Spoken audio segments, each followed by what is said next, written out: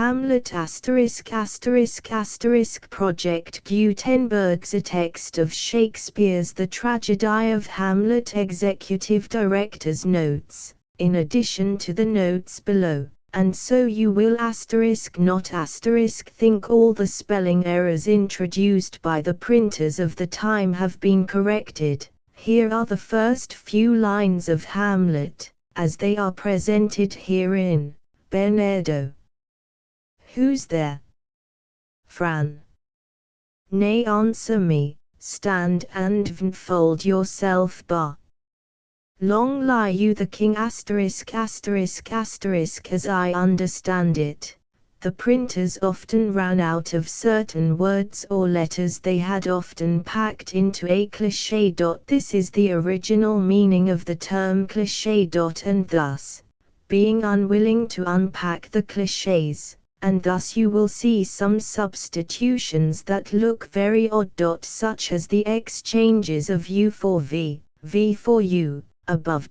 And you may wonder why they did it this way, presuming Shakespeare did not actually write the play in this manner. The answer is that they may have packed "liu" into a cliché at a time when they were out of vs. Possibly having used VV in place of some WS, etc. This was a common practice of the day, as print was still quite expensive, and they didn't want to spend more on a wider selection of characters than they had to. You will find a lot of these kinds of errors in this text, as I have mentioned in other times and places. Many scholars have an extreme attachment to these errors, and many have accorded them a very high place in the canon of Shakespeare. My father read an assortment of these made available to him by Cambridge University in England for several months in a glass room constructed for the purpose. To the best of my knowledge, he read all those available in great detail and determined from the various changes that Shakespeare most likely did not write in nearly as many of a variety of errors we credit him for, even though he was in / famous for signing his name with several different spellings. So, please take this into account when reading the comments below made by our volunteer who prepared this file. You may see errors that are not errors. So.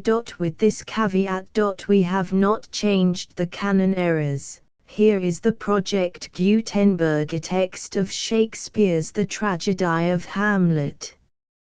Michael S. Hart, Project Gutenberg Executive Director. Scanner's notes, what this is and isn't. This was taken from a copy of Shakespeare's First Folio, and it is as close as I can come in ASCII to the printed text. The elongated SS have been changed to small ss and the conjoined A have been changed to A. I have left the spelling, punctuation, capitalization as close as possible to the printed text. I have corrected some spelling mistakes. I have put together a spelling dictionary devised from the spellings of the Geneva Bible and Shakespeare's First Folio and have unified spellings according to this template, typos and expanded abbreviations as I have come across them. Everything within brackets is what I have added. So if you don't like that, you can delete everything within the brackets if you want a purer Shakespeare. Another thing that you should be aware of is that there are textual differences between various copies of the First Folio. So there may be differences, other than what I have mentioned above, between this and other First Folio editions.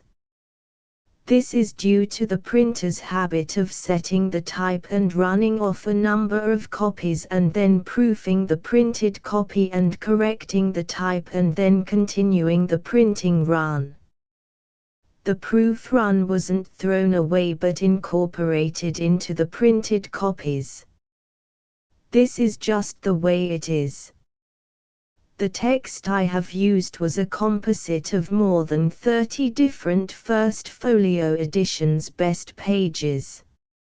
If you find any scanning errors, out-and-out typos, punctuation errors, or if you disagree with my spelling choices, please feel free to email me those errors. I wish to make this the best text possible. My email address for right now are haradar@aol.com and david@imconnect.com. I hope that you enjoy this.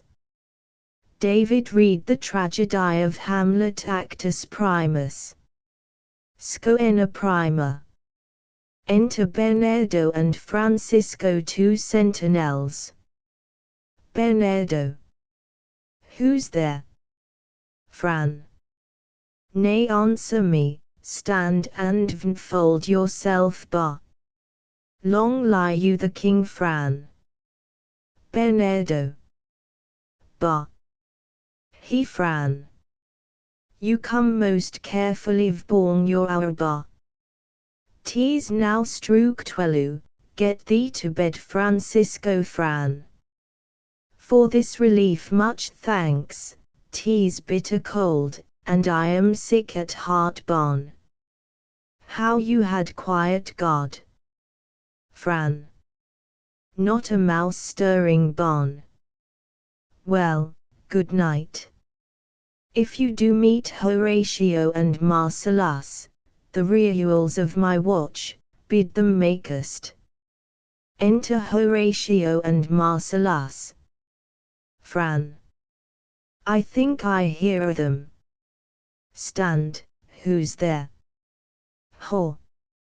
Friends to this ground march, and liege men to the Dane, Fran. Jo you good night, march, O farewell, honest soldier, who a thrill do you. Fro. Bernardo has my place, Jo you good night. Exit Fran. March holla Bernardo, ba. Say, what is Horatio there? Ho. A piece of him, ba. Welcome Horatio, welcome good Marcellus, march. What, has this thing appeared again tonight, ba? I how seen nothing, march. Horatio says, 'tis but our fantasy, and will not let belief take hold of him touching this dreaded sight, twice seen of vs. Therefore I how entreated him along with vs. to watch the minutes of this night, that if again this apparition come, he may approve our eyes, and speak to it. Ho. Tush, tush, 'twill not appear, ba. Sit down a while, and let vs once again assail your ears, that are so fortified against our story, what we 2 nights how seen. Ho. Well, sit we down, and let vs hear Bernardo speak of this bon. Last night of all, when yon same star that's westward from the pole had made his course to illume that part of Heon where now it burns, Marcellus and myself, the bell then beating one march piece, break the of, enter the ghost. Look where it comes again, bon. In the same figure, like the king that's dead, march. Thou art a scholar, speak to it, Horatio, bon. Looks it not like the king? Mark it, Horatio, horror. Most like, it harrows me with fear and wonder, bon. It would be spoke too much, question it, Horatio, ho. What art thou that vsurpest this time of night, together with that fair and warlike form in which the majesty of buried Denmark did sometimes march? By Heon I charge thee, speak, march. It is offended, bon. See, it stalks away, ho. Stay, speak, speak, I charge thee, speak. Exit the ghost. March, 'tis gone, and will not answer Bon. How now, Horatio? You tremble and look pale, is not this something more than fantasy? What think you on't? Ho! Before my God, I might not this believe without the sensible and true oyuch of mine own eyes. March. Is it not like the king? Ho! As thou art to thyself, such was the very armor he had on, when ambitious Norway combated, so frowned he once, when in an angry pile he smote the sledded Pollux on the ice. 'Tis strange, March. Thus twice before, and erst at this dead hour, with martial stalk, hath he gone by our watch. Ho! In what particular thought to work, I know not, but in the gross and scope of my opinion, this boards some strange eruption to our state. March, good, now sit down, and tell me he that knows why this same strict and most observant watch, so nightly toils the subject of the land, and why such daily cast of brazen cannon and foreign mart for implements of war, why such impress of shipwrights, whose sore task does not dilute the Sunday from the week, what might be toward, that this sweaty as doth make the night I own't laborer with the day, who is that can inform me? Ho!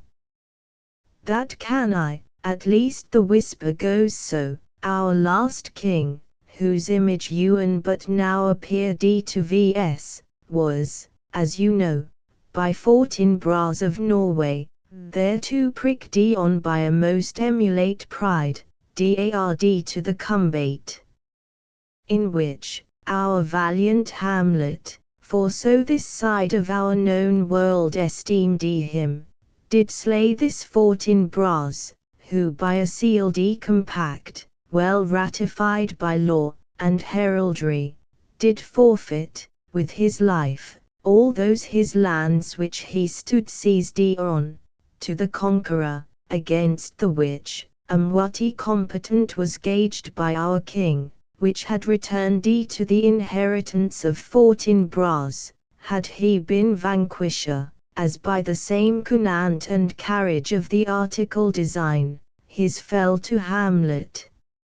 Now, sir, young Fortinbras, of improved metal, hot and full, in the skirts of Norway, here and there, shark dvp a list of landless resolutes, for food and diet, to some enterprise that hath a stomach in tea, which is no other, and it doth well appear of to our state, but to recure of vs by strong hand and terms compulsatio, those 4z lands so by his father lost, and this, I take it, is the main motive of our preparations, the source of this our watch, and the chief head of this postest, and roamage in the land.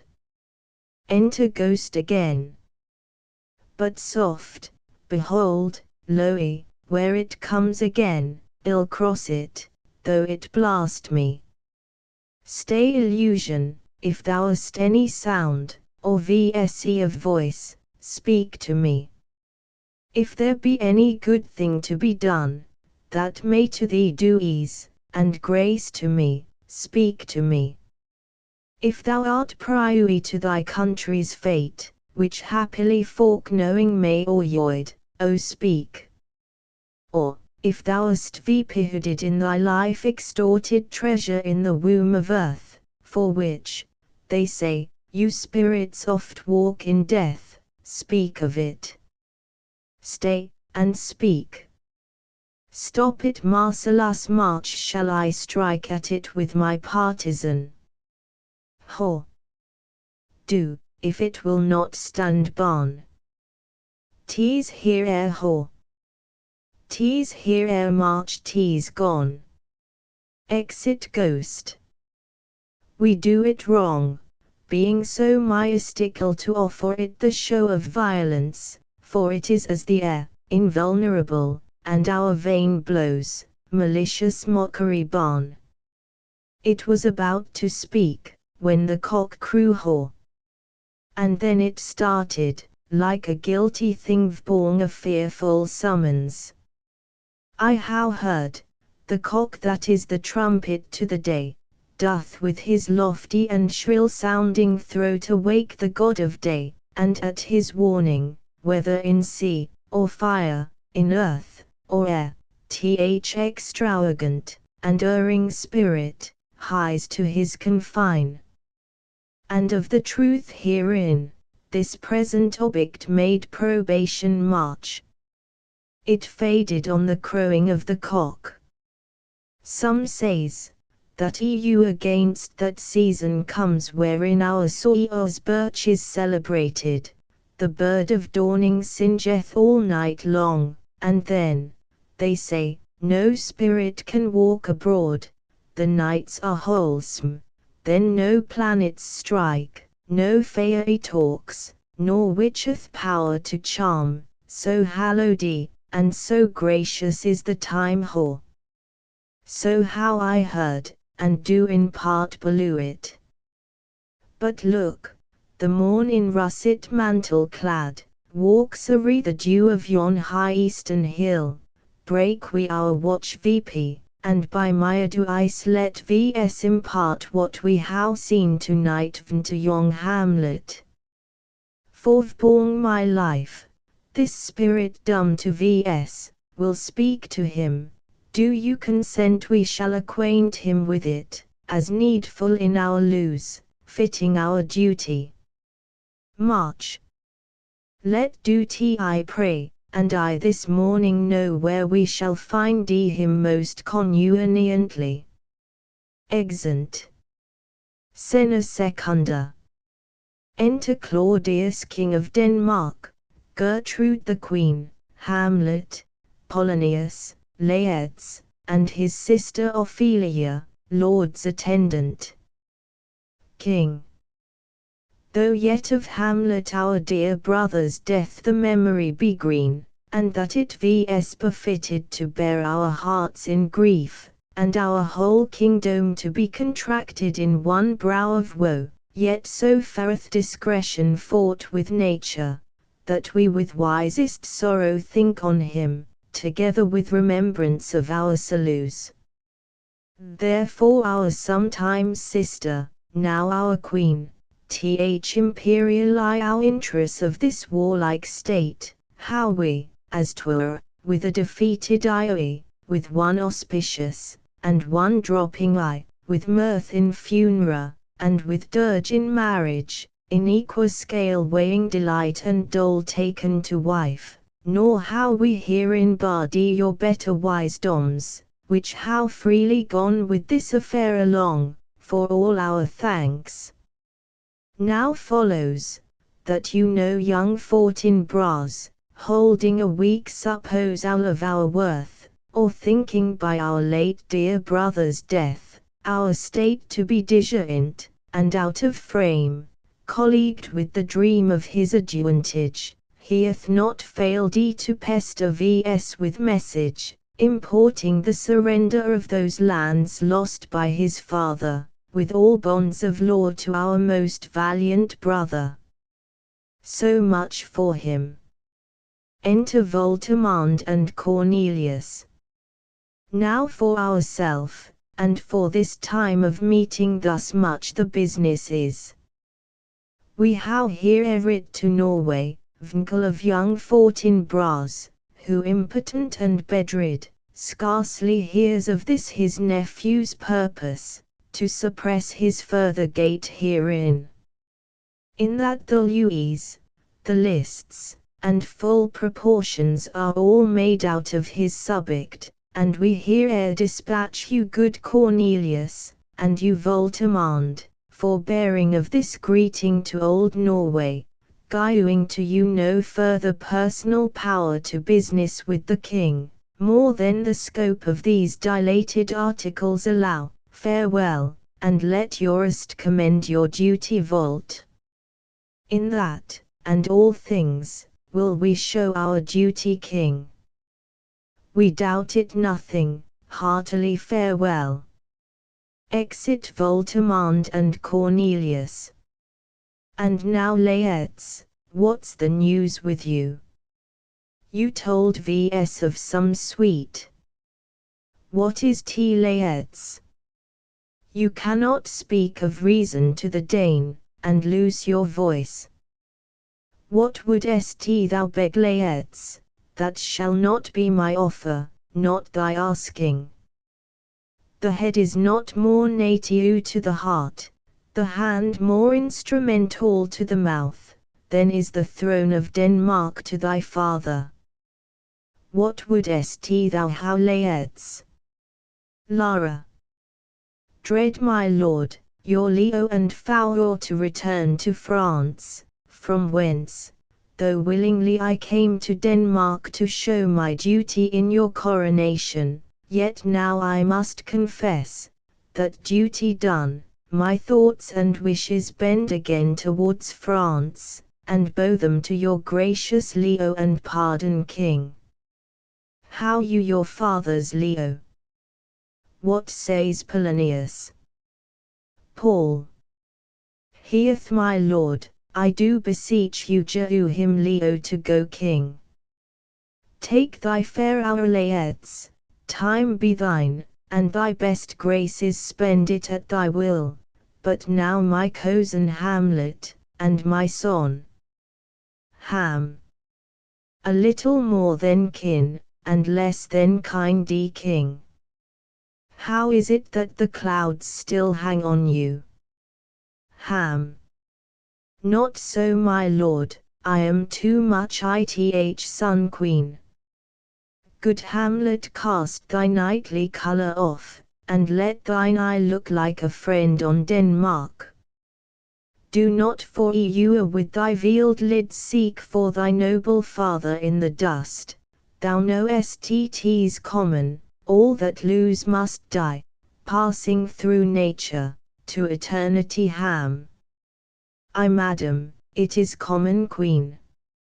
If it be, why seems it so particular with thee Ham? Seems madam. Nay, it is, I know not seems, 'tis not alone my inky cloak, good mother, nor customary sweets of solemn black, nor windy suspiration of forked breath, no, nor the fruitful rua in the eye, nor the dicted howe'er of the visage, together with all forms, moods, shows of grief, that can denote me truly. These indeed seem, for they are actions that a man might play, but I how that within, which passeth show, these, but the trappings, and the sweets of woe king. 'Tis sweet and commendable in your nature Hamlet, to do these morning duties to your father, but you must know, your father lost a father, that father lost his, and the sorrow abound in filial obligation, for some term to do obsequious sorrow. But to pursue in obstinate condolement, is a course of impious stubbornness. 'Tis vnmanly grief, it shows a will most incorrect to heoen, a heart fortified, a mindy impatient, an understanding simple, and schooledy, for, what we know must be, and is as common as any the most vulgar thing to sense, why should we in our peevish opposition take it to heart? Fie, 'tis a fault to heoen, a fault against the dead, a fault to nature, to reason most absurd, whose common theme is death of fathers, and who still hath cried, from the first course, till he that died today, this must be so.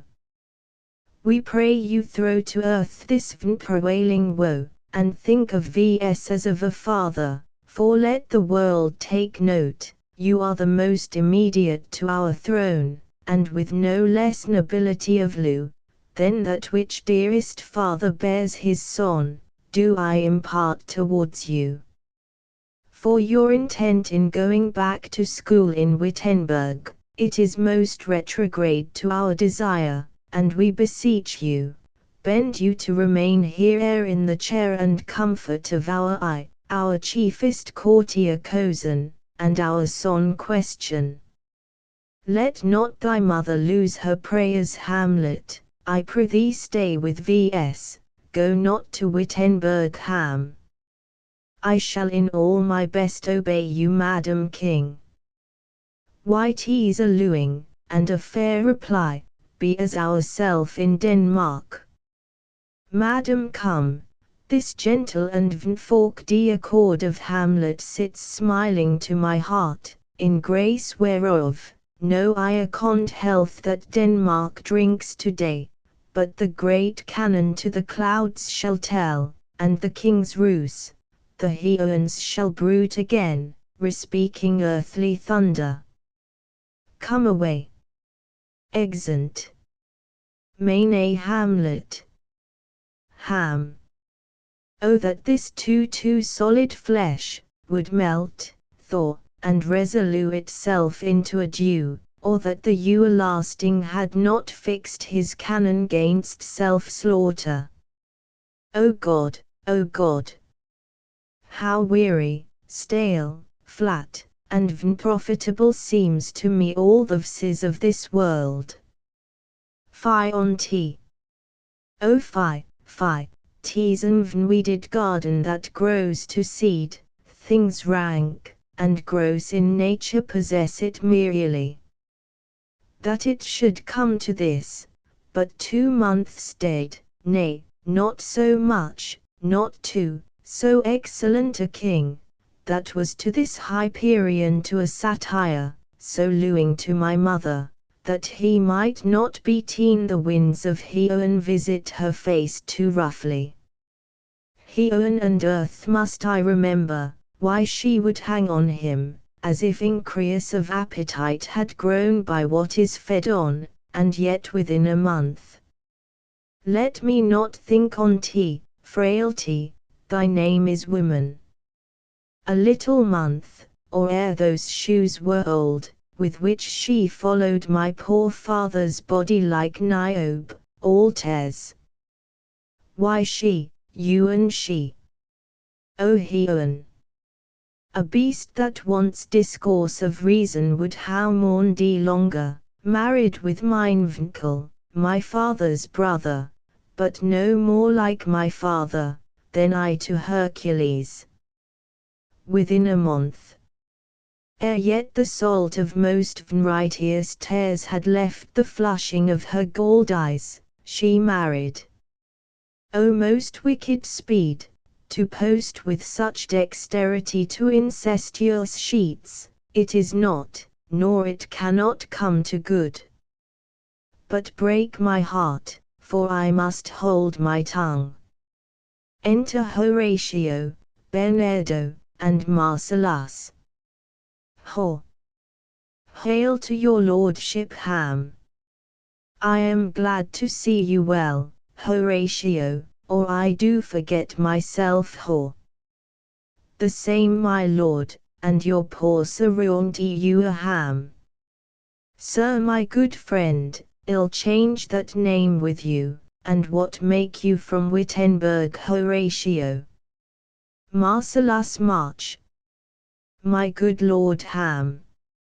I am very glad to see you, good Ewan, sir. But what in faith make you from Wittenberg? Ho! A truant disposition, good my Lord Ham. I would not how your enemy say so, nor shall you do mine rear that violence, to make it truster of your own report against yourself. I know you are no truant, but what is your affair in Elsner? We'll teach you to drink deep, ere you depart. Ho! My lord, I came to see your father's funeral. Ham. I pray thee do not mock me, fellow student, I think it was to see my mother's wedding hall. Indeed my lord, it followed hard born ham. Thrift Horatio, the funeral-backed meats did coldly furnish forth the marriage tables, would I had met my dearest foe in Heon, ere I had you seen that day Horatio. My father, methinks I see my father ho. Oh where my lord? Ham. In my mind's eye, Horatio, ho. I saw him once, he was a goodly king ham. He was a man, take him for all in all, I shall not look born his like again ho. My lord, I think I saw him yesternight ham. Saw. Who? Ho. My lord, the king your father ham. The king my father. Ho. Season your admiration for a while with an attent rear, till I may tell you of born the witness of these gentlemen, this memorial to you ham. For he owns Lou let me hear a ho. 2 nights together, had these gentlemen, Marcellus and Bernardo, on their watch in the dead west and middle of the night been thus encountered. A figure like your father, Andy at all points exactly, cap a pay, appears before them, and with solemn march goes slow and stately, by them thrice he walked, by their oppressed and fear surprised eyes, within his truncheon's length, whilst they bestilled almost tooily with the act of fear, stand dumb and speak not to him. This to me in dreadful secrecy impart they did, and I with them the 3rd night kept the watch, whereas they had delued both in time, form of the thing, each word made true and good, the apparition comes. I knew your father, these hands are not more like ham. But where was this? March. My lord born the platform where we what ham. Did you not speak to it? Ho. My lord, I did, but answer made it none, yet once methought it lifted vp it head, and did address itself to motion, like as it would speak, but you and then, the morning cock crew lowed, and at the sound it shrunk innest away, and vanished from our sight ham. 'Tis very strange ho. As I do lie you my honoured lord 'tis true, and we did think it writ down in our duty to let you know of it ham. Indeed, sirs, but this troubles me. Hold you the watch tonight? Both. We do my lord ham. Andy, say you? Both. Andy, my lord ham. From top to toe? Both. My lord, from head to foot ham. Then saw you not his face? Ho.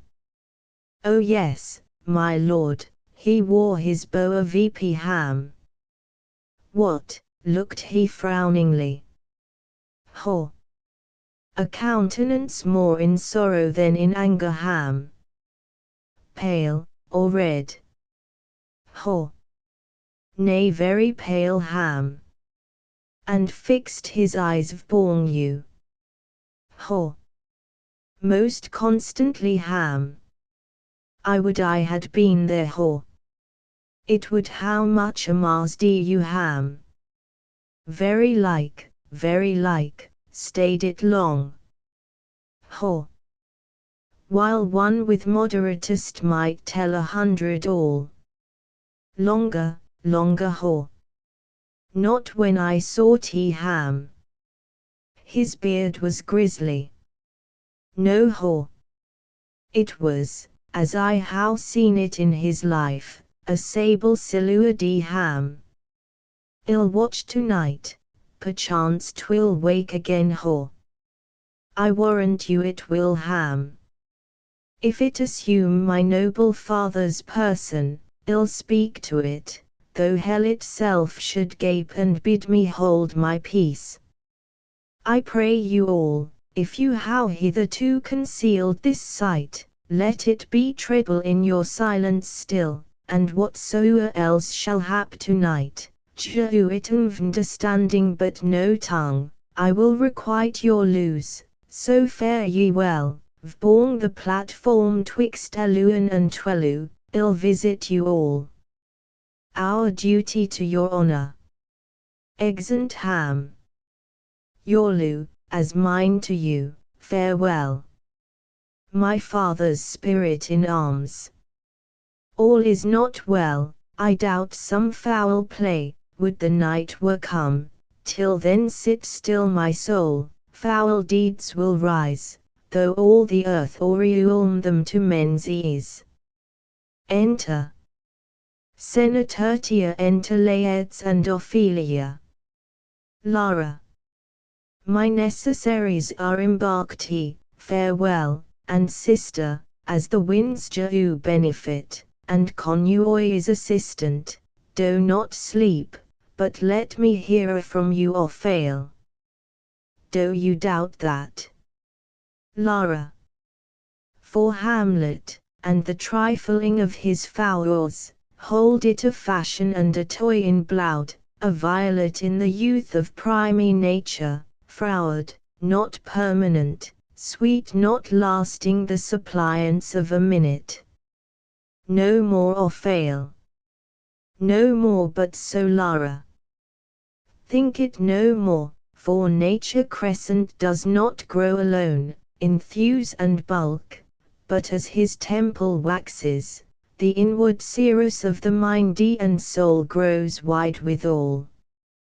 Perhaps he lose you now, and now no soil nor cortel doth besmirch the virtue of his fear, but you must fear his greatness wady, his will is not his own, for he himself is subject to his birth, he may not, as vnualiud persons do, care for himself, for, on his choice depends the sanctity and health of the whole state.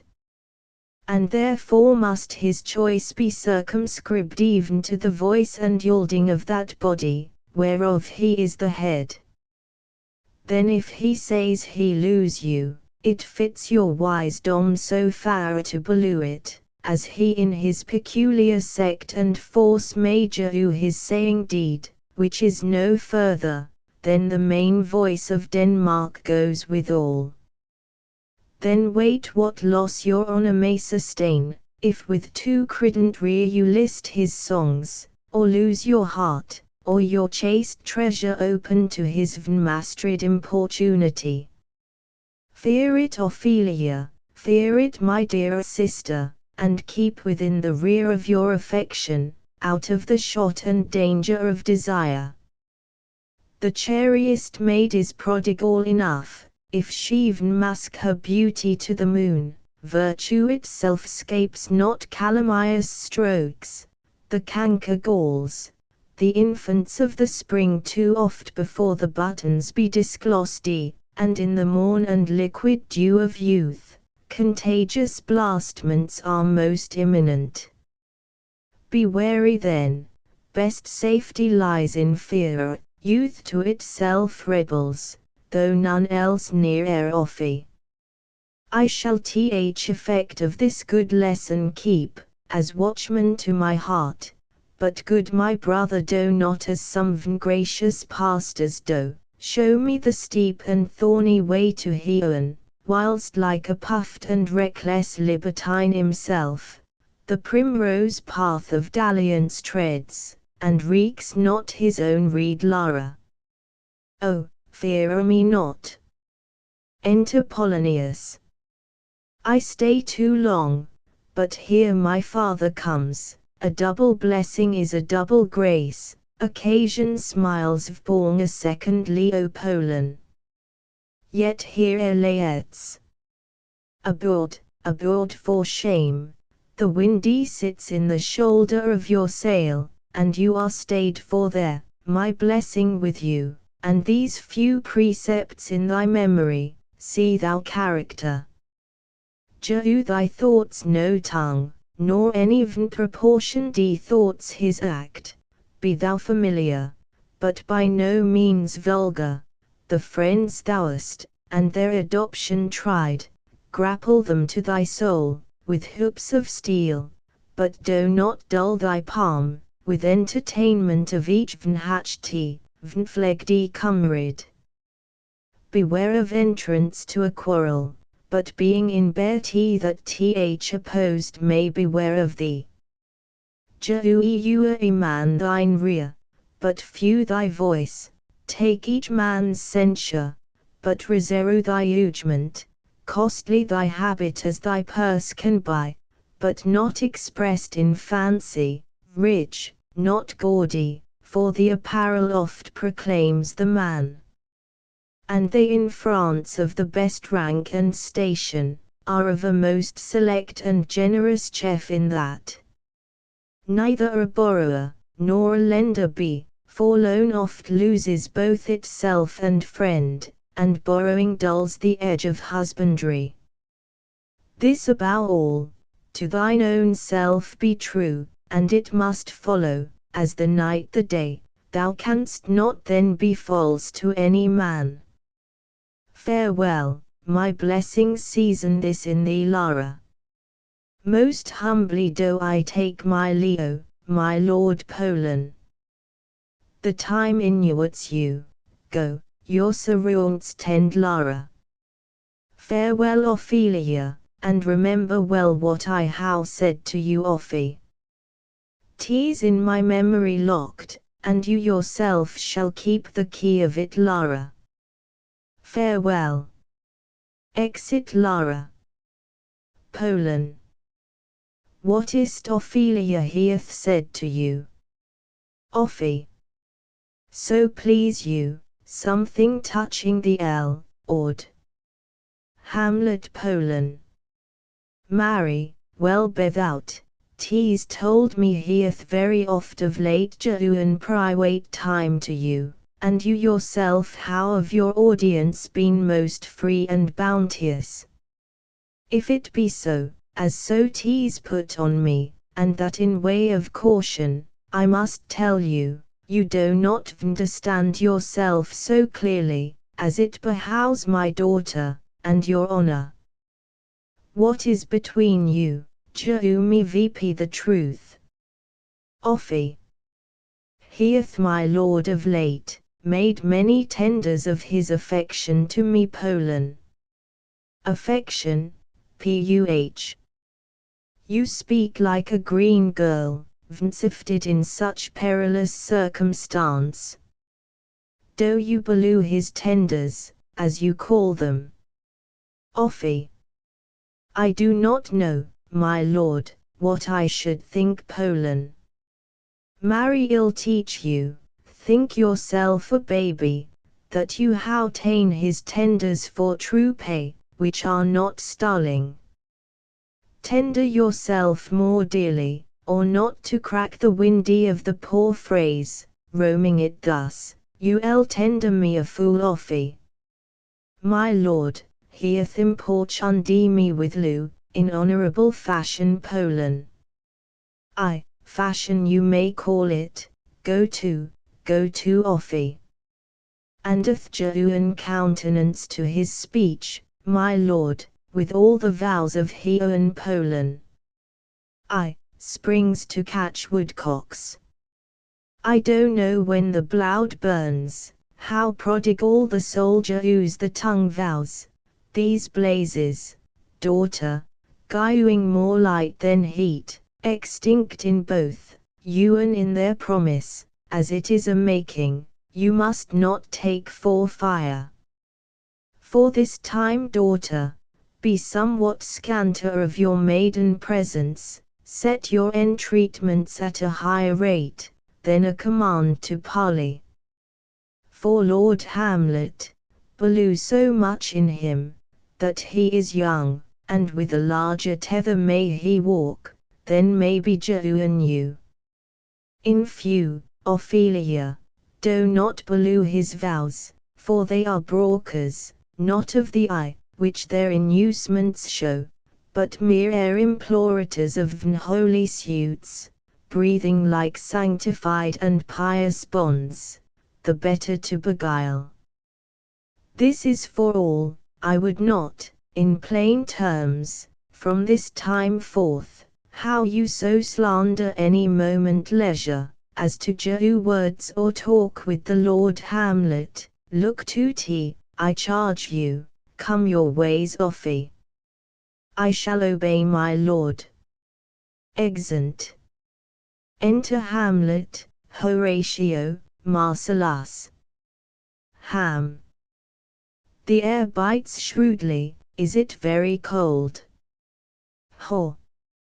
It is a nipping and an eager air Ham. What hour now? Ho. I think it lacks of 12 March. No, it is stroke ho. Indeed I heard it not, then it draws near ere the season, wherein the spirit held his wont to walk. What does this mean my lord? Ham. The king doth wake to-night, and takes his rouse, keeps wassels and the swaggering spring reels, and as he drains his draughts of Renaish down, the kettle drum and trumpet thus bray out the triumph of his pledge Horat. Is it a custom? Ham. I marriest, and to my mind, though I am native here, and to the manor born, it is a custom more honoured in the breach, than the observance. Enter Ghost. Ho. Look my lord, it comes Ham. Angels and ministers of grace defend vs.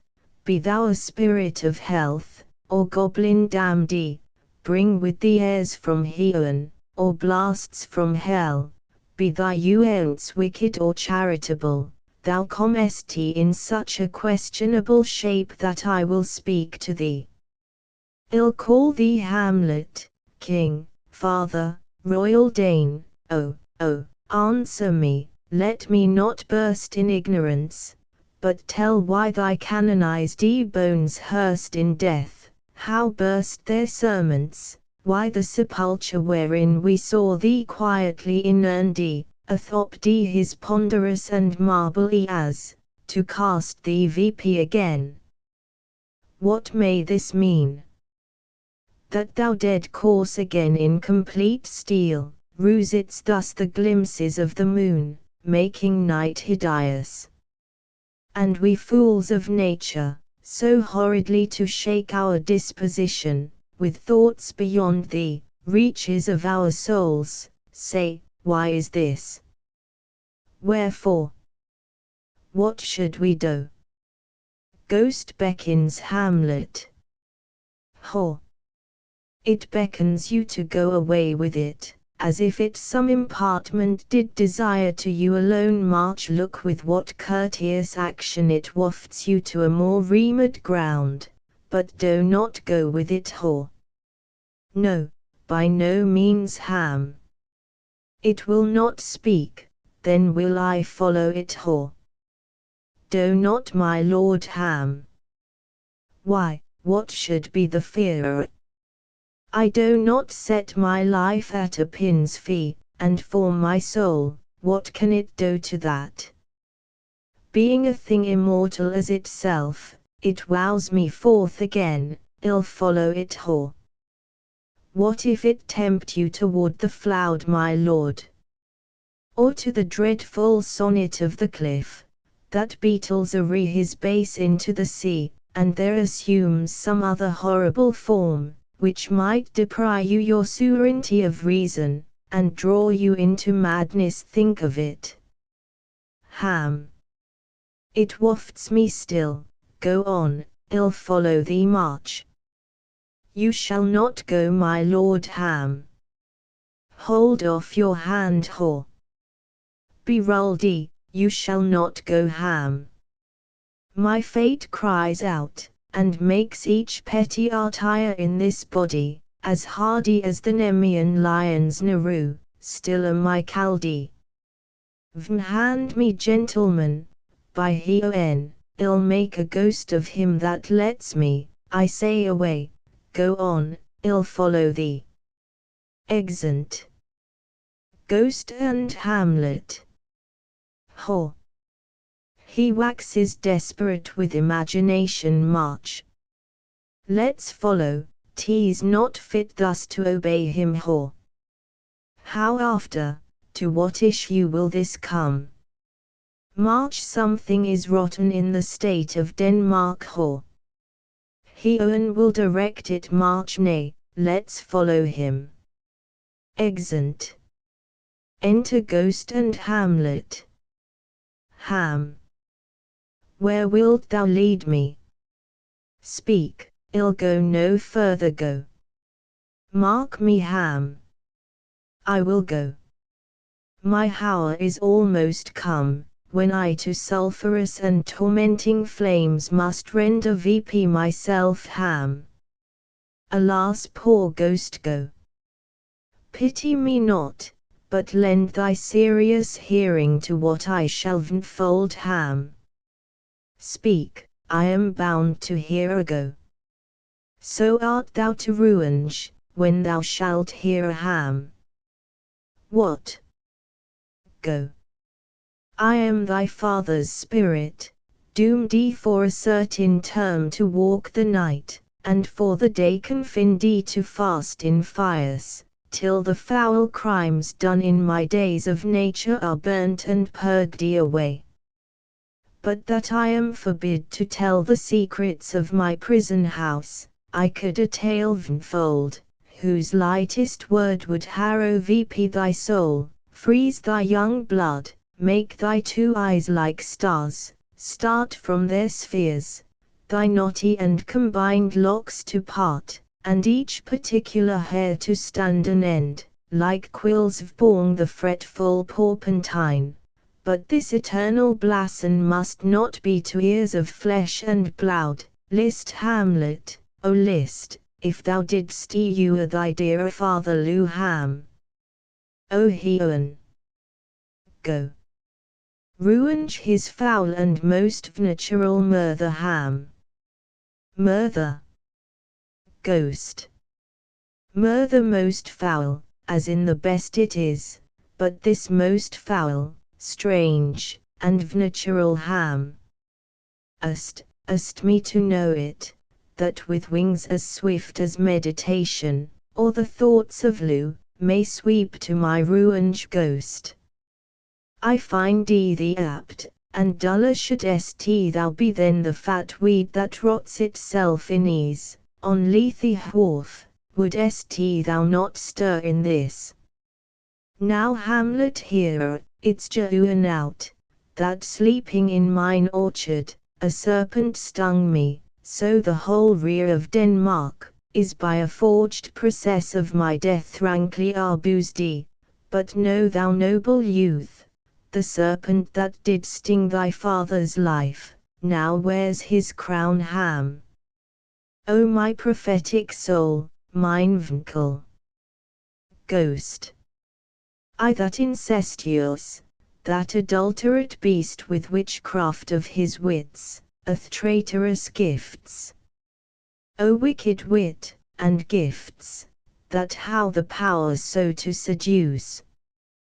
One to this shameful lust the will of my most seeming virtuous queen, O Hamlet, what a falling off was there, from me, whose Lou was of that dignity, that it went hand in hand, ewen with the vow I made to her in marriage, and to decline vborn a wretch, whose natura gifts were poor to those of mine.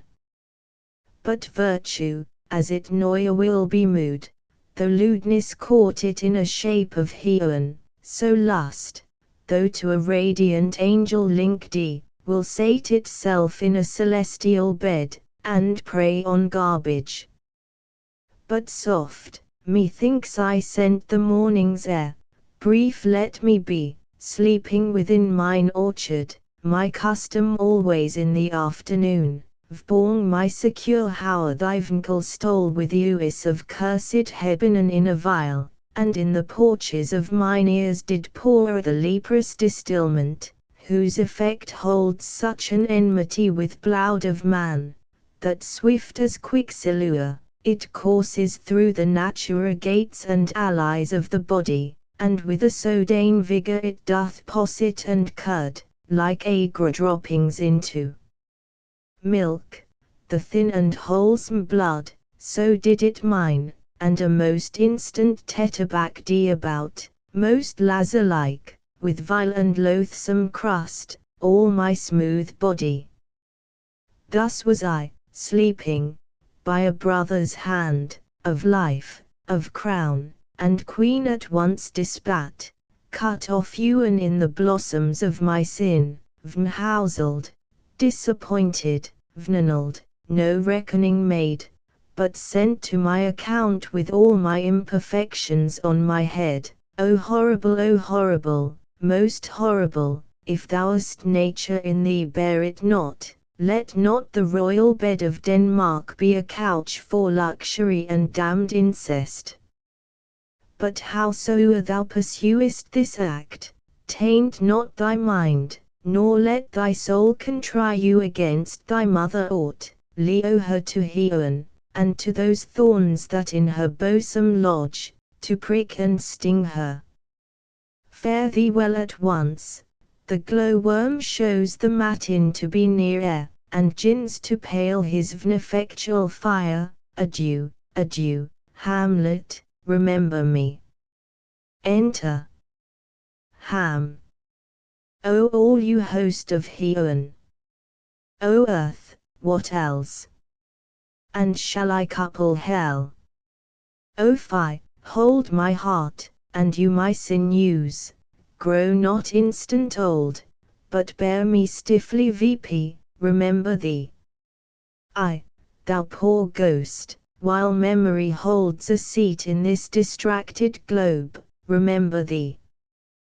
Yet, from the table of my memory, I'll wipe away all true fond records, all sores of books, all forms, all pleasures past, that youth and observation copied there, and thy commandment all alone shall lie you within the book and volume of my brain, mixed with baser matter, yes, by Heowen, O most pernicious woman.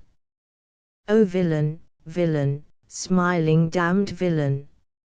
My tables, meet it is I set it down, that one may smile and be a villain, at least I'm sure it may be so in Denmark, so vnkel there you are, now to my word, it is, adieu, remember me, I how sworn whore.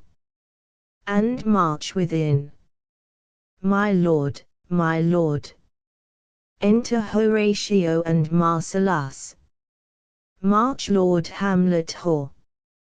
Heowen secure him march. So be it whore. Illo, ho, my Lord Ham. Hillo, ho, boy, come bird, come march. How is't my noble lord? Whore. What news, my lord?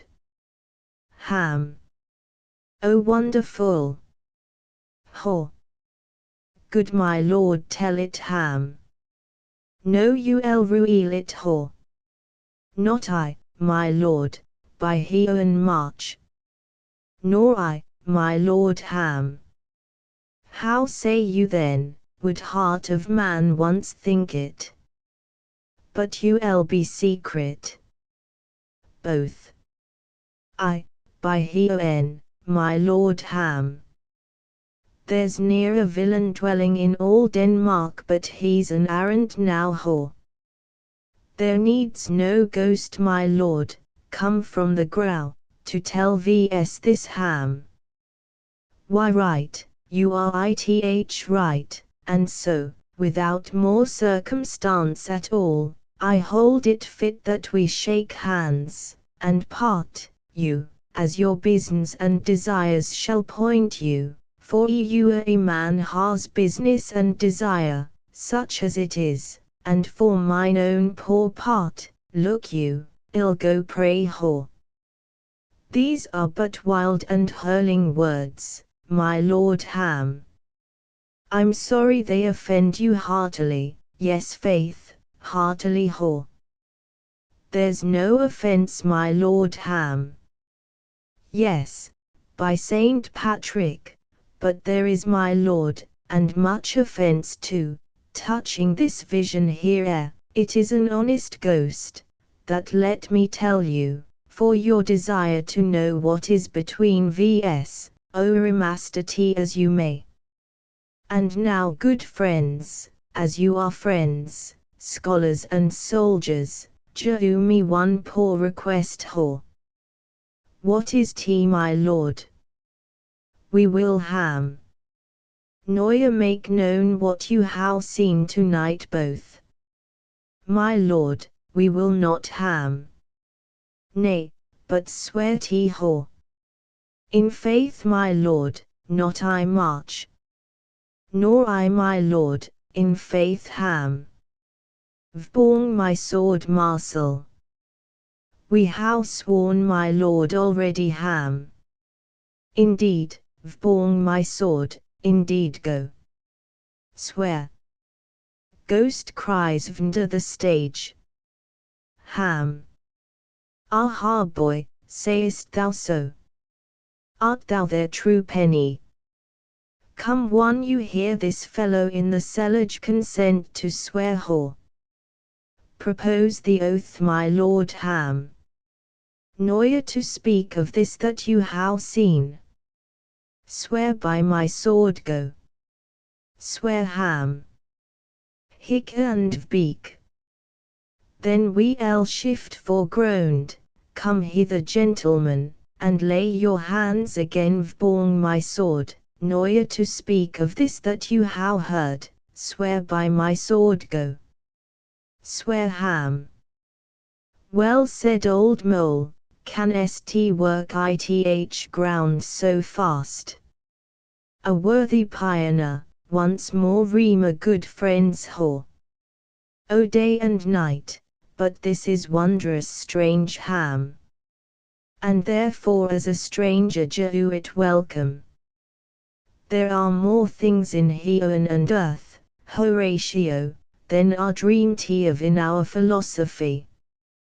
But come, here as before, Noya so help you mercy, how strange or odd soe'er I bear myself, as I perchance hereafter shall think meet to put an antic disposition on.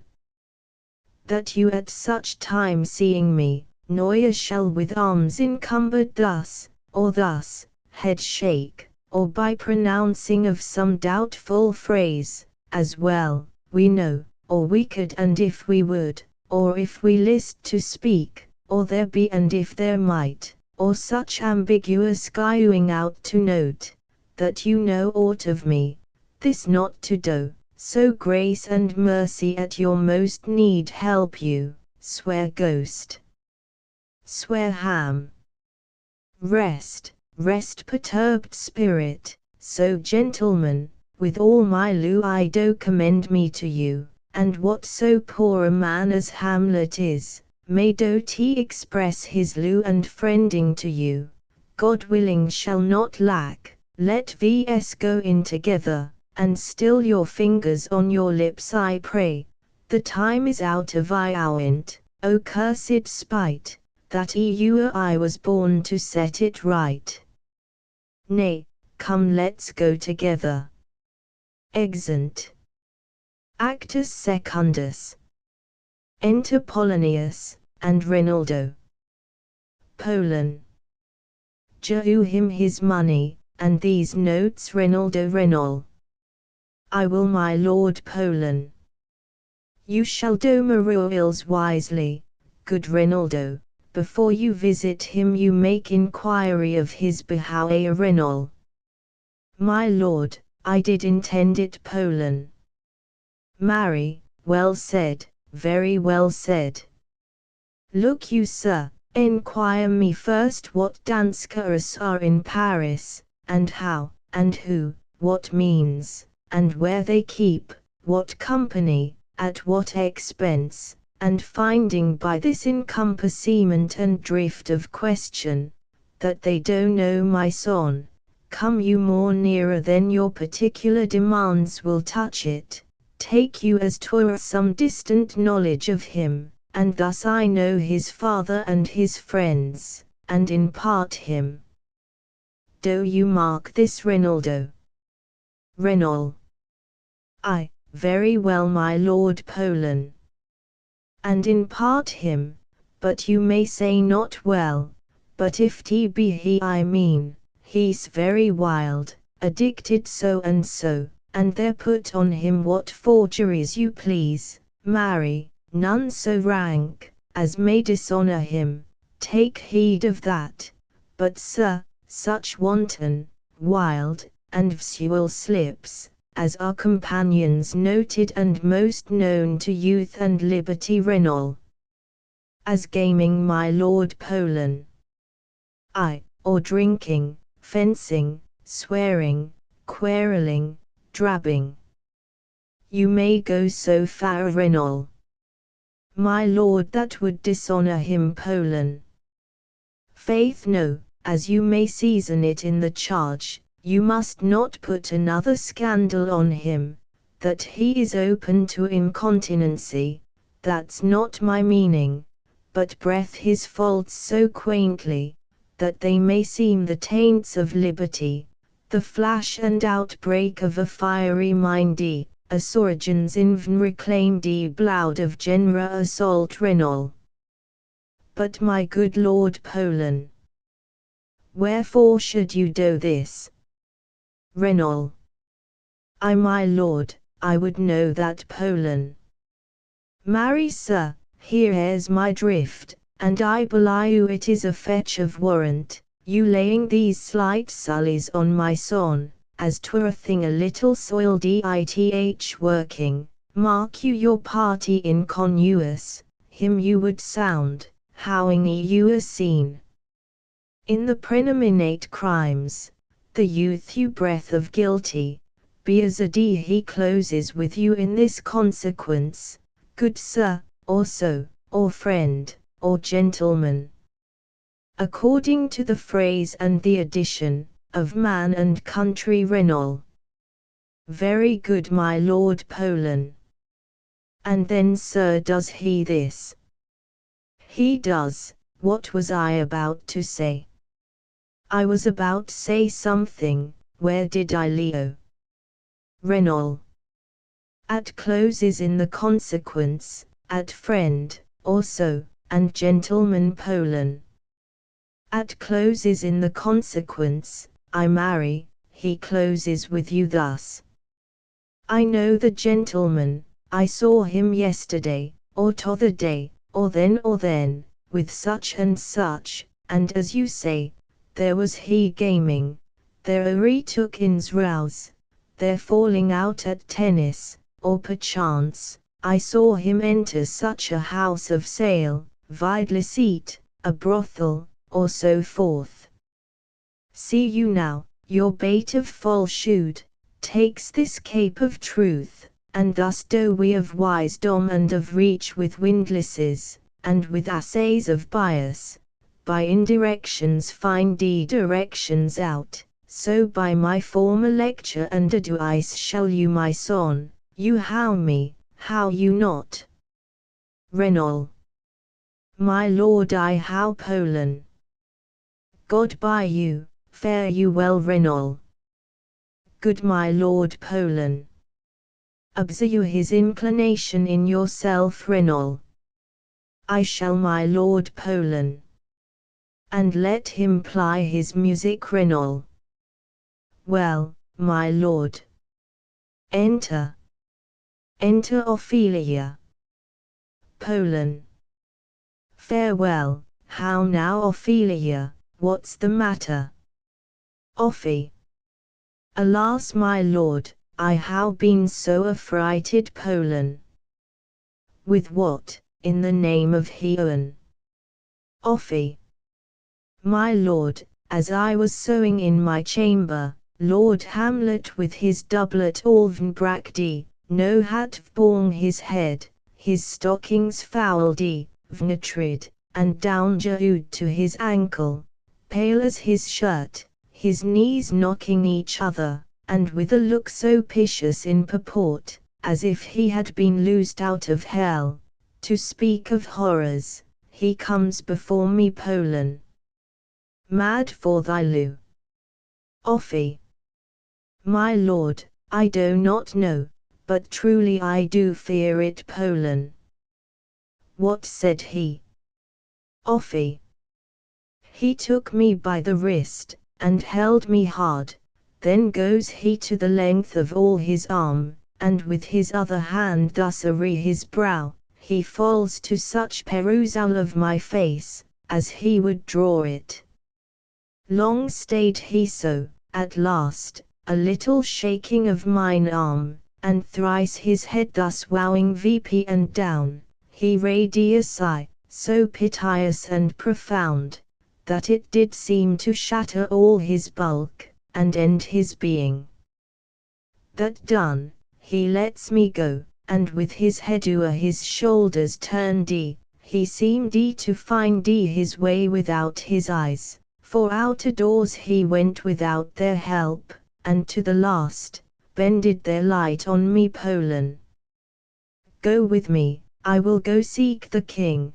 This is the very ecstasy of Lou, whose violent property foredoes itself, and leads the will to desperate undertakings, as oft as any passion Heowen, that does afflict our natures. I am sorry. What how you jouen him any hard words of late? Offy. No my good lord, but as you did command, I did repel his letters, and denied his access to me Paul. That hath made him mad. I am sorry that with better speed and judgment I had not quoted him. I fear he did but trifle, and meant to rack thee. But beshrew my Ellis, it seems it is as proper to our age, to cast beyond our saloons in our opinions, as it is common for the younger sort to lack discretion. Come, go we to the king, this must be known, being kept close might moo more grief to hide, than hate to vdaloo. Exeunt. Scena secunda. Enter King, Queen, Rosa Crane, and Guildenstern Cumberledges. King. Welcome dear Rosa Krantz and Guildenstern. Moira, that we much did long to see you, the need we how to vse you, did provoke our hasty sending. Something how you heard of Hamlet's transformation, so I call it, since not th exterior, nor the inward man resembles that it was. What it should be more than his father's death, that thus hath put him so much from th understanding of himself, I cannot deem of. I entreat you both, that being of so young days brought vp with him, and since so neighbourly to his youth, and humour, that you vouchsafe your rest here in our court some little time, so by your companies to draw him on to pleasures, and to gather so much as from occasions you may glean, that open lies within our remedy question. Good gentlemen, he hath much talked of you, and sure I am, two men there are not lewing, to whom he more adheres. If it will please you to show vs so much gentry, and goodwill, as to expend your time with vs a while, for the supply and profit of our hope, your visitation shall receive you such thanks as fits a king's remembrance rosin. Both your majesties might by the sovereign power you have vs. put your dread pleasures, more into command than to entreaty gil. We both obey, and here Jehu vp our salus, in the full bent, to lay our services freely at your feet, to be commanded king. Thanks Rosekrantz, and gentle Guildenstern question. Thanks Guildenstern and gentle Rosekrantz. And I beseech you instantly to visit my too much changed son. Go some of ye, and bring the gentleman where Hamlet is gil. He owns make our presence and our practices pleasant and helpful to him. Enter. Queen. Amen. Enter Polonius. Paul. Th ambassadors from Norway, my good lord, I fully returned thee king. Thou stillest been the father of good news Paul. How I, my lord, assure you, my good liege, I hold my duty, as I hold my soul, both to my God, one to my gracious king, and I do think, or else this brain of mine hunts not the trail of policy, so sure as I have vsd to do, that I have found the very cause of Hamlet's lunacy king. O speak of that I do long to hear it Paul. Jehu first admittance to th ambassadors, my news shall be the news to that great feast king. Thyself do grace to them, and bring them in. He tells me my sweet queen, that he hath found the head and source of all your son's distemper question. I doubt it is no other, but the main, his father's death, and our very hasty marriage. Enter Polonius, Voltimand, and Cornelius. King. Well, we shall sift him. Welcome good friends, say Voltimand, what from our brother Norway? Volt. Most fair return of greetings, and desires. Vborn our first, he sent out to suppress his nephew's Louis, which to him appeared to be a preparation gainst the Poliac, but better looked into, he truly found it was against your highness, whereat grieved, that so his sickness, age, and impotence was falsely borne in hand, sends out arrests on fort in Bras, which he, in brief, obeys, receives rebuke from Norway, and in fine, makes vow before his vincle, nor more to Jehu th assay of arms against your majesty. Whereon old Norway, who are come with Ioe, Jehu's him 3,000 crowns in annual fee, and his commission to employ those soldiers solely as before, against the Poliac, with an entreaty herein further shewn, that it might please you to Jehu quiet pass through your dominions, for his enterprise, on such regards of safety and allowance, as therein are set down king. It likes vs well, and at our more considered time we'll read, answer, and think vborn this business. Meantime we thank you, for your well took labor. Go to your rest, at night we'll feast together. Most welcome home. Exit Ambass. Paul. This business is very well ended. My liege, and madam, to expostulate what majesty should be, what duty is, why day is day, night, night, and time is time, were nothing but to waste night, day, and time.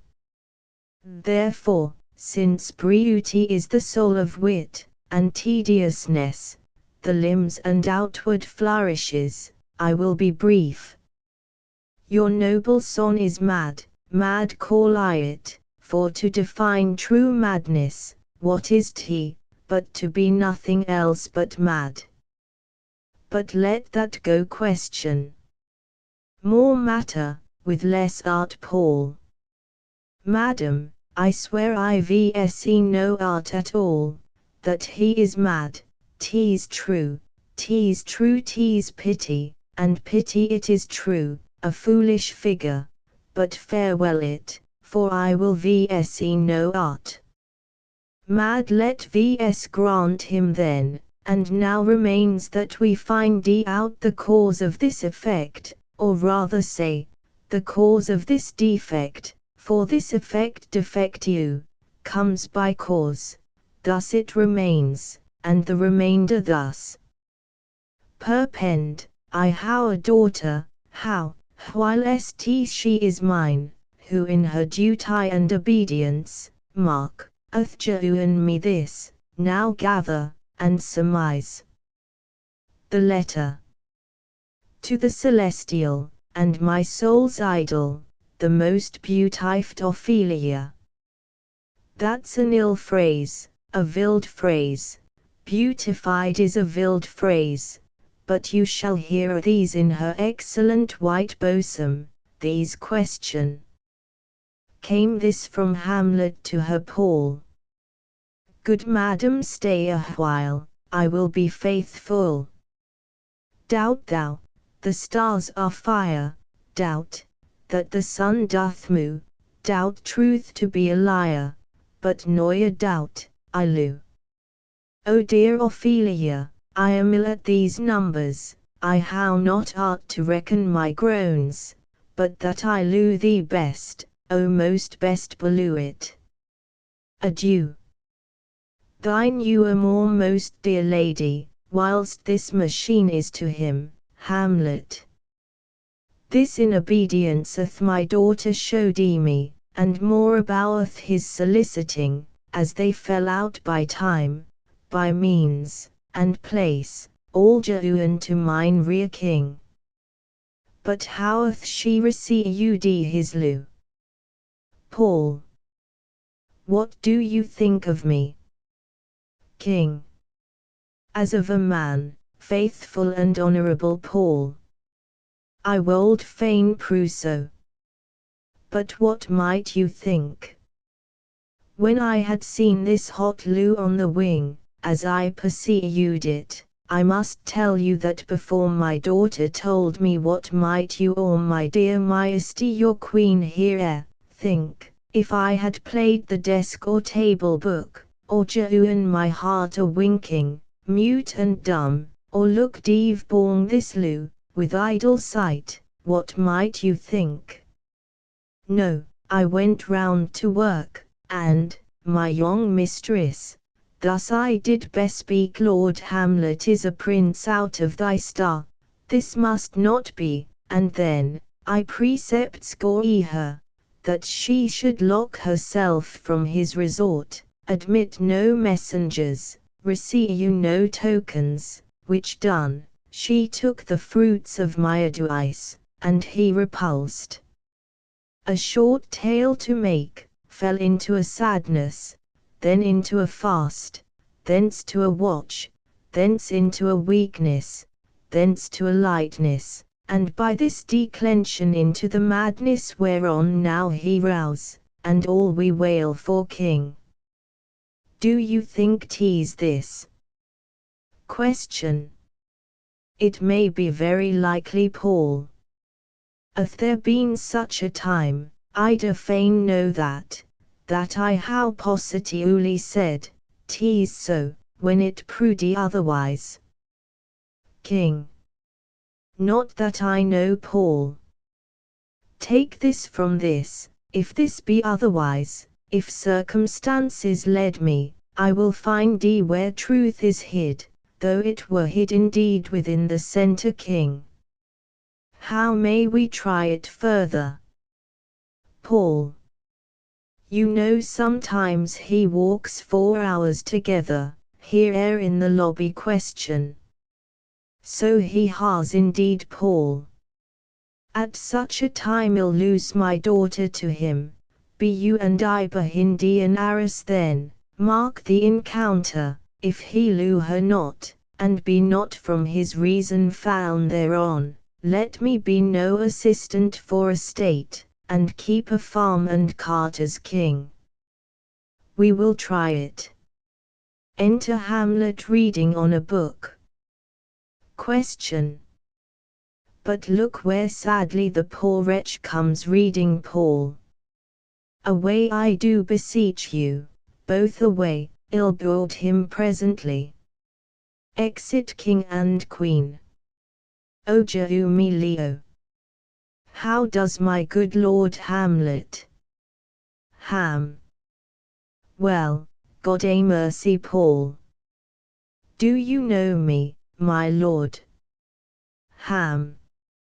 Excellent, excellent well, why are a fishmonger Paul? Not I my lord Ham. Then I would you were so honest a man Paul. Honest, my lord. Ham. I sir, to be honest as this world goes, is to be one man picked out of 2,000 Paul. That's very true, my lord Ham.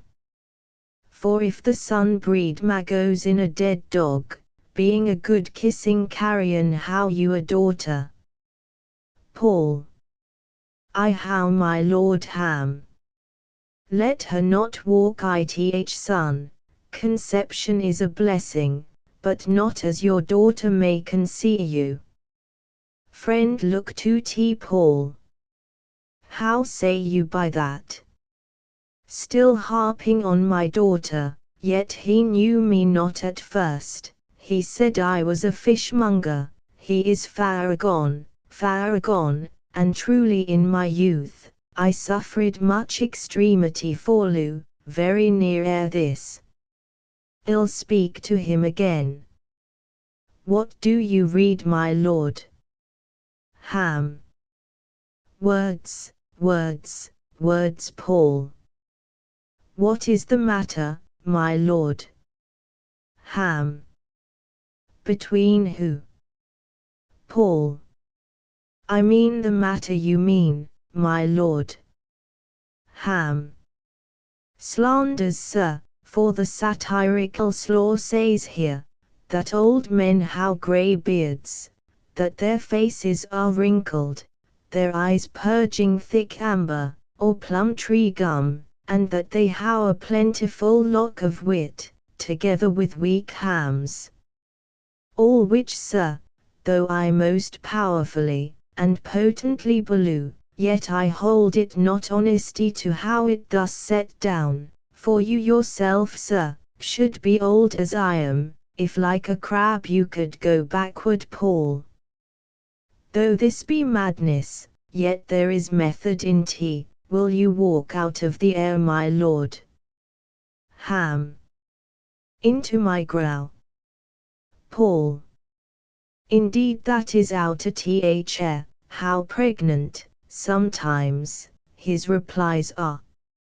A happiness, that often madness hits on, which reason and sanity could not so prosperously be deluded of. I will leo him, and so dainly contrive you the means of meeting between him, and my daughter. My honourable lord, I will most humbly take my leo of you Ham. You cannot sir take from me anything, that I will more willingly part with all, except my life Polan. Fare you well my lord Ham. These tedious old fools Polan. You go to seek my lord Hamlet, there he is. Enter Rosecran and Guildenstern. Rosin. God sow you Sir Guild. Mine honoured lord. Rosin. My most dear lord. Ham. My excellent good friends. How doest thou Guildenstern? Oh, Rosecrane, good lads, how do ye both? Rosin. As the indifferent children of the earth gild. Happy, in that we are not happy, on fortune's cap, we are not the very button Ham. Nor the soles of her shoe. Rosin. Neither my lord Ham. Then you lie you about her waist, or in the middle of her foul gill. Faith, her privates, we ham. In the secret parts of fortune. Oh, most true, she is a strumpet. What's the news? Rosin. None my lord, but that the world's grown honest Ham. Then is doomsday near, but your news is not true. Let me question more in particular, what how you my good friends, deserved at the hands of fortune, that she sends you to prison hither. Gil. Prison, my lord. Ham. Denmark's a prison, Rosin. Then is the world one Ham. A goodly one, in which there are many confines, wards, and dungeons, Denmark being one worst, Rosin. We think not so, my lord Ham. Why then 'tis none to you, for there is nothing either good or bad, but thinking makes it so. To me it is a prison, Rosin. Why then your ambition makes it one, 'tis too narrow for your mindy Ham. O God, I could be bounded in a nutshell, and count myself a king of infinite space, were it not that I how bad dreams gill. Which dreams indeed are ambition, for the very substance of the ambitious, is merely the shadow of a dream Ham. A dream itself is but a shadow, Rosin. Truly, and I hold ambition of so airy and light a quality, that it is but a shadow's shadow Ham. Then are our beggars' bodies, and our monarchs and outstretched heroes the beggars' shadows. Shall we to court, for, by my fay I cannot reason. Both. We'll wait for you Ham. No such matter. I will not sort you with the rest of my servants, for to speak to you like an honest man, I am most dreadfully attended, but in the beaten way of friendship, what make you at Elsinore? Rosin. To visit you my lord, no other occasion Ham. Beggar that I am you and poor in thanks, but I thank you, and sure dearer friends my thanks are too dear a halfpenny, were you not sent for. Is it your own inclining? Is it a free visitation? Come, deliously with me, come, nay speak Gil. What should we say my lord? Ham. Why anything. But to the purpose, you were sent for, and there is a kindy confession in your looks, which your modesties how not craft enough to colour. I know the good king and queen how sent for you Rosin. To what end my lord? Ham. That you must teach me, but let me conjure you by the rights of our fellowship, by the constancy of our youth, by the obligation of our a preserudlu, and by what more dearer, a better proposer could charge you withal, be you and direct with me, whether you were sent for or no Rosin. What say you? Ham. Nay then I how an eye of you, if you loo me hold not off Gil. My lord, we were sent for Ham. I will tell you why, so shall my anticipation prevent your discovery of your secretia to the king and queen, mold no feather, I how of late, but wherefore I know not, lost all my mirth, forgone all custom of exercise, and indeed, it goes so only with my disposition, that this goodly frame the earth, seems to me a sterile promontory, this most excellent canopy the air, look you, this brow o'erhanging, this majestical roof, fretted with golden fire, why, it appears no other thing to me, than a foul and pestilent congregation of vapors. What a piece of work is a man! How noble in reason! How infinite in faculty! In form and moving how express and admirable! In action, how like an angel! In apprehension, how like a god! The beauty of the world, the paragon of animals, and yet to me, what is this quintessence of dust? Man delights not me, no, nor woman neither, though by your smiling you seem to say so, Rosin. My lord, there was no such stuff in my thoughts, Ham. Why did you laugh, when I said, man delights not me? Rosin.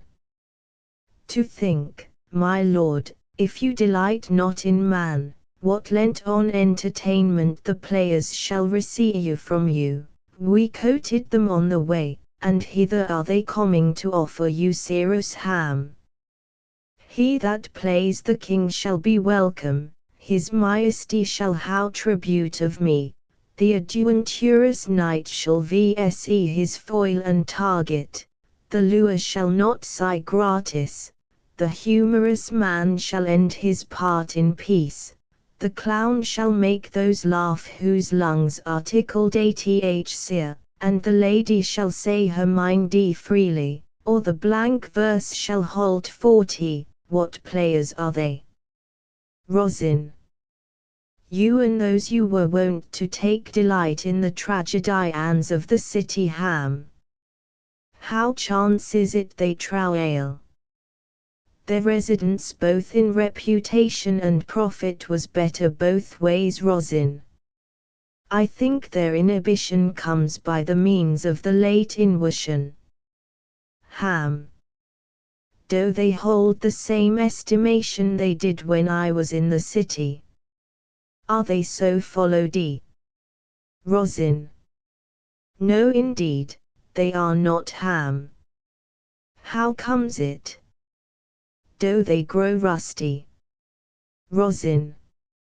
Nay, their indeed keeps in the wonted pace, but there is an array of children, little Yazes, that cry out on the top of question, and are most tyrannically clapped 40, these are now the fashion, and so berattled the common stages, so they call them, that many wearing rapiers, are afraid of goose quills, and dare scarce come thither, Ham. What are they, children? Who maintains them? How are they escorted? Will they pursue the quality no longer than they can sing? Will they not say afterwards, if they should grow themselves to common players, as it is most like if their means are not better, their writers do them wrong, to make them exclaim against their own succession, Rosin? Faith, there has been much to do on both sides, and the nation holds it no sin to tar them to controversy. There was for a while no money bid for argument, unless the poet and the player went to cuffs in the question, Ham. Is possible? Guild. Oh, there has been much throwing about of brains, Ham. Do the boys carry it away? Rosin. Aye, that they do, my lord. Hercules and his load too, Ham. It is not strange, for mine uncle is king of Denmark, and those that would make mows at him while my father lewd, Jew 20, 40, and 100 ducats apiece, for his picture in little. There is something in this more than natura, if philosophy could find it out. Flourish for the players. Gil. There are the players. Ham. Gentlemen, you are welcome to Elsinore, your hands, come, the appurtenance of welcome, is fashion and ceremony. Let me comply with you in the garb, lest my extent to the players, which I tell you must show fairly outward, should more appear like entertainment than yours. You are welcome, but my uncle father, and aunt mother are to see you Gil. In what, my dear lord? Ham. I am but mad northwest, when the windy is southerly, I know a hawk from a hand saw. Enter Polonius. Paul. Well be with you gentlemen. Ham. Hark you Guildenstern, and you too, at each rear hearer, that great baby you see there, is not yet out of his swathing cloud's rosin. Happily he's the second time come to them, for they say, an old man is twice a child. Ham. I will prophesy. He comes to tell me of the players. Mark it, you say right sir, for a Monday morning 'twas so indeed. Paul. My lord, I have news to tell you. Ham.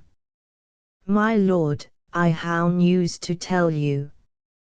When Roscius an actor in Rome. Paul. The actors are come hither. My lord. Ham.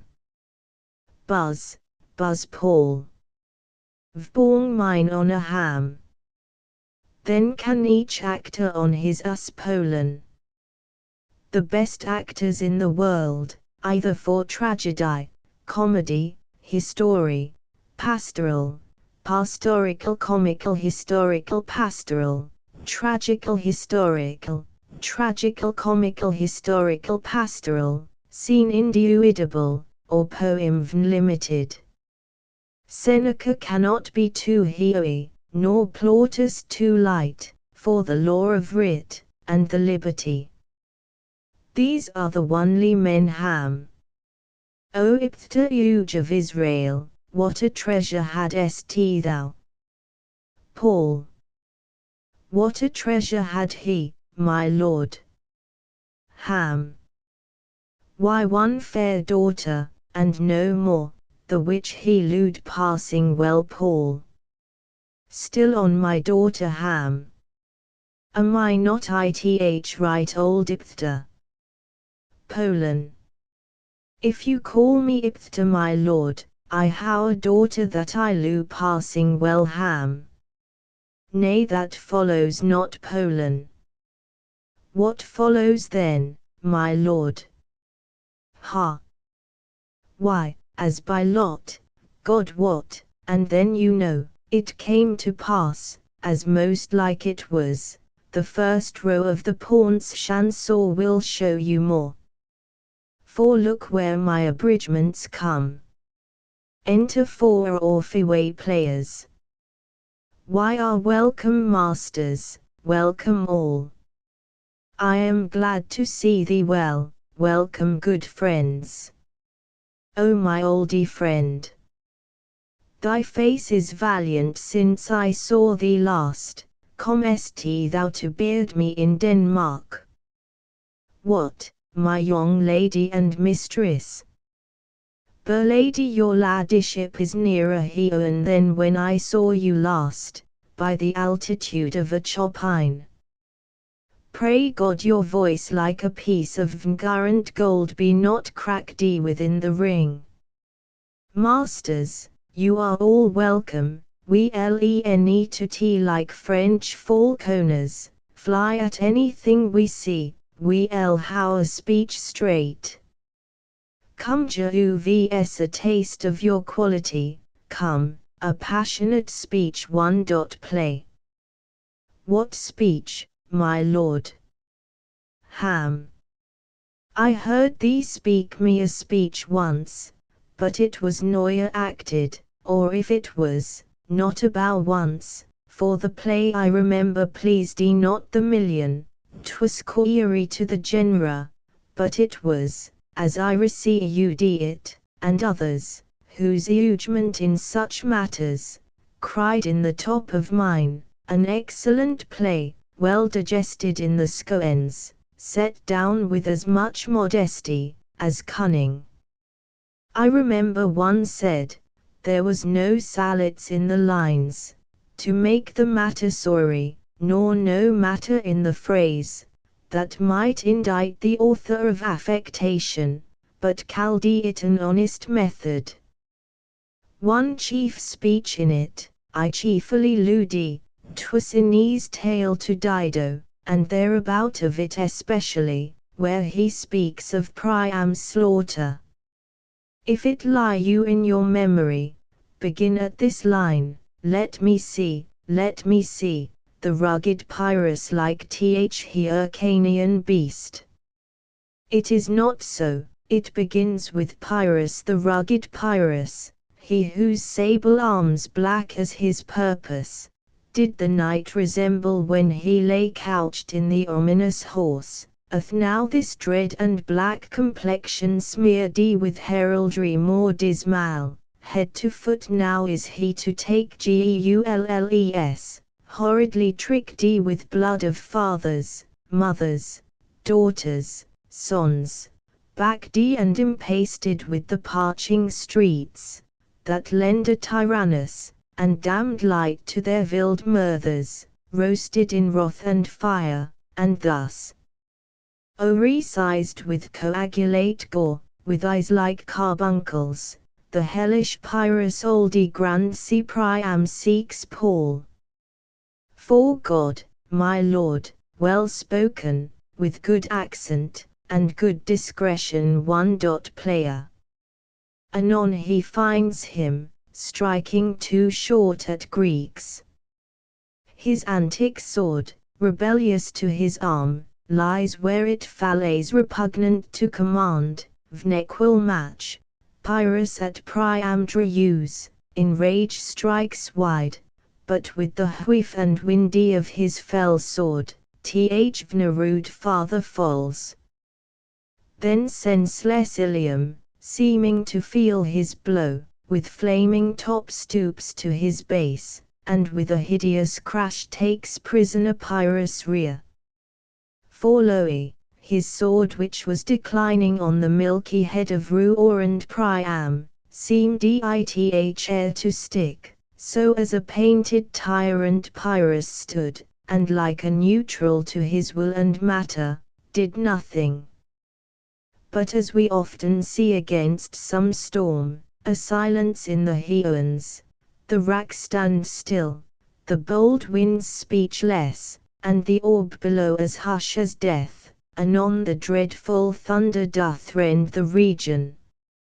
So after Pyrrhus' pause, arosed vengeance sets him new a work, and Noia did the Cyclops' hammers fall on Mars his armors, fugdi for proof etern, with less remorse than Pyrrhus' bleeding sword now fallays on Priam.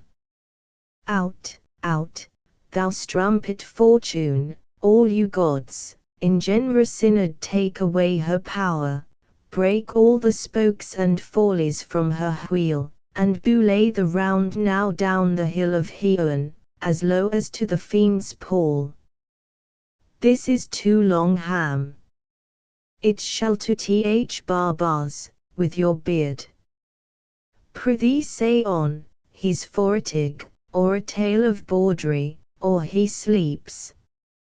Say on, come to he Cuba one play. But who, oh who, had seen the inner-bled queen Ham? The inner-bled queen. Paul. That's good, inner-bled queen is good one play. Run barefoot VP and down, threatening the flame with bison room, a clout about that head, where late the diadem stood, and for a robe about her lank and all o'erteemed loins, a blanket in th alarum of fear a court VP. Who this had seen, with tongue in venom steeped, gainst fortune's state, would treason how pronounced. But if the gods themselves did see her then, when she saw Pyrrhus make malicious sport in mincing with his sword her husband's limbs, the instant burst of clamour that she made, unless things mortal move them not at all, would how made milch the burning eyes of Heon, and passion in the gods' pall. Look where he has not turned his colour, and has tears in's eyes. Pray you no more Ham. 'Tis well, ill how thee speak out the rest, soon. Good my lord, will you see the players well bestowed? Do ye hear, let them be well vsd, for they are the abstracts and brief chronicles of the time. After your death, you were better how a bad epitaph, than their ill report while you lewd Paul. My lord, I will vse them according to their desert Ham. God's bodikins man, better. Vse ori man after his desert, and who should scape whipping, vse them after your own honour and dignity. The less they deserve, the more merit is in your bounty. Take them in Paul. Come sirs. Exit Poland. Ham. Follow him friends, we'll hear a play tomorrow. Dost thou hear me old friend, can you play the murder of Gonzago? Play. I my lord Ham. We'll hearty tomorrow night. You could for a need study a speech of some dozen or 16 lines, which I would set down, and insert in tea. Could ye not? Play. I my lord Ham. Very well. Follow that lord, and look you mock him not. My good friends, I'll leo you till night you are welcome to Elsinore. Rosin. Good my lord. Exeunt. Maine Hamlet. Ham. I so, God by ye, now I am alone. Oh what a rogue and passant slaw am I! Is it not monstrous that this player here, but in a fiction, in a dream of passion, could force his soul so to his whole conceit, that from her working, all his visage warmed, tears in his eyes, distraction in's aspect, a broken voice, and his whole function suiting with forms, to his conceit. And all for nothing. For he Cuba. What's he Cuba to him, or he to he Cuba, that he should weep for her? What would he do, had he the motive and the cue for passion that I how? He would drown the stage with tears, and Cleo the genre rear with horrid speech, make mad the guilty, and appale the free, confound the ignorant, and amaze indeed, the very faculty of eyes and ears. Yet I, a dull and muddy-mettled rascal, peak like iron dreams, pregnant of my cause, and can say nothing, no, not for a king, born whose property, and most dear life, a damned defeat was made. Am I a coward? Who calls me villain? Breaks my pate a cross, plucks off my beard, and blows it in my face, tweaks me by th nose, jews me the lie ith throat, as deep as to the lungs. Who does me this? Ha! Why I should take it, for it cannot be, but I am pigeon lured, and lack gall to make oppression bitter, or ere this, I should have fatted all the region kites with this slaughs offal, Blowdy, a bawdy villain, remorseless, treacherous, lecherous, kindles villain. O vengeance! Who? What an ass am I sure, this is most brow, that I, the son of the dear murthered, prompted to my ruin by heaven, and hell, must, like a whore, back my heart with words, and fall a cursing like a very drab. A scullion. 5 born T, for. About my brain. I how heard, that guilty creatures sitting at a play, how by the very cunning of the scoen, been strook so to the soul, that presently they how proclaimed their malefactions. For murder, though it how no tongue, will speak with most miraculous organ. Ill how these players, play something like the murder of my father, before mine vincle. Ill observe his looks, ill rent him to the quick, if he but blench I know my course. The spirit that I how seen may be the diul, and the diuleth power to assume a pleasing shape, yea and perhaps out of my weakness, and my melancholy, as he is very potent with such spirits, abuses me to damn me. Ill how grounds more relative than this, the play's the thing, wherein ill catch the conscience of the king. Exit enter king, queen, Polonius, Ophelia, Rosencrantz, Guildenstern, and lords. King. And can you by no drift of circumstance get from him why he puts on this confusion, grating so harshly all his days of quiet with turbulent and dangerous lunacy rosin? He does confess he feels himself distracted, but from what cause he will by no means speak Gil. Nor do we find him forward to be sounded, but with a crafty madness keeps aloof, when we would bring him on to some confession of his true state question. Did he receive you well? Rosin. Most like a gentleman guild. But with much forcing of his disposition Rosin. Niggard of question, but of our demands most free in his reply question.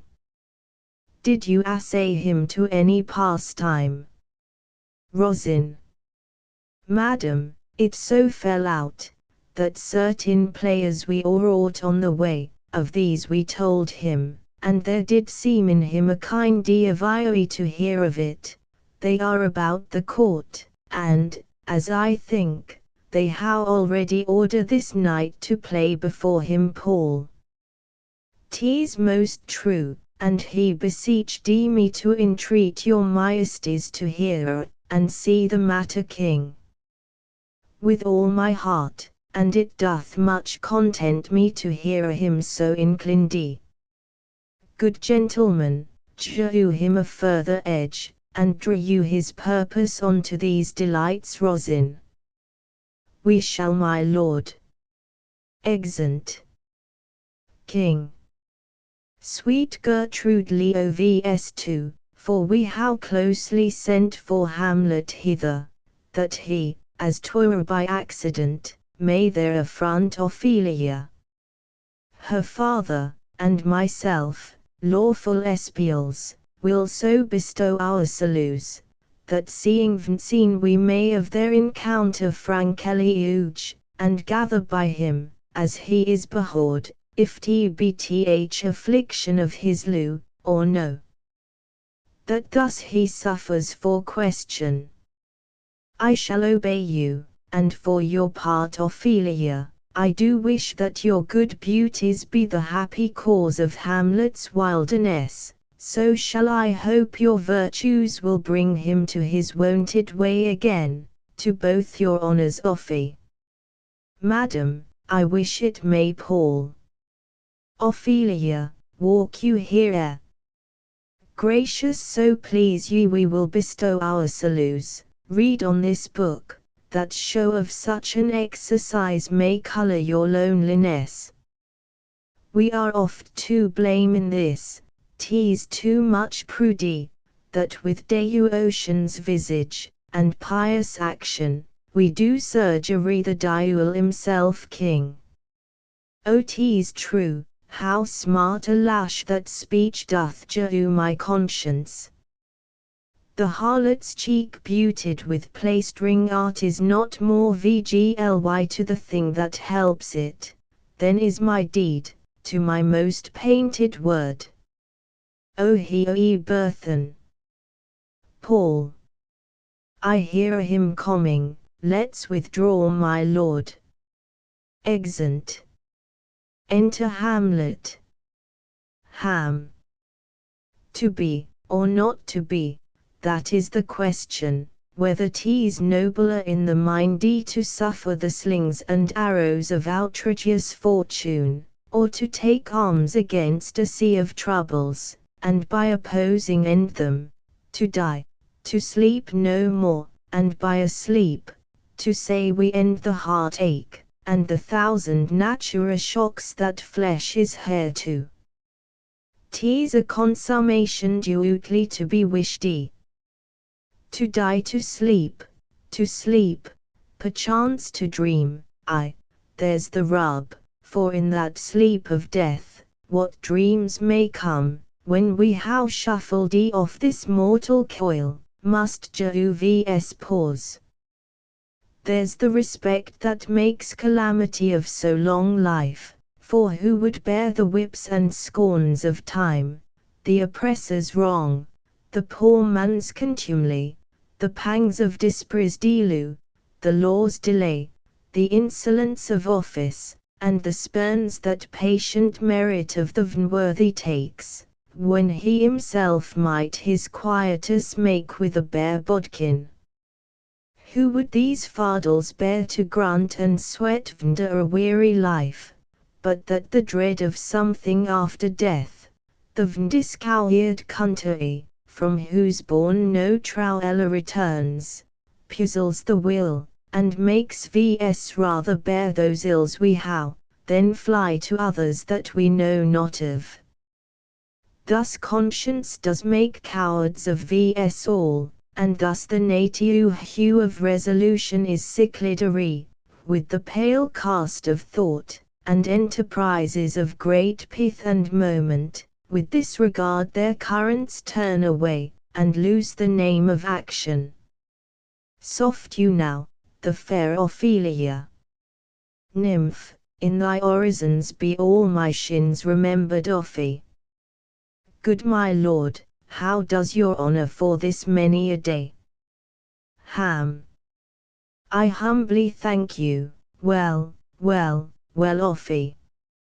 My lord, I how remembrances of yours, that I how longed long to redellure.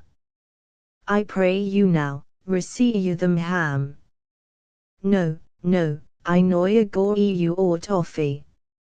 My honoured lord, I know right well you did, and with them words of so sweet breath composed as made the things more rich, then perfume left, take these again, for to the noble mindy rich gifts wax poor, when Jehu's proven kindy.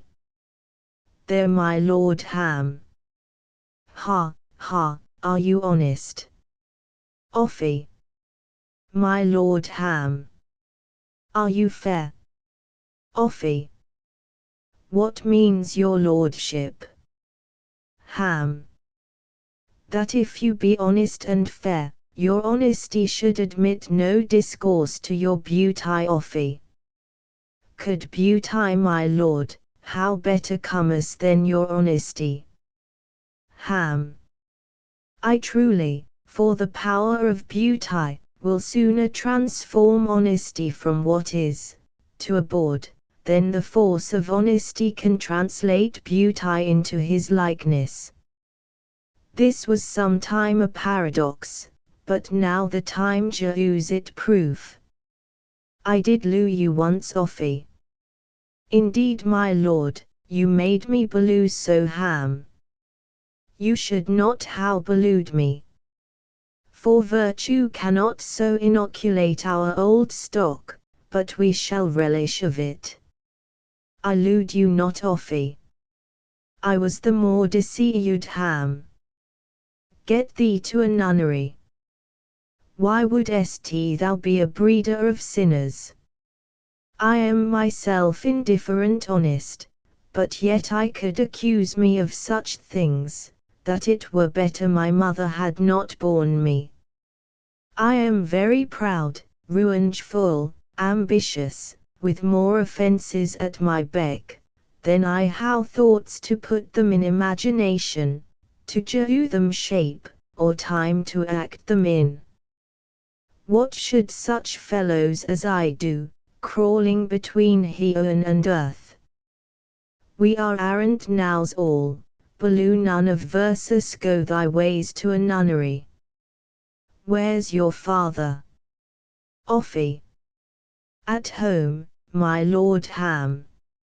Let the doors be shut for him, that he may play the fool no way, but in's own house.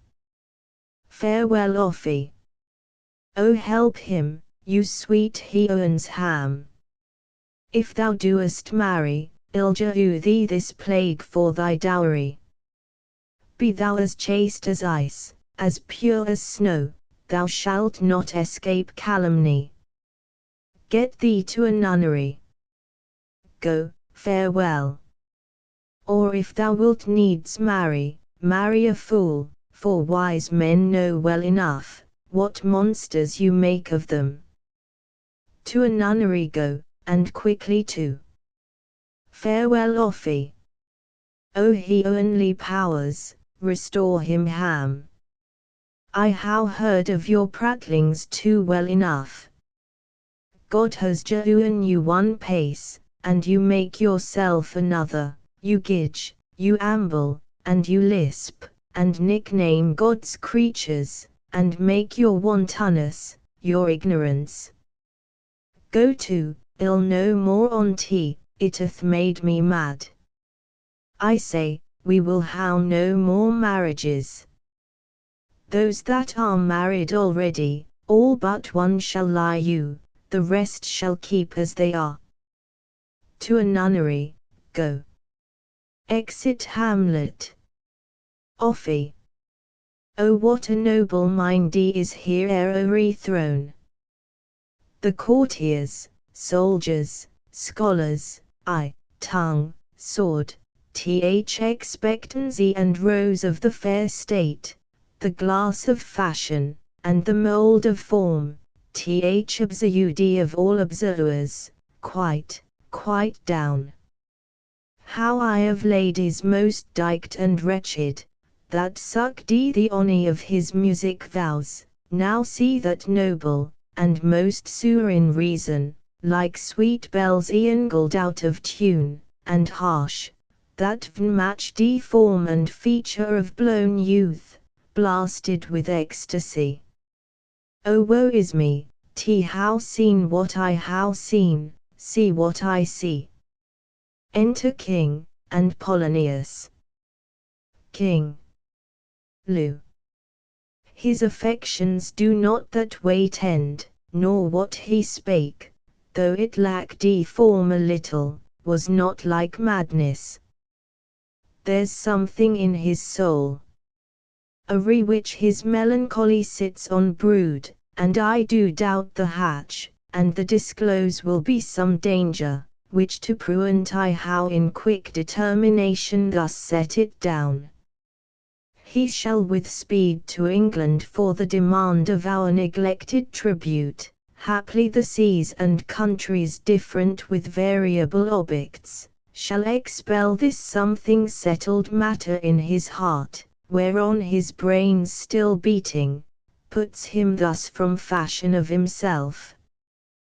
What think you on't? Paul. It shall do well. but yet do I believe the origin and commencement of this grief sprung from neglected Lou. How now, Ophelia? You need not tell vs. what Lord Hamlet said, we heard it all. My lord, do as you please, but if you hold it fit after the play, let his queen mother all alone entreat him to show his griefs, let her be round with him, and ill be placked so, please you in the rear of all their conference.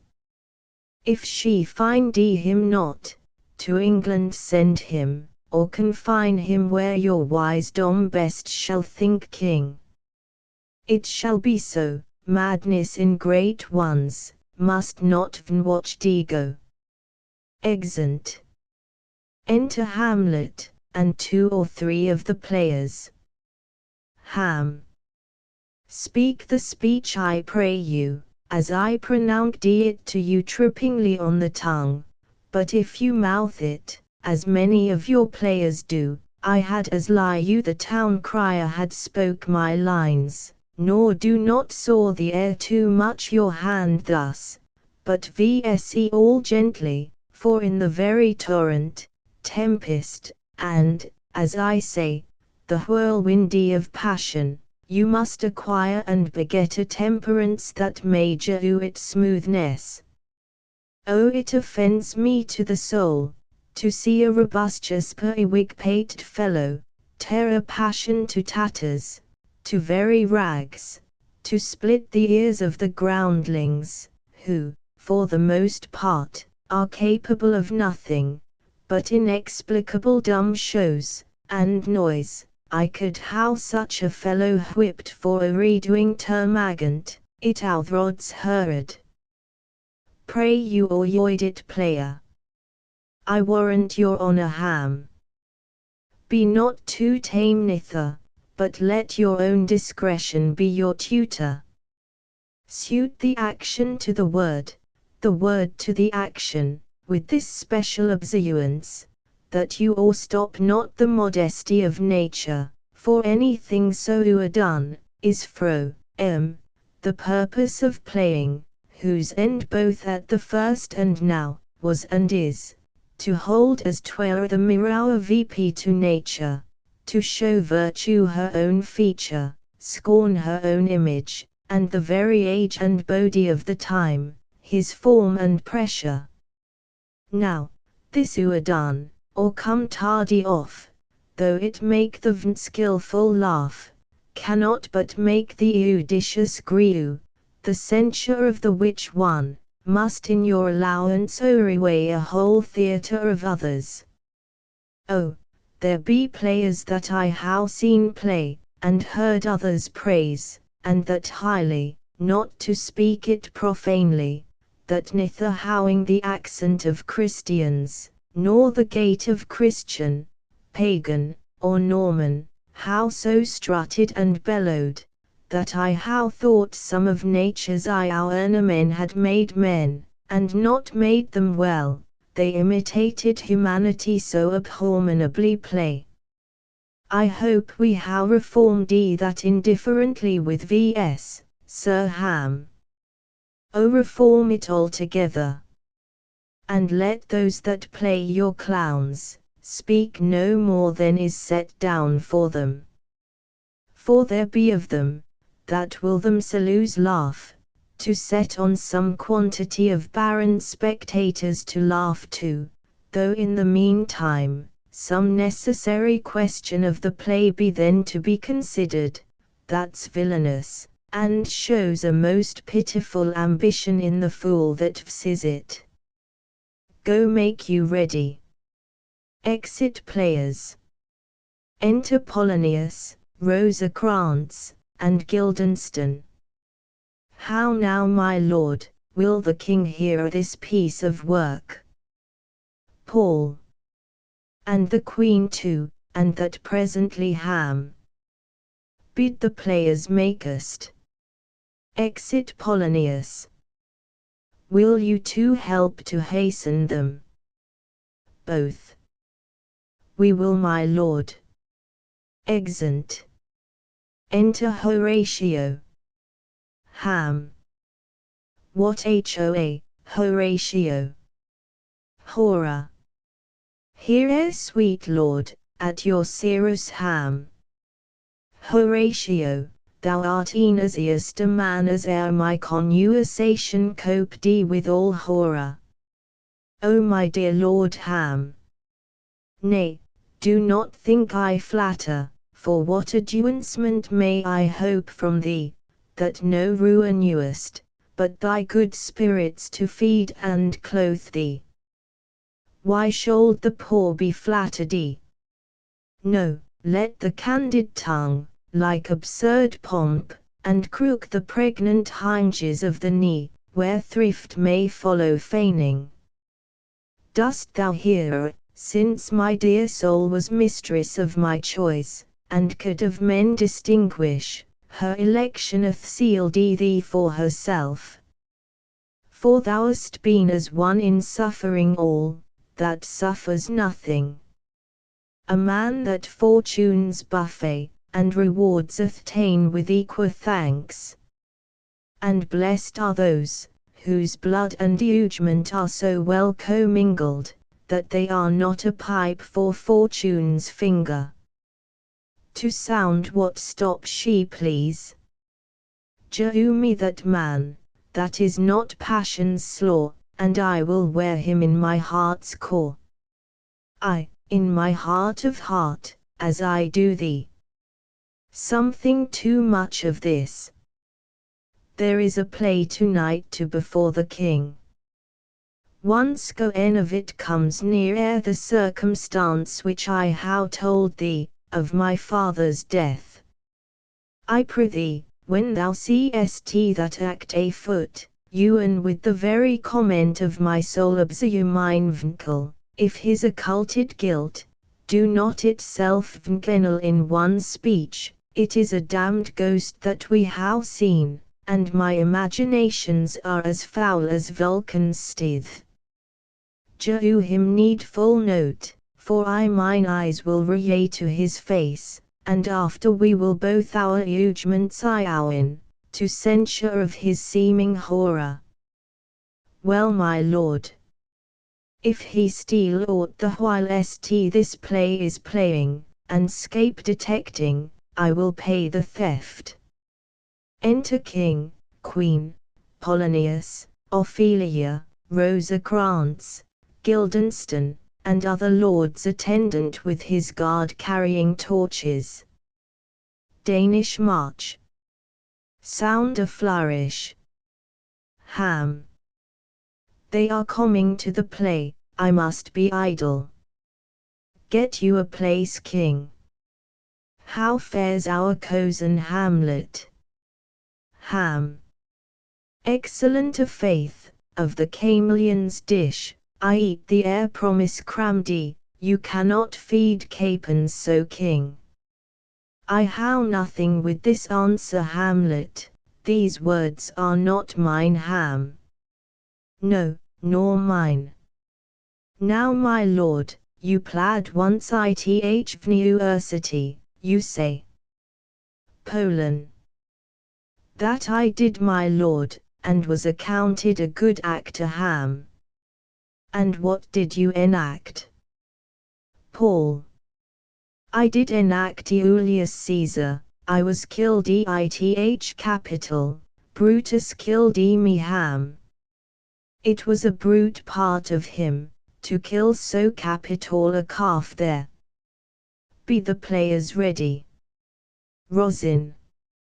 I my lord, they stave born your patience question. Come hither my good Hamlet, sit by me ha. No good mother, here's metal more attract you Paul. Oh ho, do you mark that? Ham.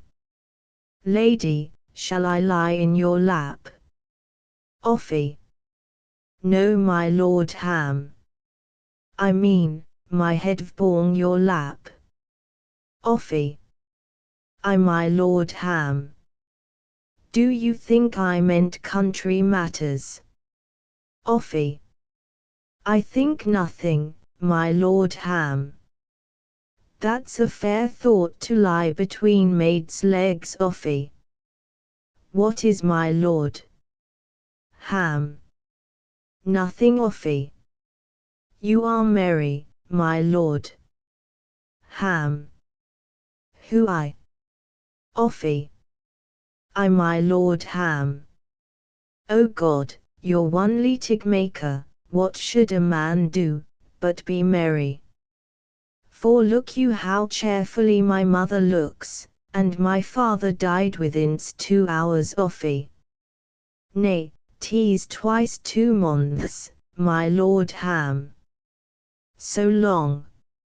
Nay then let the diule wear black, for ill how a suite of sables. O Heoans! Die 2 months ago, and not forgotten yet. Then there's hope, a great man's memory may outlie you his life half a year, but belady he must build churches then, or else shall he suffer not thinking on, with the hobby horse, whose epitaph is, for oh, the hobby horse is forgot. Ho boys play. The dumb show enters. Enter a king and queen, very lewingly, the queen embracing him. She kneels, and makes show of protestation to him. He takes her VP, and declines his head vbong her neck. Lays him down vbong a bank of flowers. She seeing him asleep, leos him. Anon comes in a fellow, takes off his crown, kisses it, and pours poison in the king's ears, and exits. The queen returns, finds the king dead, and makes passionate action. The poisoner, with some 2 or 3 mutes, comes in again, seeming to lament with her. The dead body is carried away. The poisoner woos the queen with gifts. She seems loath and unwilling a while, but in the end, accepts his lieu. Exeunt. Offy. What means this, my Lord Ham? Marry, this is mitching malicho, that means mischief, Offy. Belike this show imports the argument of the play. Ham. We shall know by these fellows, the players cannot keep counsel, they'll tell all, Offy. Will they tell vs what this show meant? Ham. Aye, or any show that you'll show him. Be not you ashamed to show, he'll not shame to tell you what it means, Offy. You are naught, ill mark the play. Enter prologue. For vs, and for our tragedy, here stooping to your clemency, we beg your hearing patiently. Ham. Is this a prologue, or the poesy of a ring? Offy. 'Tis brief, my Lord Ham. As woman's lieu. Enter king and his queen. King. Full 30 times a Thbus cart gone round, Neptune's salt wash, and Tellus orbed ground, and 30 dozen moons with borrowed sheen, about the world how times 1230's been, since lue our hearts, and high men did our hands vnight commutua, in most sacred bands bap.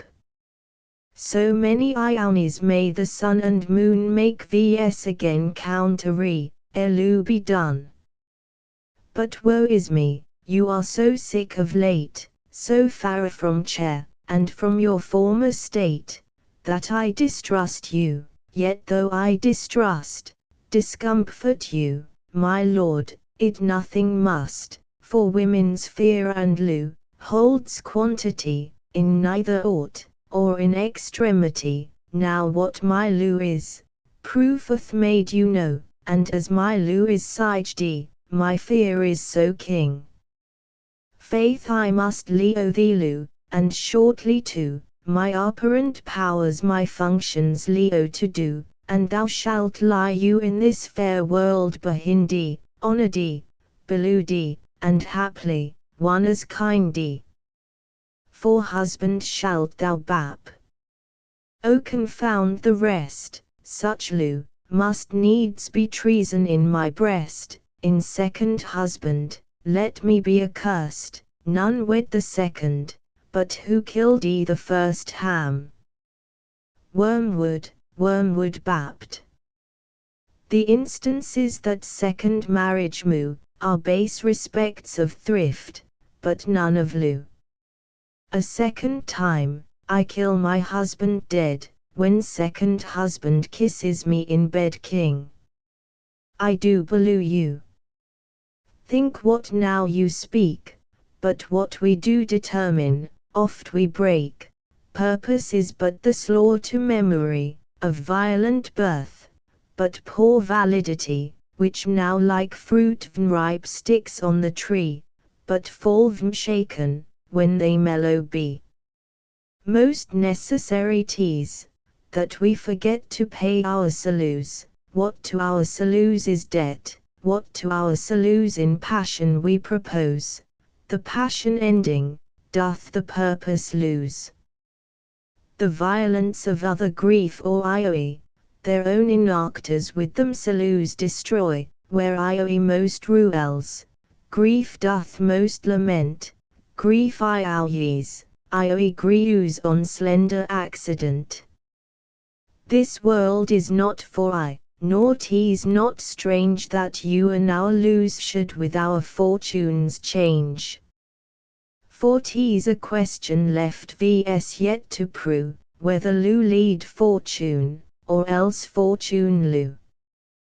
The great man down, you mark his favorite's flies, the poor adjunct makes friends of enemies, and hitherto doth Lu on fortune tend, for who not needs, shall noy lack a friend, and who in want a hollow friend doth try, directly seasons him his enemy.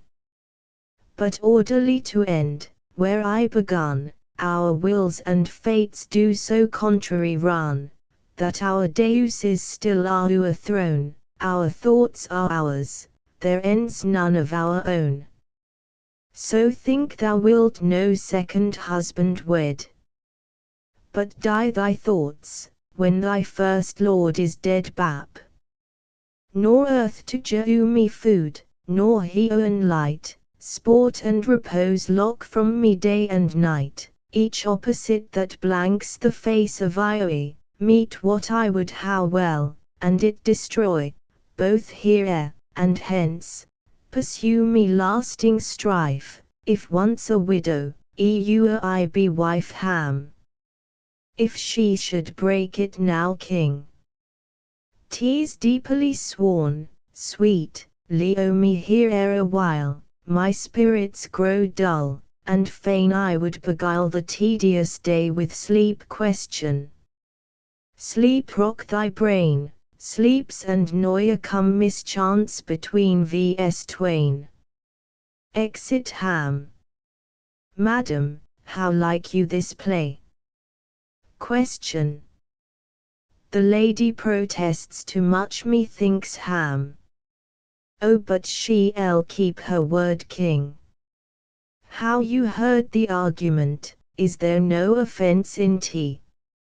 Ham. No, no, they do but east, poison iniest, no offence ith world king. What do you call the play? Ham. The Mouse Trap, marry how? Tropically, this play is the image of a murder done in Vienna. Gonzago is the Duke's name, his wife Baptista, you shall see anon. 'Tis a nowish piece of work, but what of that? Your Majesty, and we that how free souls, it touches vs not, let the gold-eared winch, our withers of wrung. Enter Lucianus. This is one Lucianus' nephew to the king Offi. You are a good chorus, my lord Ham. I could interpret between you and Yorlu, if I could see the puppets dallying Offi. You are keen, my lord, you are keen, Ham. It would cost you a groaning, to take off my edge Offi. Still better and worse, Ham. So you mistake husbands. Begin, murderer. Pox, Leo thy damnable faces, and begin. Come, the croaking Rowan doth bellow for ruined Lucian. Thoughts black, hands apt, drugs fit, and time agreeing, confederate season, else, no creature seeing, thou mixture rank, of midnight weeds collected, with Hecat's ban, thrice blasted, thrice infected, thy natura magic, and dire property, on wholesome life, vzurp immediately. Powers the poison in his ears. Ham. He poisons him ith garden force estate, his name's Gonzago, the story is extant and writ in choice Italian. You shall see anon how the murderer gets the lieu of Gonzago's wife Offi. The king rises. Ham. What, frighted with false fire question? How fares my lord? Paul. Jeuary the play king. Jew me some light. Away all. Lights, lights, lights. Exeunt. Maine Hamlet and Horatio. Ham. Why let the strucken deer go weep, the heart-vingled play, for some must watch, while some must sleep, so runs the world away. Would not this, sir, and a forest of feathers, if the rest of my fortunes turn Turk with me, with 2 pruintia roses on my ICD shoes, get me a fellowship in a cry of players, Sir Haw. Half a share, Ham. A whole one, for thou dost know, O Damon dear, this realm dismantled was of Ioue himself, and now reigns here. A very very pioc horror. You might howrimdy Ham. O good Horatio, I'll take the ghost's word for £1,000. Did st perceive you? Horror. Very well, my lord Ham. Vborn the talk of the poisoning. Horror. I did very well note him. Enter Rosencrantz and Guildenstern. Ham. Oh, ha. Come some music. Come, why recorders, for if the king like not the comedy, why then belike he likes it not purdy. Come some music guild. Good my lord, vouchsafe me a word with you, Ham. Sir, a whole history guild. The king, Sir Ham. I, sir, what of him? Guild. Is in his retirement, Marulus distempedi Ham. With drink, sir? Guild. No, my lord, rather with choler Ham. Your wisdom should show itself more richer, to signify this to his doctor, for me to put him to his purgation, would perhaps plunge him into fire more choler guild. Good my lord, put your discourse into some frame, and start not so wildly from my affair Ham. I am tame, sir, pronounce guild. The queen your mother, in most great affliction of spirit, hath sent me to you Ham. You are welcome, guild. Nay, good my lord, this courtesy is not of the right breed.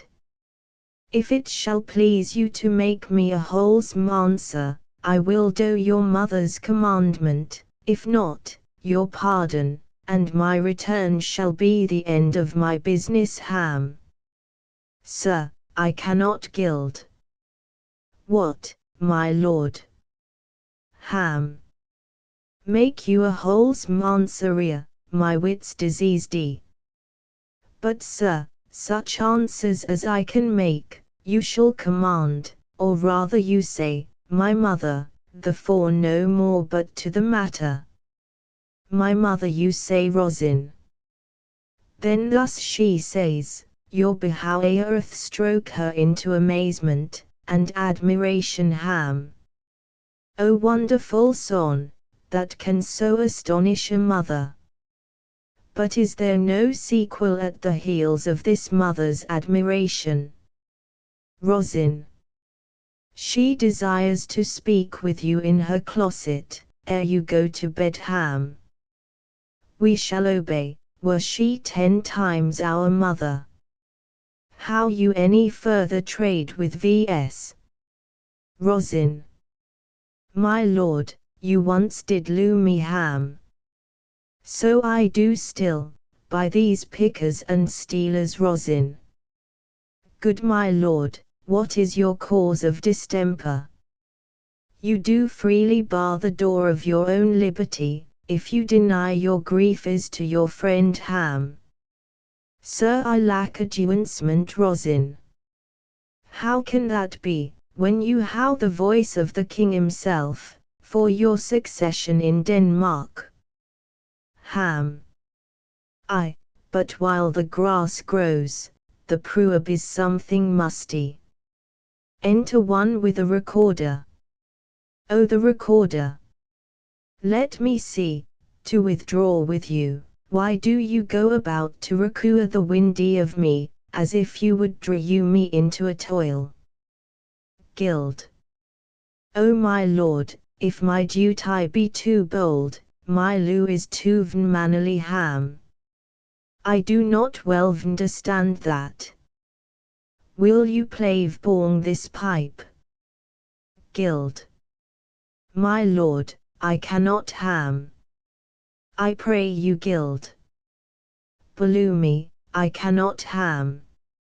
I do beseech you. Gild. I know no touch of it, my lord. Ham.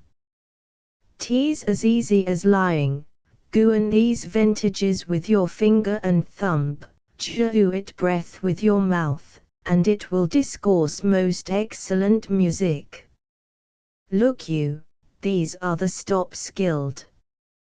But these cannot I command to any vdurance of harmony, I how not the skill. Ham. Why look you now, how worthy a thing you make of me, you would plave bong me, you would seem to know my stops, you would pluck out the heart of my mystery, you would sound me from my lowest note, to the top of my compass, and there is much music, excellent voice, in this little organ, yet cannot you make it.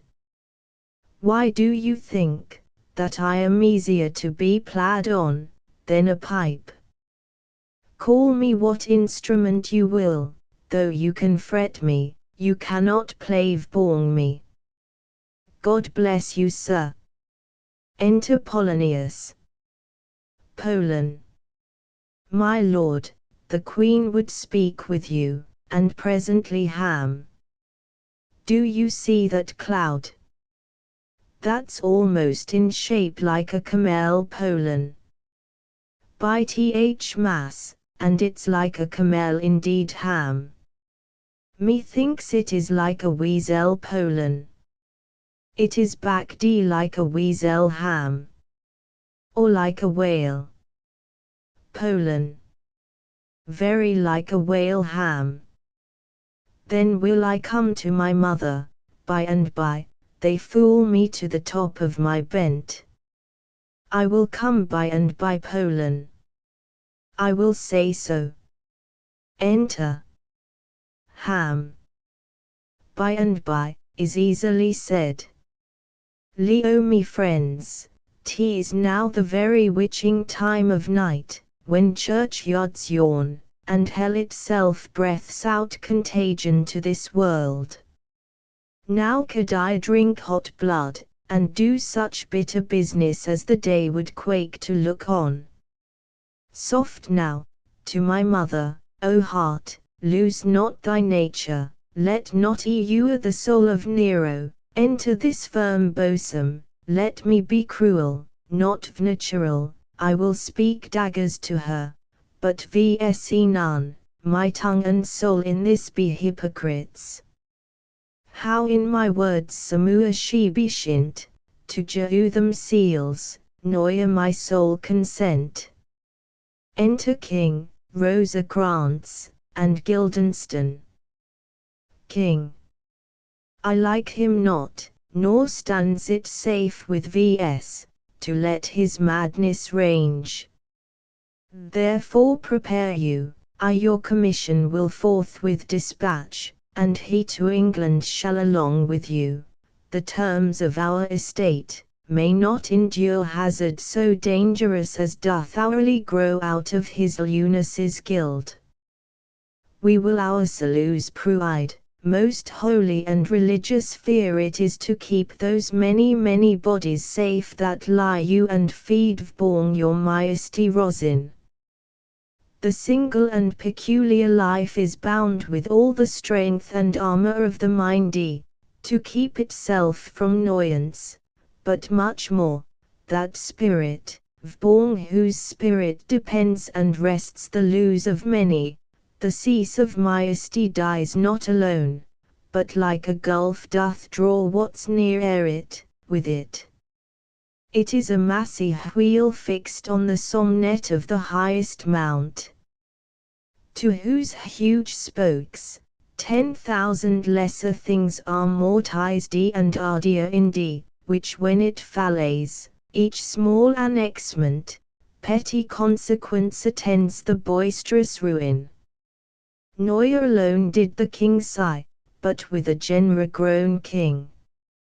Arm you, I pray you to this speedy voyage, for we will fetters put vborn this fear, which now goes too free-footed both. We will haste versus exeunt. Gent. Enter Polonius. Paul. My lord, he's going to his mother's closet, behindi the Arisil canui myself to hear the process. Ill warrant she'll tax him home, and as you said, and wisely was it said, 'tis meet that some more audience than a mother, since nature makes them partial, should hear the speech of vantage. Fare you well my liege, I'll call vborn you ere you go to bed, and tell you what I know king. Thanks dear my lord. Oh my offence is rank, it smells to heaven, it hath the primal eldest curse vborn te, a brother's murder. Pray can I not, though inclination be as sharp as will, my stronger guilt, defeats my strong intent, and like a man to double business bound, I stand in pause where I shall first begin, and both neglect. What if this cursed hand were thicker than itself with brother's blood? Is there not rain enough in the sweet Heoans to wash it white as snow? Where to Ceru's mercy, but to confront the visage of offense? And what's in prayer, but this twofold force, to be forestalled ere we come to fall, or pardoned being down? Then ill look VP, my fault is past. But oh, what form of prayer can Ceru my turn? Forgive me my foul murder, that cannot be, since I am still possessed of those effects for which I did the murder. My crown, mine own ambition, and my queen, may one be pardoned and retain th offense. In the corrupted currents of this world, offence's gilded hand may shall by justice, and oft 'tis seen, the wicked prize itself buys out the law, but 'tis not so abou, there is no shuffling, there the action lies in his true nature, and we ourselves compelled ewen to the teeth and forehead of our faults, to in udence. What then? What rests? Try what repentance can. What can it not? Yet what can it, when one cannot repent? O wretched state! O bosom, black as death! O limed soul, that struggling to be free, art more ingagged, help angels, make assay, bow stubborn knees, and heart with strings of steel, be soft as sinews of the newborn babe, all may be well. Enter Hamlet. Ham. Now might I do it pat, now he is praying, and now ill duty, and so he goes to heaven, and so am I ruined, that would be scandie, a villain kills my father, and for that I his foul son, do this same villain send to heaven. Oh, this is hire and salary, not ruinage. He took my father grossly, full of bread, with all his crimes broad blown, as fresh as May, and how his audit stands, who knows, sao heaven, but in our circumstance and course of thought 'tis he with him, and am I then ruined, to take him in the purging of his soul, when he is fit and seasoned for his passage? No. VP sword, and know thou a more horrid hent when he is drunk asleep, or in his rage, or in th incestuous pleasure of his bed, at gaming, swearing, or about some act that has no relish of salutation in tea, then trip him, that his heels may kick at heaven, and that his soul may be as damned and black as hell, whereto it goes. My mother stays, this physic but prolongs thy sickly days. Enter. King. My words fly VP, my thoughts remain below, words without thoughts, ne'er to heaven go. Enter. Enter Queen and Polonius. Paul. He will come straight, look you lay home to him, tell him his pranks how been too broad to bear with, and that your grace hath screened and stood between much heat, and him.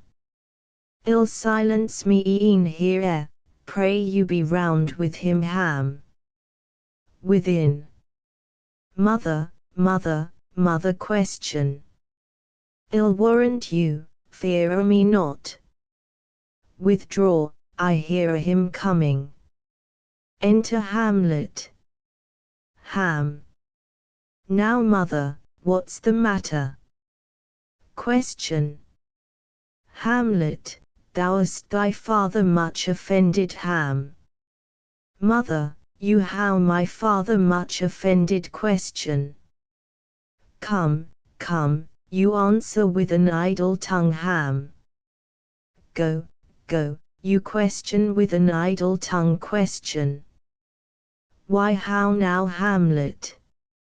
Ham. What's the matter now? Question. How you forgot me? Ham.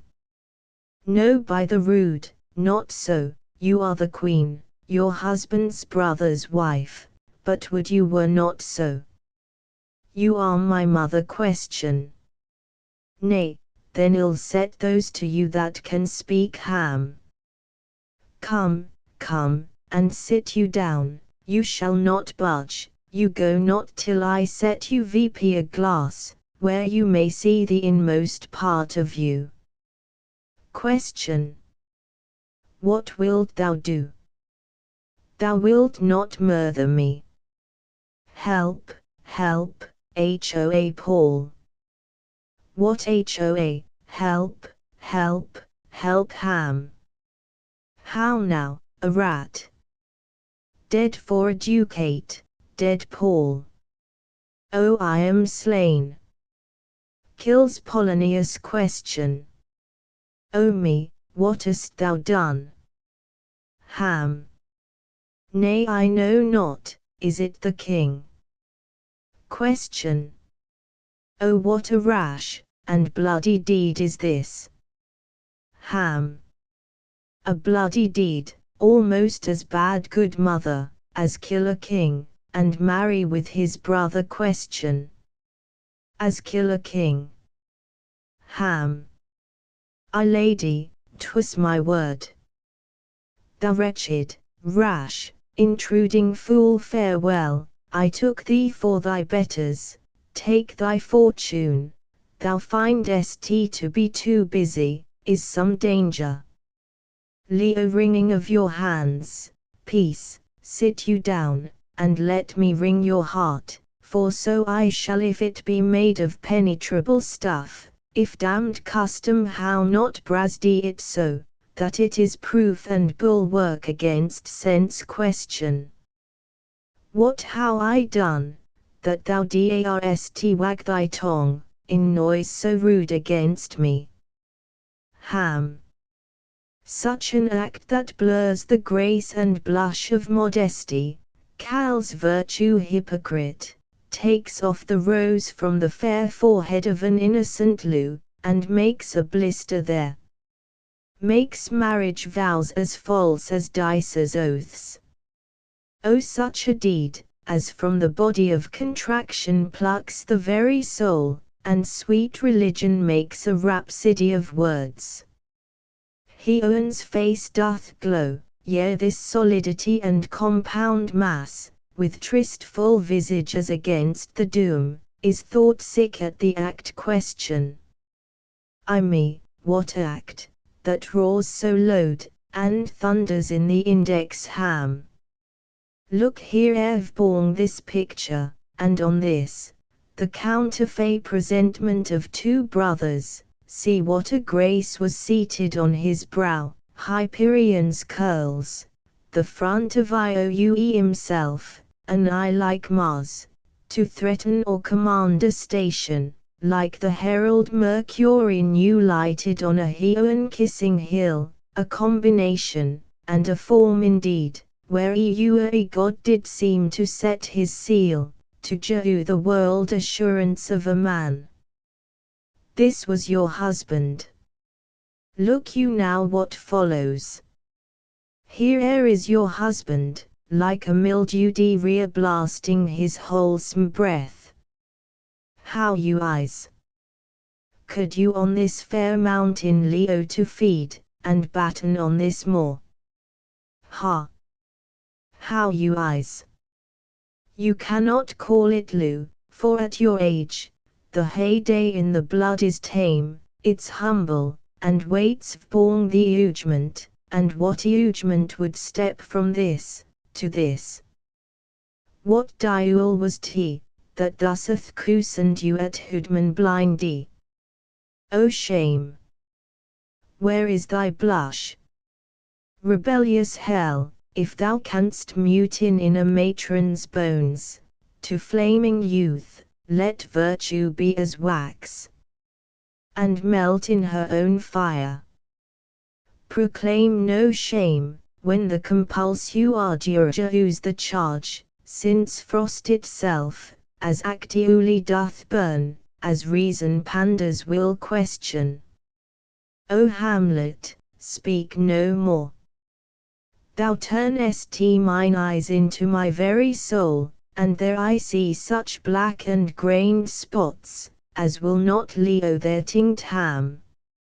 Nay, but to lie you in the rank sweat of an enseamed bed, stewedy in corruption, honeying and making lure the nasty sty question. O speak to me, no more, these words like daggers enter in mine ears. No more, sweet Hamlet Ham. A murderer, and a villain, a slaw, that is not 20th part the tithe of your precedent lord. a vice of kings, a cut purse of the empire and the rule. That from a shelf, the precious diadem stole, and put it in his pocket. Question. No more. Enter Ghost. Ham. A king of shreds and patches. Sow me, and hooray me with your wings, you heavenly gods. What would your gracious figure? Question. Alas, he's mad. Ham. Do you not come your tardy son to chide, that lapsed in time and passion? Let's go by important acting of your dread command. O say Ghost. Do not forget, this visitation is but to whet thy almost blunted purpose. But look, amazement on thy mother sits, O step between her, and her fighting soul, conceit in weakest bodies, strongest works. Speak to her, Hamlet. Ham. How is it with you, lady? Question.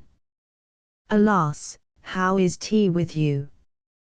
That you bend your eye on vacancy, and with their corporal air do hold discourse.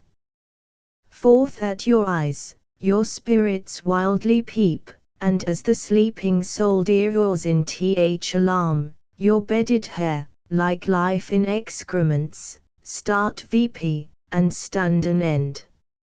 O gentle son, vborn the heat and flame of thy distemper sprinkle cool patience. Whereon do you look? Ham. On him, look you how pale he glares, his form and cause conia indi, preaching to stones, would make them capable. Do not look vborn me, least with this piteous action you connuert my stern effects, then what I how to do, will want true colour, tears perchance for blood. Question. To who do you speak this? Ham. Do you see nothing there? Question. Nothing at all, yet all that is I see. Ham. Nor did you nothing hear? Question. No, nothing but our saloons. Ham. Why look you there, look how it steals away, my father in his habit, as he lewd, look where he goes. You and now out at the portal. Enter. Question. This is the very coinage of your brain, this bodiless creation. Ecstasy is very cunning in Ham. Ecstasy. My pulse as yours doth temperately keep time, and makes as healthful music. It is not madness that I haved, bring me to the test and I the matter will reword, which madness would gambler from. Mother, for lieu of grace, lay not a flattering function to your soul, that not your trespass, but my madness speaks, it will but skin and film the vulturous place, while rank corruption mining all within, infects vaccine. Confess yourself to Heaven, repent what's past, or yoid what is to come, and do not spread the compost on the weeds, to make them rank. Forgive me this my virtue, for in the fatness of this pursy times, virtue itself, of vice must pardon beg, Jacob, and woe, for Leo to do him good. Question. O Hamlet, thou hast cleft my heart in twain. Ham. O throw away the worser part of it, and lie you the purer with the other half. Good night, but go not to mine Winkle's bed, assume a virtue, if you how it not, refrain tonight, and that shall lend a kind of easiness to the next abstinence. Once more good night, and when you are desirous to be blessed, ill blessing beg of you. For this same Lord, I do repent, but he owneth pleased it so, to punish me with this, and this with me, that I must be their scourge and minister. I will bestow him, and will answer well the death I gore him, so again, good night. I must be cruel, only to be kind. Thus bad begins and worse remains behind. Question. What shall I do? Ham. Not this by no means that I bid you do, let the blunt king tempt you again to bed, pinch wanton on your cheek, call you his mouse, and let him for a pair of reachy kisses, or paddling in your neck with his damned fingers, make you to rowel all this matter out, that I essentially am not in madness, but made in craft. 'Twere good you let him know, for who that's but a queen, fair, sober, wise, would from a paddock, from a bat, a jib, such dear concernings hide, who would do so, no in despite of sense and secrecy, beg the basket on the house's top, let the birds fly, and like the famous ape to try conclusions in the basket, creep and break your own neck down. Question. Be thou as a d, if words be made of breath, and breath of life, I how no life to breath what thou hast said to me. Ham. I must to England, you know that. Question. Alack, I had forgot, 'tis so concluded on. Ham. This man shall set me packing, I'll lug the guts into the neighbor room, mother good night. Indeed this counsellor is now most still, most secret, and most growl, who was in life, a foolish prating now. Come sir, to draw toward an end with you. Good night mother. Exit Hamlet tugging in Polonius. Enter King. King. There's matters in these sighs. These profound he owes you must translate, 'tis fit we've understand them. Where is your son? Question. Ah my good lord, what how I seen tonight? King. What Gertrude? How do's Hamlet? Question. Mad as the seas, and windy, when both contend which is the mightier, in his lawless fit behind the arras, hearing something stir, he whips his rapier out, and cries a rat, and in his brainish apprehension kills the vanseen good old man. King. Oh indeed, it had been so with vs had we been there, his liberty is full of threats to all, to you yourself, to vs, to EU1. Alas, how shall this bloody deed be answered?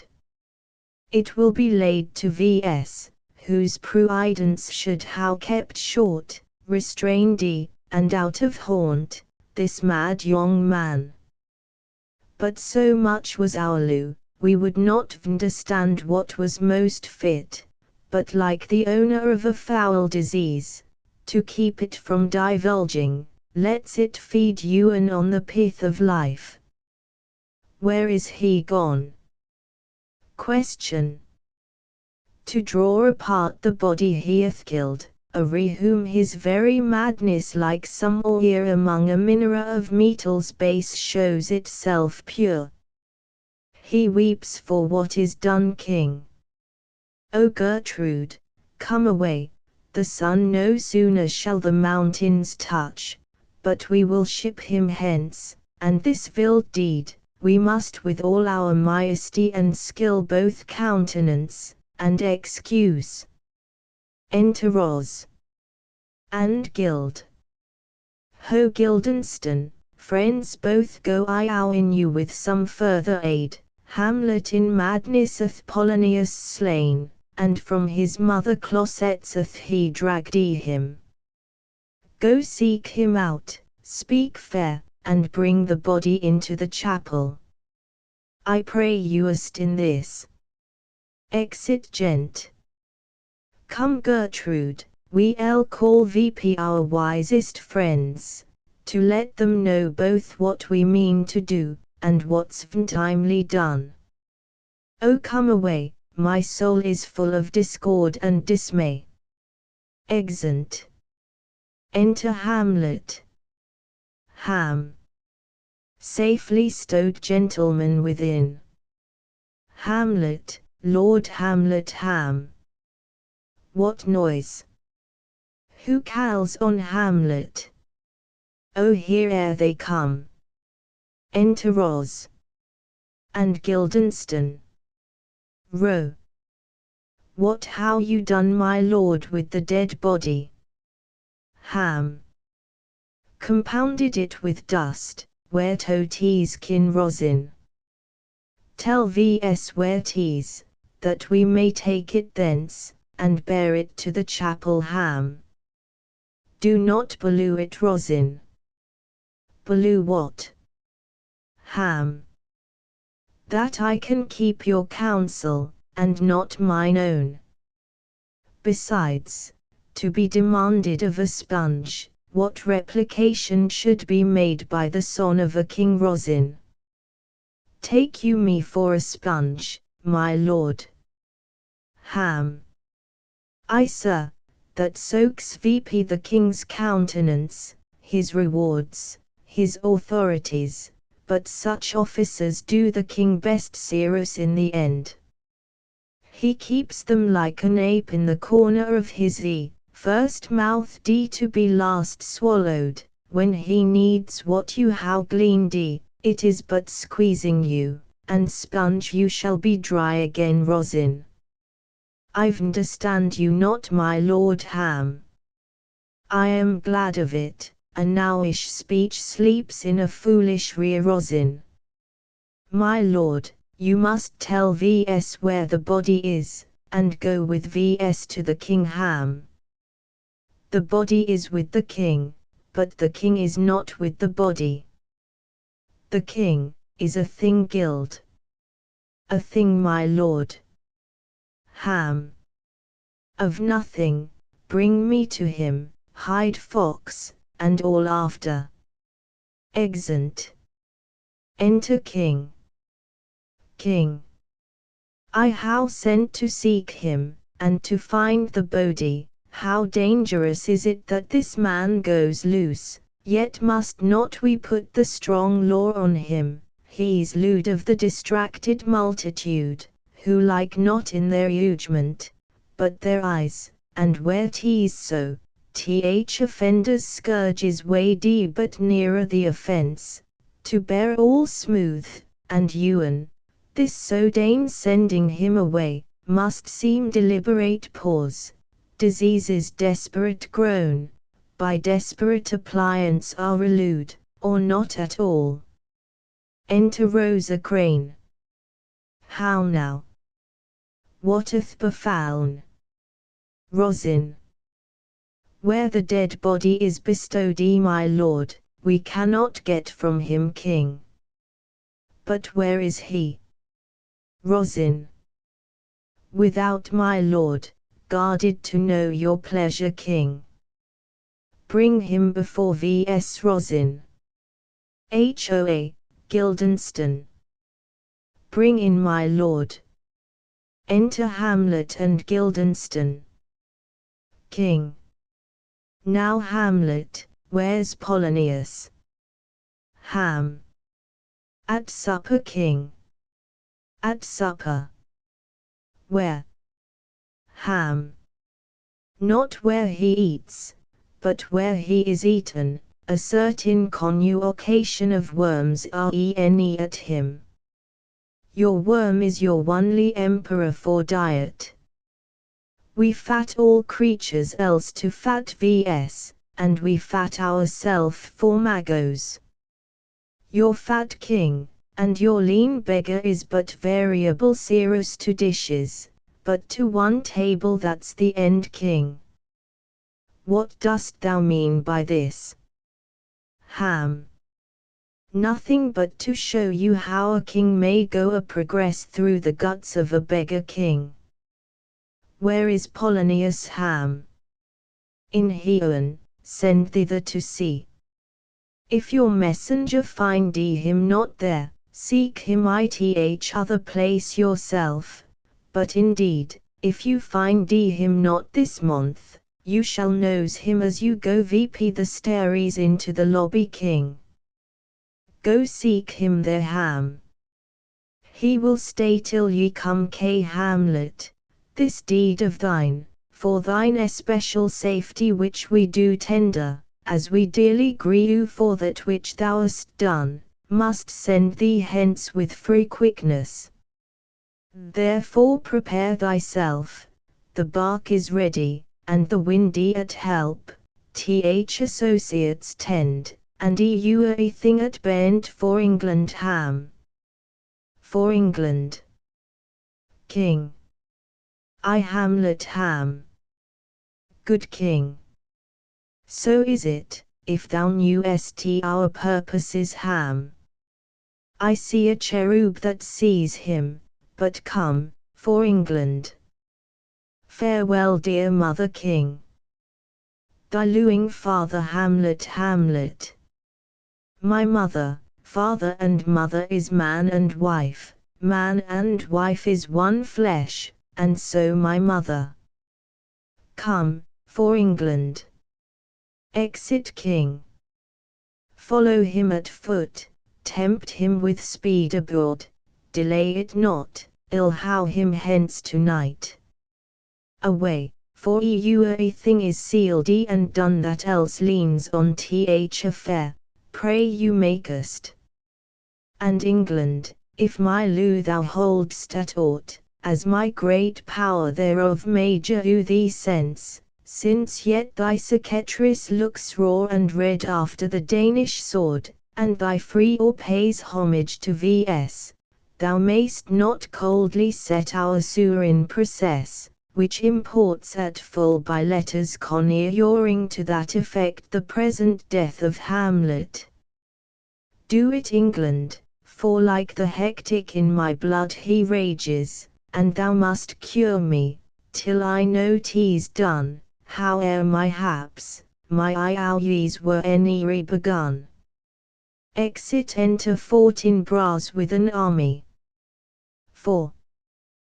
Go captain, from me greet the Danish king, tell him that by his license, Fortinbras claims the connuyance of a promised march o'er his kingdom. You know the renduos, if that his majesty would aught with vs, we shall express our duty in his eye, and let him know so cap. I will do my lord for. Go safely on. Enter. Enter Queen and Horatio. Question. I will not speak with her whore. She is importunate, indeed distract, her mood will needs be pitied. Question. What would she how? Whore. She speaks much of her father, says she hears there's tricks ith world, and hems, and beats her heart, spurns innuously at straws, speaks things in doubt, that carry but half sense, her speech is nothing, yet the v-shaped vse of it doth move the hearers to collection, they aim at it, and botch the words vp fit to their own thoughts, which as her winks, and nods, and gestures yield them, indeed would make one think there would be thought, though nothing sure, yet much happily question. 'Twere good she were spoken with, for she may strew dangerous conjectures in ill-breeding minds. Let her come in. To my sick soul, as Shin's true nature is, each toy seems prologue to some great amiss, so full of Ellis's guilt, it spills itself, in fearing to be spilt. Enter Ophelia distracted. Offie. Where is the beauteous majesty of Denmark? Question. How now, Ophelia? Offie. How should I your true Lou know from another one? By his cockle hat and staff, and his sandal shoon. Question. Alas, sweet lady, what imports this song? Offie. Say you. Nay, pray you mark. He is dead and gone, lady, he is dead and gone, at his head a grass green turf, at his heels a stone. Enter King. Question. Nay, but Ophelia, Offie. Pray you mark. White his shrody as the mountain snow. Question. Alas, look here, ere my lord Offie. Larded with sweet flowers, which bewept to the grow, did not go, with true Luceress king. How do ye, pretty lady? Offie. Well, God dildy you. They say the owl was a baker's daughter. Lord, we know what we are, but know not what we may be. God be at your table, king. Conceit born her father Offie.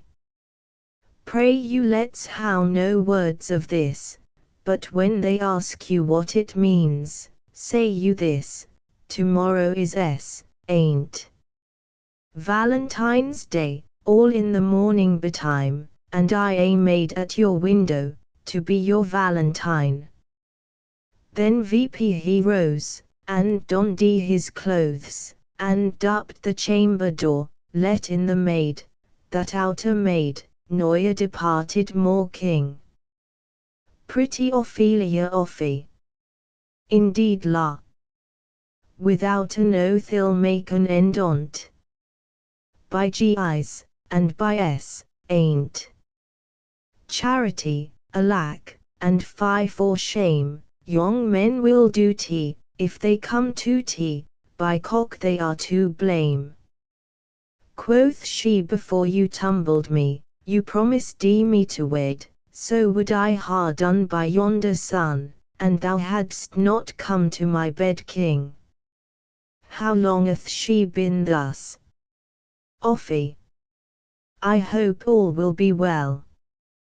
We must be patient, but I cannot choose but weep, to think they should lay him ith cold ground. My brother shall now of it, and so I thank you for your good counsel. Come, my coach, good night ladies, good night sweet ladies, good night, good night. Enter King. Follow her close, do her good watch I pray you. Oh, this is the poison of deep grief, it springs all from her father's death. O Gertrude, Gertrude, when sorrows comes, they come not single spies, but in battalions. First, her father slain, next your son gone, and he most violent author of his owniest reamer, the people mudded, thick and vn holes in their thoughts, and whispers for good Polonius' death. And we how done but greenly in hugger-mugger to inter him. Poor Ophelia diuded from herself, and her fair judgment, without the which we are pictures, or mere air beasts. Last, and as much containing as all these, her brother is in secret come from France, keeps on his wonder, keeps himself in clouds, and wants not buzzers to infect his rear with pestilent speeches of his father's death, wherein necessity of matter beggared, will nothing stick our persons to arraign in rear and rear. O my dear Gertrude, this, like to a murdering piece in many places, jures me superfluous death. A noise within. Enter a messenger. Question. Alack, What noise is this? King. Where are my Switzers? Let them guard the door. What is the matter? Ms. Sow yourself, my lord. The ocean, who appearing of his list, eats not the flats with more impetuous haste than young Laertes, in a riotous head, or bears your officers, the rabble call him lord, and as the world were now but to begin, antiquity forgot, custom not known, the ratifiers and props of a word, they cry choose we. Laertes shall be king, caps, hands, and tongues, applaud it to the clouds, Laertes shall be king, Laertes king question. How cheerfully on the false trail they cry, oh this is counter you false Danish dogs. Noise within. Enter Laertes. King. The doors are broke Lara. Where is the king, sirs? Stand you all without all? No, let's come in Lara. I pray you do me Leo al. We will Lara. I thank you, keep the door. O thou vild king, do me my father question. Carmeli good Laertes Lara. That drop of blood, that calms proclaims me bastard, cries cuckold to my father, brands the harlot Ewan here between the chaste and smirched brow of my true mother king. What is the cause Laertes, that thy rebellion looks so giant-like? Let him go Gertrude, do not fear our person, there's such divinity doth hedge a king, that treason can but peep to what it would, acts little of his will. Tell me Laertes, why thou art thus incensed? Let him go Gertrude. Speak man Lara. Where's my father? King. Dead question. But not by him king. Let him demand his fill Lara. How came he dead? I'll not be ugledy with. To hell allegiance, vows, to the blackest duel. Conscience and grace, to the profoundest pit. I dare damnation, to this point I stand, that both the worlds I due to negligence, let come what comes, onely ill be ruined most throughly for my father king. Who shall stay you? Lara. My will, not all the world, and for my means, I'll husband them so well, they shall go far with little king. Good Laertes, if you desire to know the certainty of your dear father's death, if writ in your ruinge, that soup stake you will draw both friend and foe, winner and loser Lara. None but his enemies king. Will you know them then lain? To his good friends, thus wide elope my arms, and like the kindly life-rendering politician, repast them with my blood king. Why now you speak like a good child, and a true gentleman. That I am guiltless of your father's death, and am most sensible in grief for it, it shall as loyal to your judgment pierce as day dews to your eye. A noise within. Let her come in. Enter Ophelia. Lara. How now? What noise is that? O heat drive my brains, tears suon time's salt, burn out the sense and virtue of mine eye. By Heon, thy madness shall be paid by weight, till our scale turns the beam. O Rose of May, dear maid, kindly sister, sweet Ophelia, O Heons, is 't possible, a young maid's wits, should be as mortal as an old man's life. Nature is fine in lieu, and where 'tis fine, it sends some precious instance of itself after the thing it lose offy. They bore him bare facd on the bier, hey non nunny, nunny, hey nunny, and on his brow reigns many a tear. Fare you well, my do Lara.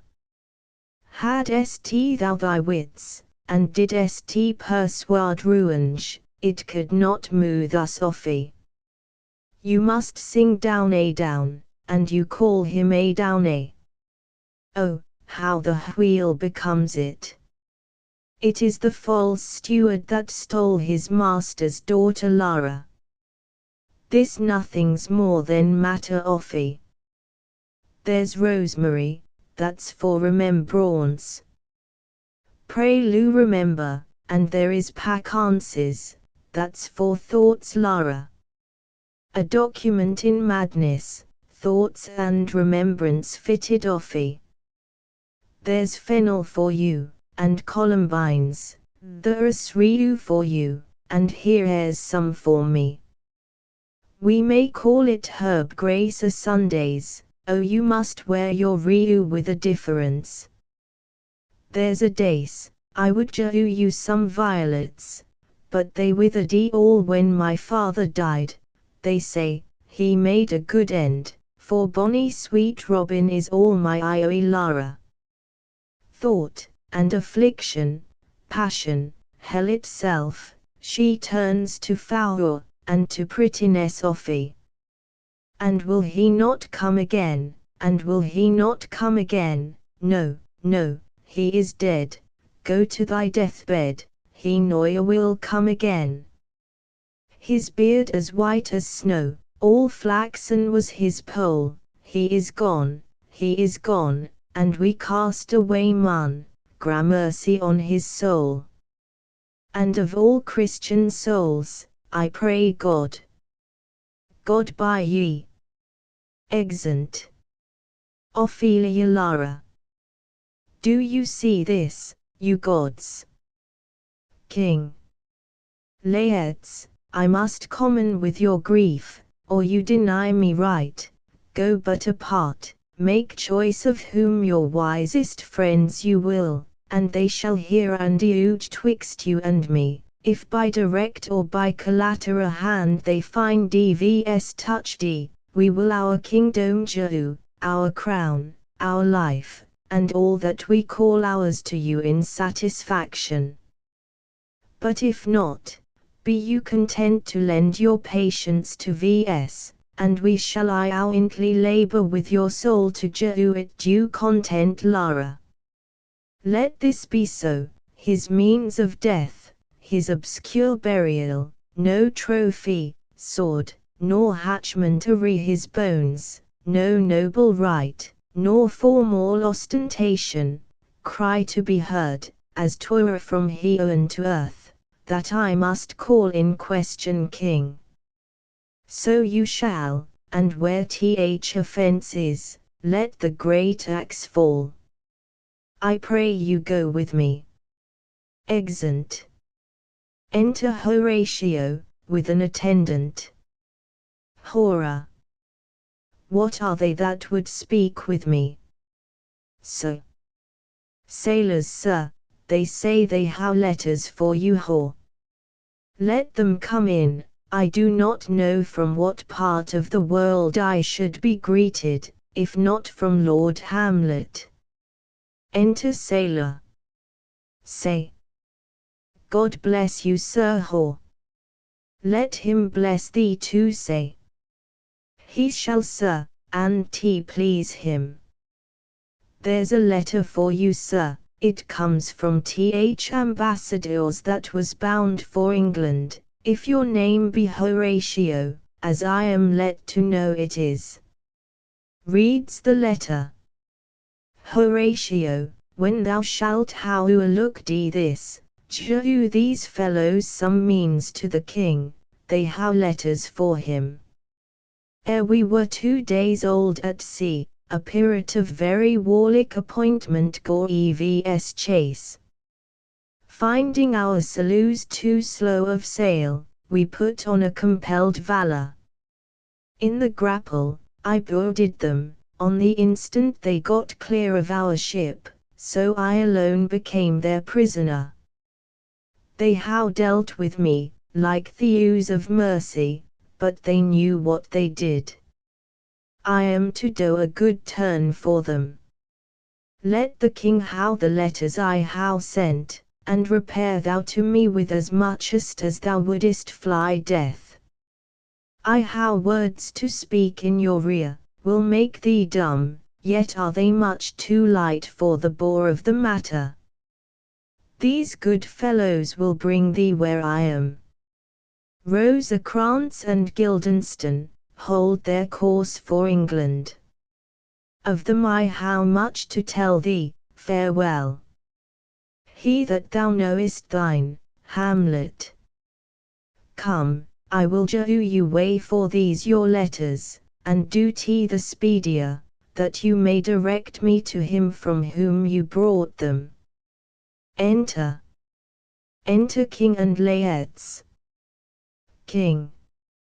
Now must your conscience my acquittance seal, and you must put me in your heart for friend, sith you how heard, and with a knowing rear, that he which hath your noble father slain, pursued my life Lara. It well appears. But tell me, why you proceeded not against these feats, so crimeful, and so capital in nature, as by your safety, wisdom, all things else, you mainly were sturdy VP. King. Oh, for two special reasons, which may to you, perhaps, seem much synod, and yet to me they are strong. The Queen his mother, lose almost by his looks, and for myself, my virtue or my plague, be it either which, she's so conjunctive to my life and soul, that as the star moves not but in his sphere, I could not but by her.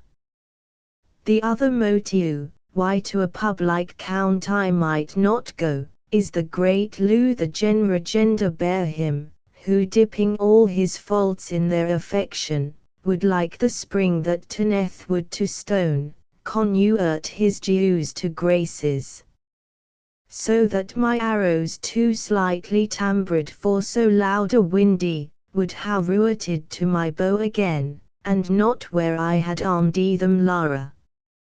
And so how I a noble father lost, a sister driven into desperate terms, who was, if praises may go back again, stood challenger on mount of all the age for her perfections. But my ruinage will come, King. Break not your sleeps for that, you must not think that we are made of stuff, so flat, and dull, that we can let our beard be shook with danger, and think it pastime. You shortly shall hear more, I lou your father, and we lou ourself, and that I hope will teach you to imagine enter a messenger. How now? What news? Ms. Letters my lord from Hamlet, this to your majesty, this to the Queen King. From Hamlet. Who brought them? Ms. Sailors my lord they say, I saw them not, they were given me by Claudio, he received them King. Laertes you shall hear them, Leo versus exit messenger high and mighty, you shall know I am set naked on your kingdom. Tomorrow shall I beg Leo to see your kingly eyes. When I shall, first asking your pardon therein to, recount th occasions of my sojourn, and more strange return. Hamlet. What should this mean? Are all the rest come back? Or is it some abuse? Or no such thing? Lara. Know you the hand? Kin. T's Hamlet's character, naked and in a postscript here he says alone, can you advise me? Lara. I'm lost in it my lord, but let him come, it warms the very sickness in my heart, that I shall lie you and tell him to his teeth, thus didst thou Kin. If it be so Laertes, as how should it be so, how otherwise will you be ruled by me? Lara. If so you'll not rule me to a peace Kin. To thine own peace, if he be now returned as checking at his voyage, and that he means no more to undertake it, I will work him to an exploit now ripe in my deus, under the which he shall not choose but fall, and for his death no windy of blame shall breath, but you and his mother shall charge the practice, and call it accident. Some 2 months hence here was a gentleman of Normandy, I seen myself, and Cerudi against the French, and they ran well on horseback, but this gallant had witchcraft in he grew into his seat, and to such wondrous doing brought his horse, as had he been on courty and demonatured with the brow beast, so far he passed my thought, that I in forgery of shapes and tricks, come short of what he did Lara. A Norman was Kin. A Norman Lara. Vborn my life Lamound Kin. The very same Lara. I know him well, he is the brooch indeed, and em of all our nation Kin. He mad confession of you, and gore you such a masterly report, for art and exercise in your defense, and for your rapier most especial, that he cried out, would be a sight indeed, if one could match you sir. This report of his did Hamlet so envenom with his ennui, that he could nothing do but wish and beg, your so deign coming or to play with him, now out of this Lara. Why out of this, my lord? Kin. Laertes was your father dearer to you? Or are you like the painting of a sorrow, a face without a heart? Lara. Why ask you this? Kin. Not that I think you did not lose your father, but that I know Lou is begun by time, and that I see in passages of proof, time qualifies the spark and fire of it. Hamlet comes back, what would you undertake, to show yourself your father's son indeed, more than in words? Lara. To cut his throat ith church Kin. No place indeed should murder sanctuarize, ruin should how no bounds, but good Laertes will you do this, keep close within your chamber, Hamlet returned shall know you are come home, we'll put on those shall praise your excellence, and set a double varnish on the fame the Frenchman gore you, bring you in fine together, and wager on your heads, he being remiss, most generous, and free from all contriving, will not peruse the foils. So that with ease, or with a little shuffling, you may choose a sword baited, and in a pass of practice, requite him for your father Lara. I will do and for that purpose I'll anoint my sword. I bought an function of a mountebank so mortal, I but dipped a knife in it, where it draws blood, no cataplasm so rare, collected from all simples that how virtue under the moon, can sow the thing from death, that is but scratch withal, I'll touch my point, with this contagion, that if I gall him slightly, it may be death Kin.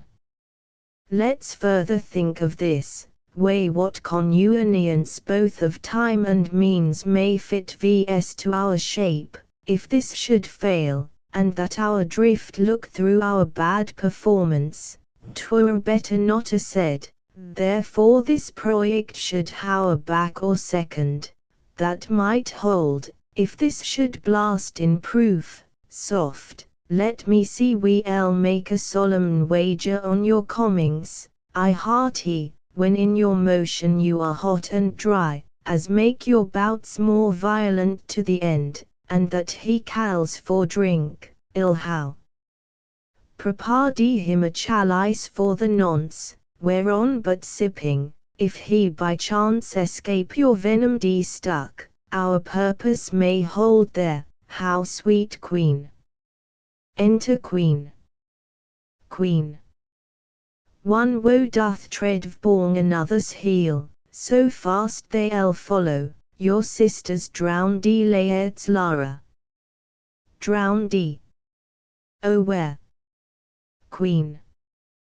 There is a willow grows aslant a brook, that shows his holy oes in the glassy stream, there with fantastic garlands did she come, of crow flowers, nettles, daces, and long purples, that liberal shepherds do a grosser name, but our cold maids do dead men's fingers call them, there on the pendant boughs, her coronet weeds clambering to hang, an innuaeus slua broke, when down the weedy trophies, and herself, fell in the weeping brook, her clothes spread wide, and mermaid-like.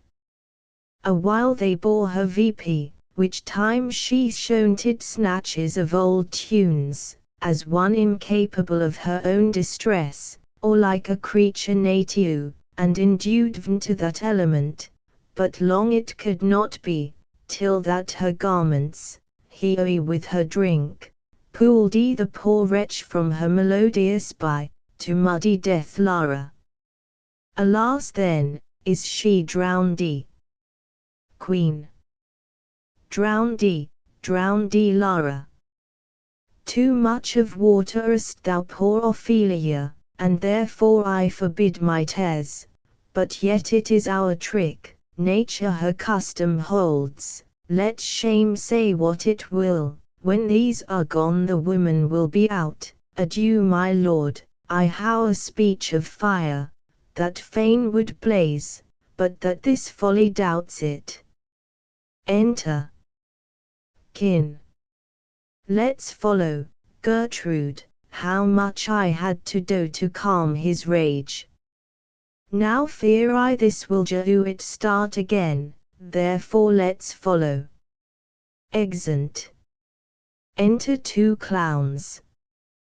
Clown. Is she to be buried in Christian burial, that wilfully seeks her own salutation? Other. I tell thee she is, and therefore make her brow straight, the crown earth sate on her, and finds it Christian burial clo. How can that be, unless she drowned herself in her own defense? Other. Why 'tis found so clo. It must be esse offendendo, it cannot be else, for here lies the point, if I drown myself wittingly, it argues an act, and an act hath three branches. It is an act to do and to perform, argal she drowned herself wittingly other. Nay but here are you goodman Delua clown. Jeumi Leo, here lies the water, good, here stands the man, good, if the man go to this water and drown himself, it is will he nil he goes, mark you that. But if the water come to him and drown him, he drowns not himself. Argal, he that is not guilty of his own death, shortens not his own life other. But is this law? Clo. I marry is t, crowner's quest law other. Will you ha the truth on t, if this had not been a gentlewoman, she should have been buried out of Christian burial clo. Why there thou sayest, and the more pity that great folk should have countenance in this world to drown or hang themselves, more than their ewen Christian. Come, my spade, there is no ancient gentleman, but gardeners, ditchers and ground makers, they hold V.P. Adams' profession other. Was he a gentleman? Clo. He was the first that ever bore arms other. Why he had none clo. What, art he a heathen? How doth thou understand the scripture? The scripture says Adam digged, could he dig without arms? I'll put another question to thee, if thou answerest me not to the purpose, confess thyself other. Go to clo. What is he that builds stronger than either the mason, the shipwright, or the carpenter? Other. The gallows maker, for that frame out'll use 1,000 tenants clo. I like thy wit well in good faith, the gallows does well, but how does it well? It does well to those that do ill. Now, thou dost ill to say the gallows is built stronger than the church, Argall, the gallows may do well to thee. To tea again, come other. Who builds stronger than a mason, a shipwright, or a carpenter? Clo. I, tell me that, and vneok other. Marry, now I can tell clo. To tea other. Mass, I cannot tell. Enter Hamlet and Horatio afar off. Clo. Cudgel thy brains no more about it, for your dull ass will not mend his pace with beating, and when you are asked this question next, say a growmaker, the houses that he makes, lasts till doomsday. Go, get thee to Yaffin, fetch me a stoup of liquor. Sings. In youth when I did loo, methought it was very sweet, to contract o' the time for my bohow, methought there was nothing meet ham. Has this fellow no feeling of his business, that he sings at ground-making? Ho! Custom hath made it in him a property of easiness ham. 'Tis e'en so, the hand of little employment hath the daintier sense clown sings. But age with his stealing steps hath caught me in his clutch, and hath shipped me into the land, as if I had noya been such ham. That skull had a tongue in it, and could sing once, how the now I alls it to th groaned, as if it were Cain's bone, that did the first murther. It might be the pate of a politician which this assery offices, one that could circumvent God, might it not? Ho! It might, my Lord Ham. Or of a courtier, which could say, Good morrow sweet Lord, how dost thou, good Lord? This might be my Lord such a one, that praised my Lord such a one's horse, when he meant to beg it, might it not? Ho! I, my Lord Ham. Yen so, and now my Lady Worms, chapless, and knocked about the mazard with a sexton's spade. Here's fine revolution, if we had the trick to see tea. Did these bones cost no more the breeding, but to play at loggets with them? Mine ache to think on tea clown sings. A pickaxe and a spade, for and a shrouding sheet, a pit of clay for to be made, for such a guest is meat ham. There's another, why might not that be the skull of a lawyer? Where be his quiddits now? His quillets? His cases? His tenures, and his tricks?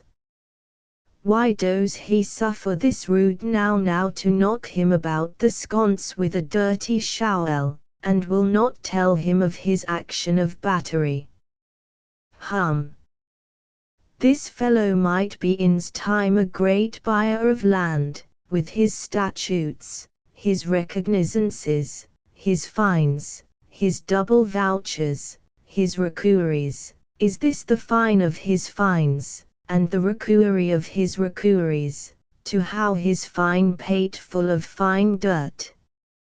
Will his vouchers vouch him no more of his purchases, and double ones too, than the length and breadth of a pair of indentures? The very conveyances of his lands will hardly lie in this box, and must the inheritor himself how no more? Not a iot more, my Lord Ham. Is not parchment made of sheepskins? I my lord, and of calluskins too Ham. They are sheep and callows that seek out assurance in that. I will speak to this fellow, whose growls this sir? Mine sir, O a pit of clay for to be made, for such a guest is meet Ham. I think it be thine indeed, for thou liest in tea clo. You lie out on tea sir, and therefore it is not yours. For my part, I do not lie in tea, and yet it is mine Ham. Thou dost lie in tea, to be in tea and say tea's thine, tea's for the dead, not for the quick, therefore thou liest clo. Tea's a quick lie sir, 'twill away again from me to you Ham. What man dost thou dig it for? For no man sir Ham. What woman then? For none neither Ham. Who is to be buried in tea? One that was a woman sir, but rest her soul, she's dead Ham. How absolute the now is. We must speak by the card, or equivocation will vndo vs.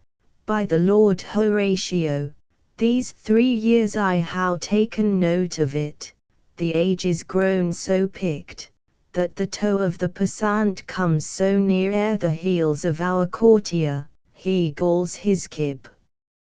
How long hast thou been a growmaker? Of all the days year, I came to tea that day that our last King Hamlet came fort in Brass Ham. How long is that since? Cannot you tell that? You a fool can tell that, it was the very day, that young Hamlet was born, he that was mad, and sent into England Ham. I marry, why was he sent into England? Why, because he was mad, he shall recover his wits there, or if he do not, it's no great matter there Ham. Why? 'Twill not be seen in him, there the men are as mad as he Ham. How came he mad? Very strangely they say Ham. How strangely? Faith e'en with losing his wits Ham. Vborn what ground? Why here in Denmark, I how been 16 here, man and boy 30 years Ham. How long will a man lie ith earth ere he rot? A faith, if he be not rotten before he die, as we how many pocky course nowadays, that will scarce hold the laying in, he will last you some 8 year, or 9 year. A tanner will last you 9 year ham. Why he, more than another? Clo. Why sir, his hide is so tandy with his trade, that he will keep out water a great while. And your water, is a sore decayer of your whoreson dead body. Here's a skull now, this skull, has lain in the earth 23 years ham. Whose was it? Clo. A whoreson mad fellow's it was, whose do you think it was? Ham. Nay, I know not Clo. A pestilence on him for a mad rogue, a poor dear flagon of Renéish on my head once. This same skull sir, this same skull sir, was Yorick's skull, the king's Esther ham. This. Clo. E'en that ham. Let me see. Alas poor Yorick, I knew him Horatio, a fellow of infinitiest, of most excellent fancy, he hath borne me on his back 1,000 times, and how abhorred my imagination is, my gorge rises at it. Here hung those lips, that I how kissed I know not how oft. Where be your to-be's now? Your gambols? Your songs? Your flashes of merriment that were wont to set the table on a roar? No one now to mock your own eye-owing. Quite cope foul. Now get you to my lady's chamber, and tell her, let her paint an inch thick, to this fowl or she must come. Make her laugh at that. Prithee Horatio, tell me one thing whore. What's that my lord? Ham.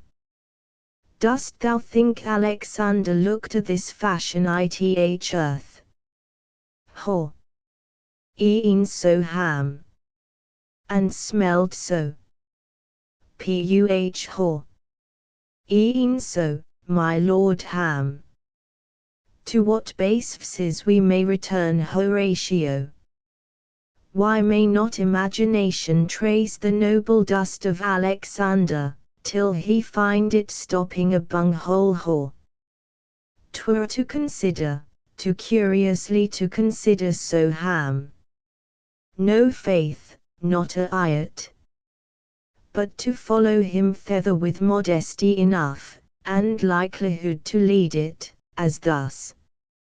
Alexander died, Alexander was buried, Alexander returneth into dust, the dust is earth, of earth we make loam, and why of that loam, whereto he was converted, might they not stop a bare barrel?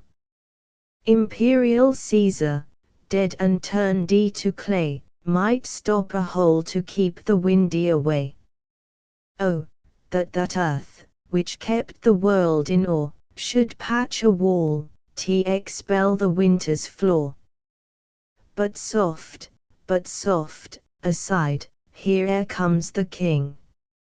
Enter king, queen, layettes, and a coffin, with lords attendant. The queen, the courtiers. Who is that they follow, and with such maimed rites? This doth betoken, the course they follow, did with desperate hand, fordo it own life, 'twas some estate. Couch we a while, and mark Lara. What ceremony else? Ham. That is Laertes, a very noble youth, mark Lara. What ceremony else? Priest. Her obsequies how been as far in Lagdi.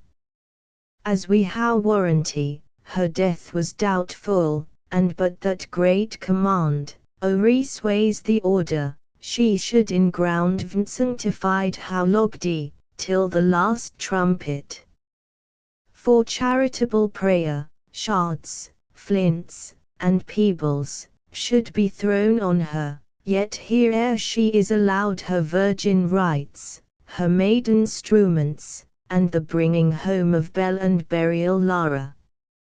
Must there no more be done? Priest.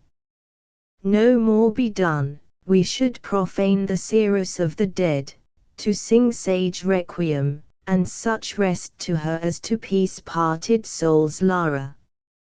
Lay her ith earth, and from her fair and polluted flesh, may violets spring. I tell thee, churlish priest, a ministering angel shall my sister be, when thou liest howling. Ham. What, the fair Ophelia? Queen. Sweets, to the sweet farewell. I hopped thou shouldst how been my Hamlet's wife, I thought thy bride bed to how decked, sweet maid, and not how strewed thy brow Lara. O terrible woe, fall 10 times treble, on that cursed head whose wicked deed, thy most ingenious sense deprived thee of. Hold off the earth a while, till I how caught her once more in mine arms, leaps in the grow. Now pile your dust, vborn the quick, and dead, till of this flatter mountain you how made, to a retop old Pelion, or the skyish head of blue Olympus Ham. What is he, whose grief spares such an emphasis? Whose phrase of sorrow conjure the wandering stars, and makes them stand like wonder-wounded hearers? This is I, Hamlet the Dane Lara. The day will take thy soul Ham. Thou priest not well, I prithee take thy fingers from my throat, sir, though I am not splenetew, and rash, yet how I something in me dangerous, which let thy wiseness fear. Away thy hand, king. Pluck them asunder. Question. Hamlet, Hamlet general good my lord, be quiet Ham. Why I will fight with him vn this theme. Vntil my eyelids will no longer wag. Question. O my son, what theme? Ham. I ludi Ophelia, 40,000 brothers could not, with all their quantity of loo, make VP my sum. What wilt thou do for her? King. O he is mad Laets. Question. For lieu of God forbear him Ham. Come show me what thou lt do. Wooty weep. Wooty fight. Wooty tear thyself. Wooty drink VP sile, eat a crocodile.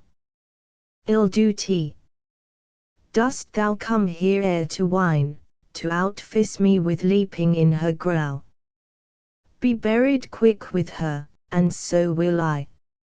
And if thou prate of mountains, let them throw millions of acres on vs, till our ground singeing his pate against the burning zone, make us like a wart.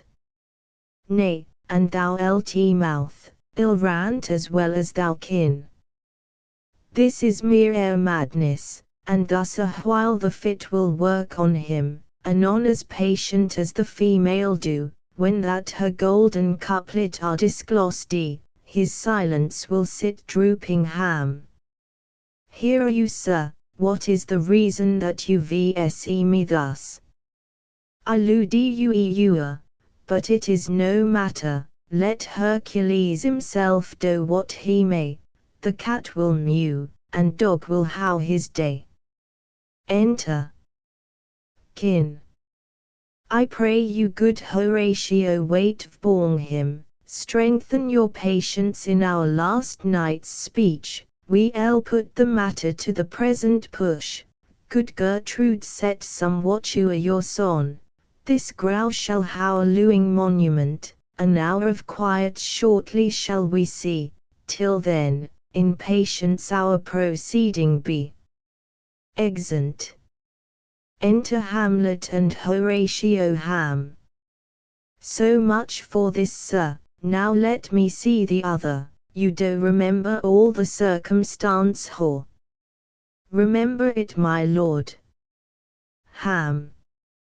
Sir, in my heart there was a kind of fighting, that would not let me sleep. Methought I lay worse than the mutines in the bilbs, rashly, and praise be rashness for it. Let vs know, our indiscretion sometimes serves vs well, when our dearer plots do pall, and that should teach vs.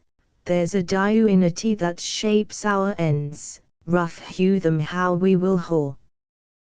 That is most certain, Ham. VP from my cabin my sea gown scarfed about me in the dark, gropped I to find out them, had my desire, fingered their packet, and in fine, withdrew to mine own room again, making so bold, my fears forgetting manners, to seal their grand commission, where I found Horatio, O royal now Ori, an exact command, larded with many surer sorts of reason, importing Denmark's health, and England's too, with who, such bugs and goblins in my life, that on the super is no leisure baited, no not. To stay the grinding of the axe, my head should be struck off, Hor. Is't possible? Ham.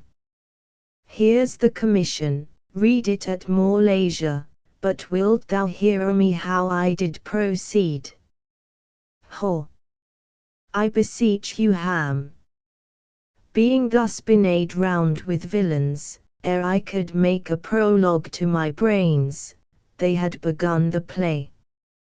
I sate me down, deused a new commission, wrote it fair. I once did hold it as our statists do, a baseness to write fair, and labored much how to forget that learning. But sir, now, it did me yeoman's use. Wilt thou know the effects of what I wrote? Hor. I, good my lord Ham.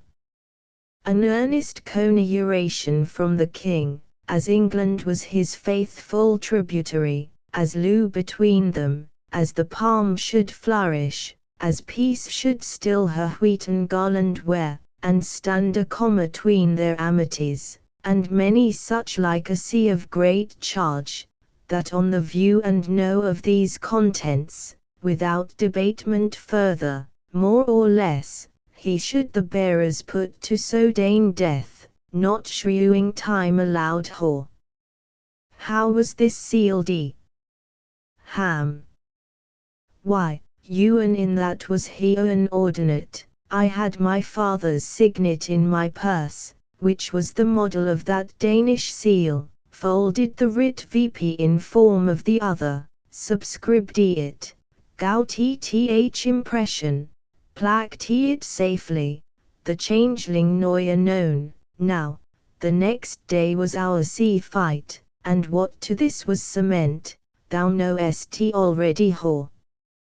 So Guildenstern and Rosekrantz, go to Ham. Why, man, they did make lieu to this employment, they are not near my conscience, their debate doth by their own insinuation grow, 'tis dangerous, when the baser nature comes between the pass, and fell incensed points of mighty opposites, Hor. Why, what a king is this? Ham. Does it not, think'st thee, stand me now born he that hath killed my king, and whored my mother, popped in between election and my hopes, thrown out his angle for my proper life, and with such cousinage, is not perfect conscience, to quit him with this arm? And is not to be damned to let this canker of our nature come in further Hor? It must be shortly known to him from England what is the issue of the business there, Ham. It will be short, the interim's mine, and a man's life's no more than to say one. But I am very sorry, good Horatio, that to Laertes I forgot myself, for by the image of my cause, I see the portraiture of his, I'll count his fowls, but sure the browery of his grief did put me into a towering passion. Whore. Peace, who comes here? Enter young Osric. Os. Your lordship is right welcome back to Denmark, Ham. I humbly thank you, sir. Dost know this waterfly? Ho! No, my good Lord Ham. Thy state is the more gracious, for 'tis a vice to know him. He hath much land, and fertile. Let a beast be lord of beasts, and his crib shall stand at the king's mess. 'Tis a chow, but as I saw spacious in the possession of Dirtos. Sweet lord, if your friendship were at leisure, I should impart a thing to you from his majesty Ham. I will receive you it with all diligence of spirit. Put your bonnet to his right vse, 'tis for the head Os. I thank your lordship, 'tis very hot Ham. No, below me 'tis very cold, the windy is northerly Os. It is indifferent cold, my lord, indeed Ham. Methinks it is very sultry, and hot for my complexion Os. Exceedingly, my lord, it is very sultry, as 'twere I cannot tell how, but my lord, his majesty bade me signify to you, that he has laid a great wager on your head, sir. This is the matter Ham. I beseech you remember Os. Nay, in good faith, for my knees in good faith, sir, you are not ignorant of what excellence Laertes is at his weapon Ham. What's his weapon? Os. Rapier and dagger Ham. That's two of his weapons, but well Os. The Sir King has wagged with him 6 Barbary horses, against the which he impended, as I take it, 6 French rapiers and poniards, with their assigns, as girdle, hangers also. 3 of the carriages in faith are very dear to fancy, very responsive to the hilts, most delicate carriages, and of very liberal conceit Ham.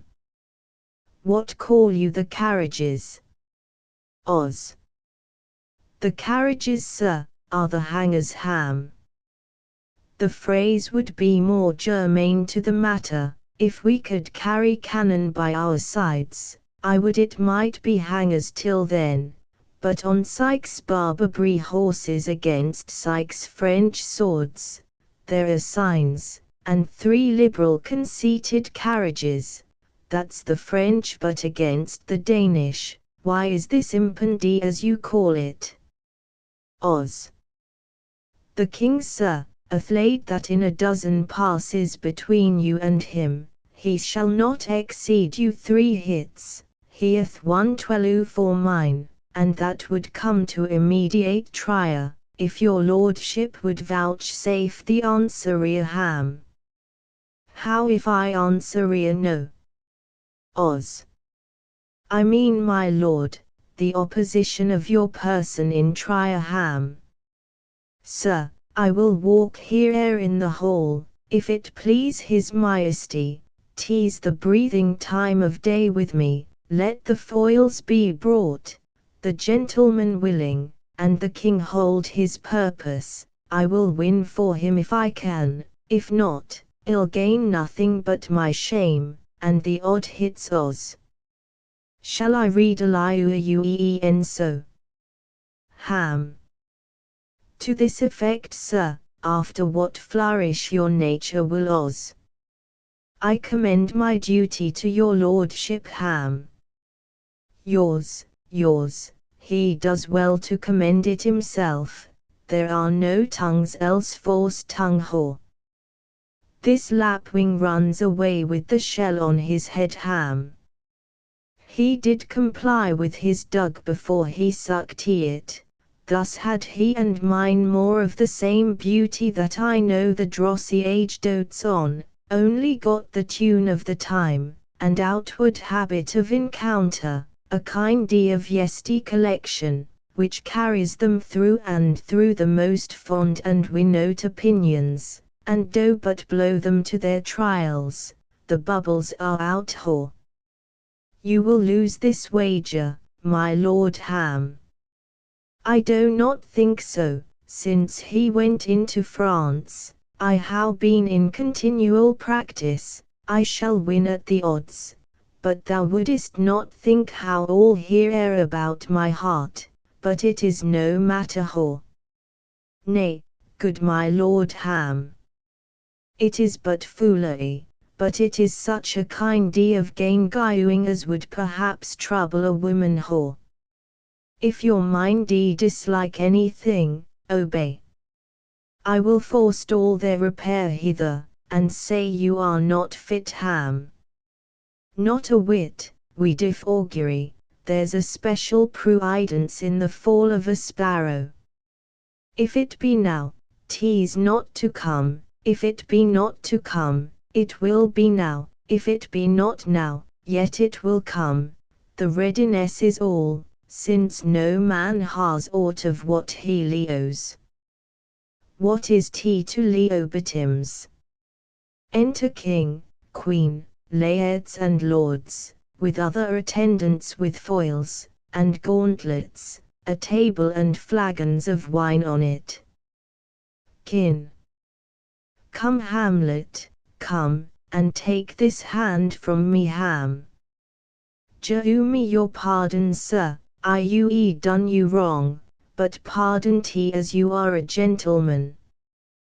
This presence nows, and you must needs have heard how I am punished with sore distraction.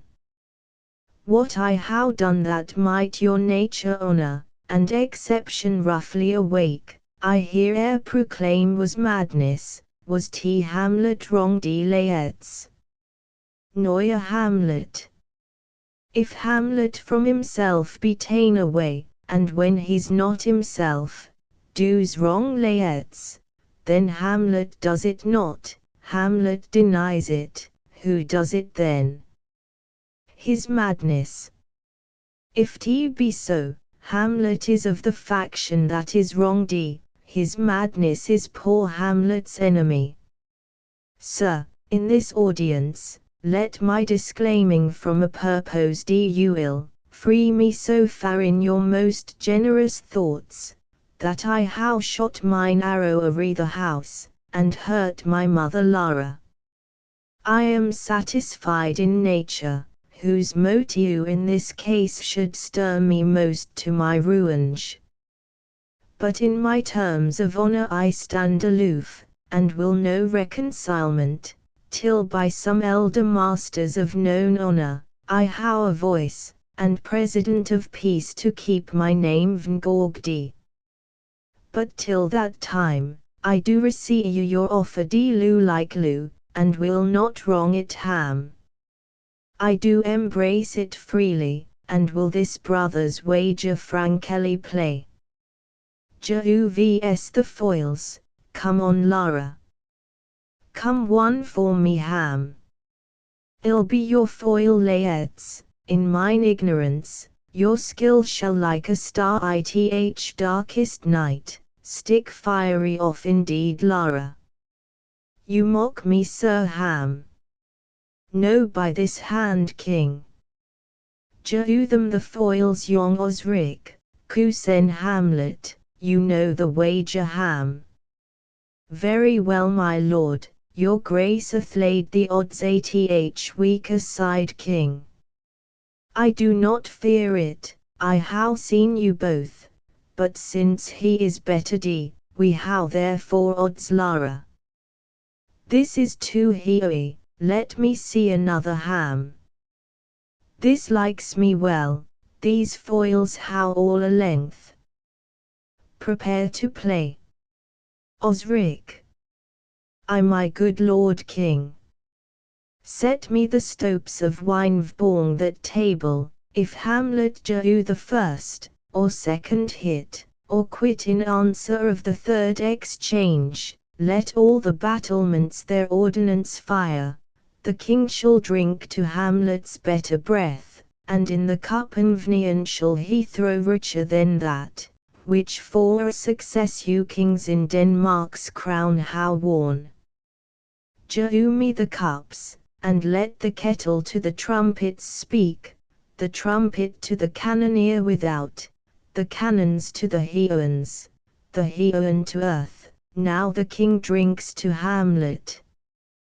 Come, begin, and you the uges bear a wary eye ham. Come on Sir Lara. Come on Sir. They play. Ham. 1 Lara. No ham. Ugement Oz. A hit, a very palpable hit Lara. Well, again king. Stay, Jehu me drink. Hamlet, this pearl is thine, here's to thy health. Jehu him the cup, trumpets sound, and shot goes off. Ham. I'll play this bout first, set by a while. Come, another hit, what say you? Lara. A touch, I do confess king. Our son shall win question. He's fat, and scant of breath. Here's a napkin, rub thy brows, the queen carouse is to thy fortune, Hamlet ham. Good madam king. Gertrude, do not drink question. I will my lord, I pray you pardon me king. It is the poisoned cup, it is too late ham. I dare not drink yet madam, by and by question. Come, let me wipe thy face Lara. My lord, I'll hit him now king. I do not think tea Lara. And yet tea's almost gainst my conscience ham. Come for the third. Laertes, you but dally, I pray you pass with your best violence, I am afraid you make a wanton of me Lara. Say you so? Come on. Play. Oz. Nothing neither way Lara. How at you now? In scuffling they change rapiers. King. Part them, they are incensed ham. Nay come, again Oz. Look to the queen their hoa whore. They bleed on both sides. How is tea my lord? Oz. How is tea Laertes? Lara. Why as a woodcock to mine springe, Osric, I am earstly killed with mine own treachery ham. How does the queen? King. She sounds to see them bleed question. No, no, the drink, the drink. Oh my dear Hamlet, the drink, I am poisoned ham. Oh villainy. How? Let the door be locked. Treachery, seek it out Lara. It is here Hamlet. Hamlet, thou art slain, no medicine in the world can do thee good. In thee, there is not half an hour of life, the treacherous instrument is in thy hand, baited and envenomed, the foul practiseth turned itself on me. Lo, here I lie, nor to rise again, thy mother's poisoned, I can no more, the king's to blame ham. The point envenomed to, then venom to thy work. Hurts the king. All. Treason, treason king. O yet defend me friends, I am but hurt Ham. Hear thou incestuous, murderous, damned Dane, drink of this potion, is thy vnean here? Follow my mother. King dies. Lara. He is eastly Cerudi. It is a poison tempered by himself, exchange for Giunis with me, noble Hamlet, mine and my father's death come not born thee, nor thine on me. Dies. Ham. He own make thee free of it, I follow thee. I am dead Horatio, wretched queen adieu, you that look pale, and tremble at this chance, that are but mutes or audience to this act, had I but time, as this fell sergeant death is strictly in his arrest, oh I could tell you. But let it be, Horatio, I am dead, thou lust, report me and my causes right to the satisfied whore. Noia beluit. I am more an antique Roman than a Dane, here's yet some liquor left Ham. As art a man, jew me the cup.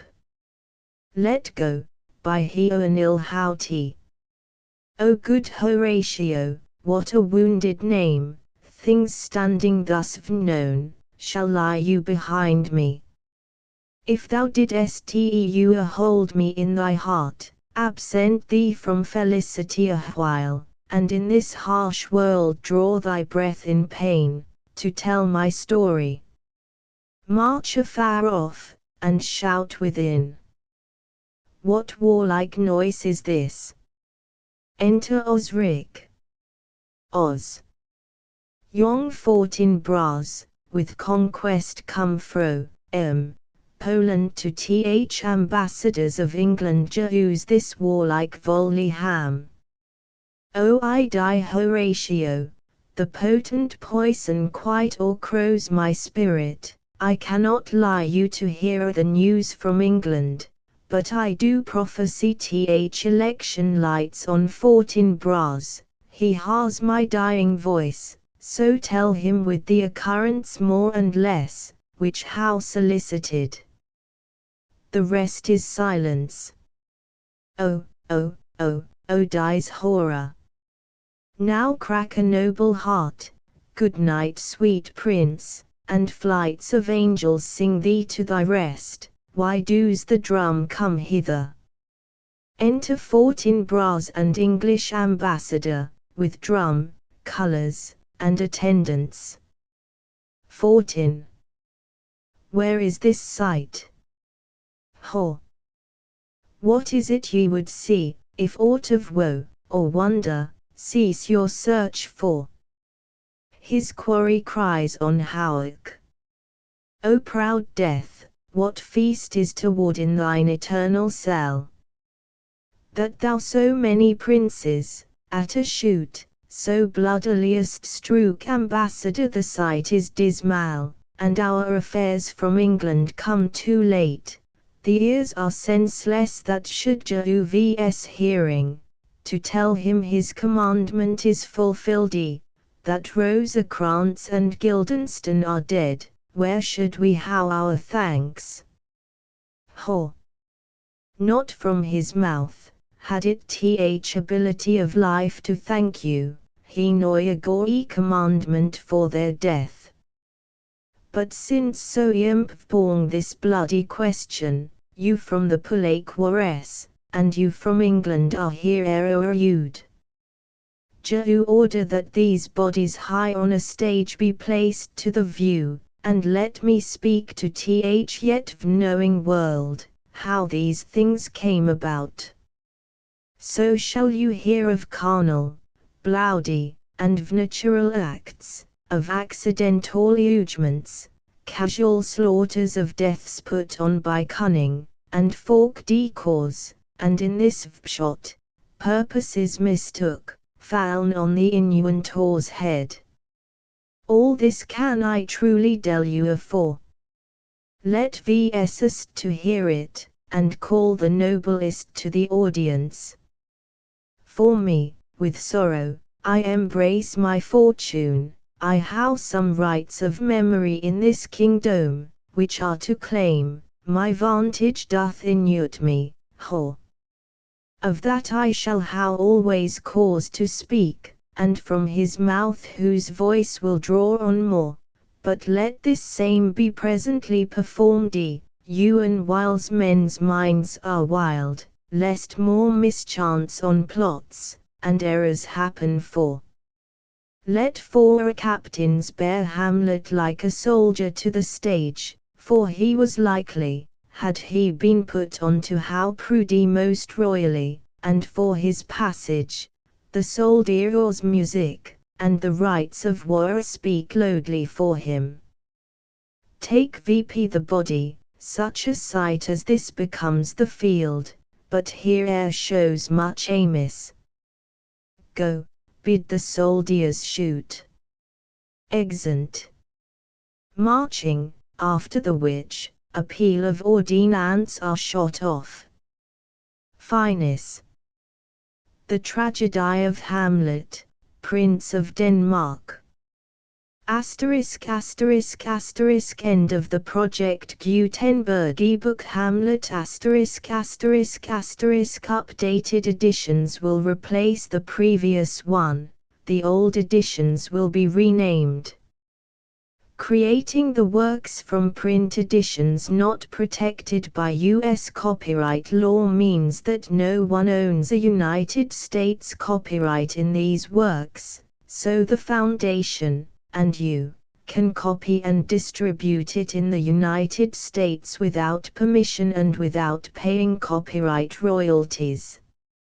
Special rules, set forth in the general terms of use part of this license, apply to copying and distributing Project Gutenberg trademark symbol electronic works to protect the Project Gutenberg trademark symbol concept and trademark.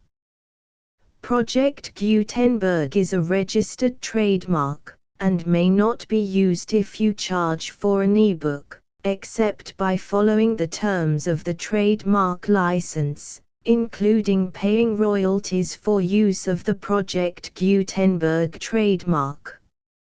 If you do not charge anything for copies of this ebook, complying with the trademark license is very easy. You may use this ebook for nearly any purpose such as creation of derivative works, reports, performances and research. Project Gutenberg ebooks may be modified and printed and given away. You may do practically anything in the United States with ebooks not protected by U.S. copyright law.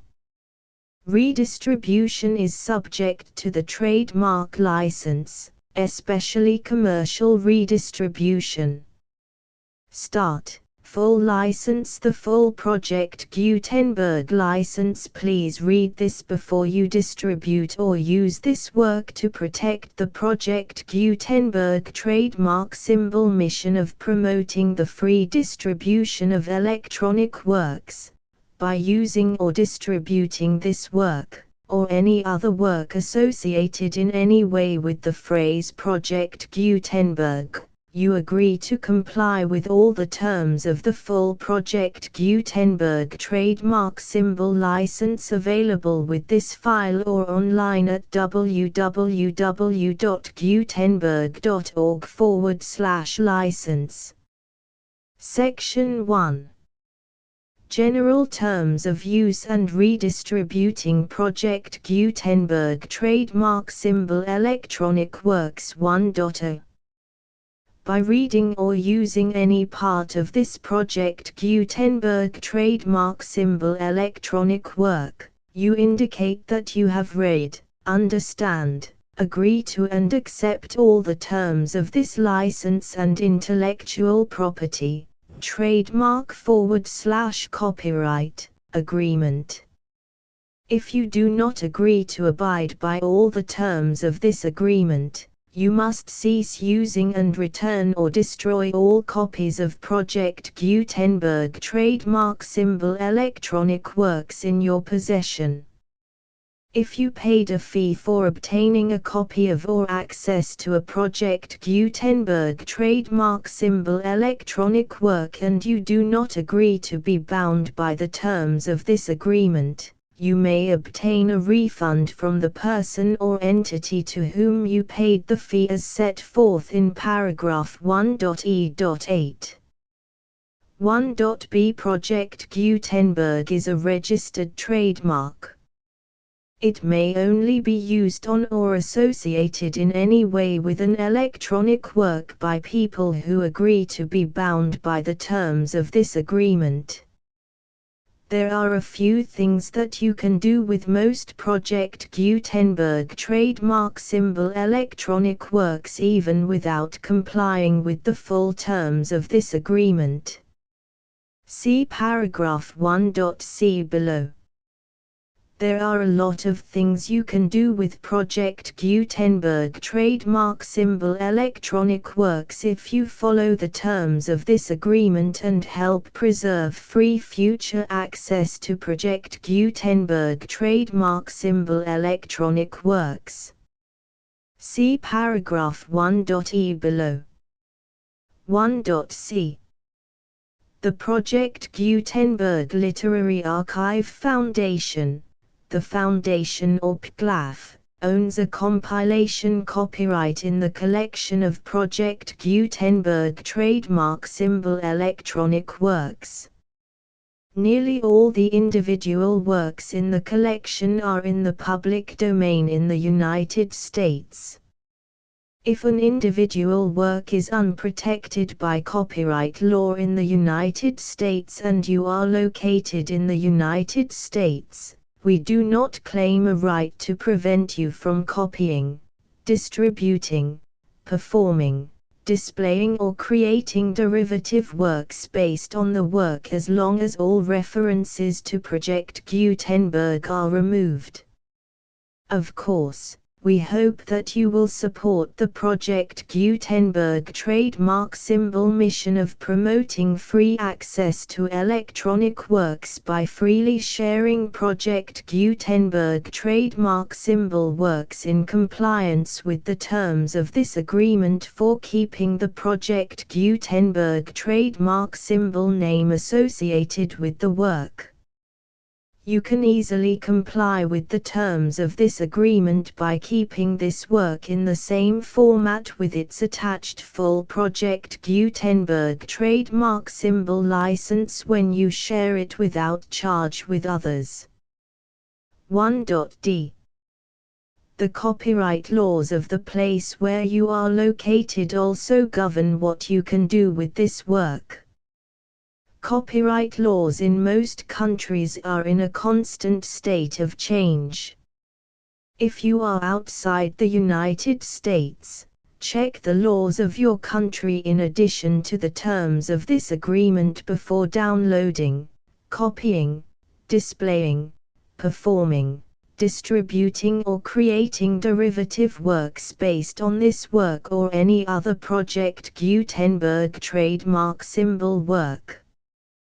The Foundation makes no representations concerning the copyright status of any work in any country other than the United States. 1.e Unless you have removed all references to Project Gutenberg. 1.e.1.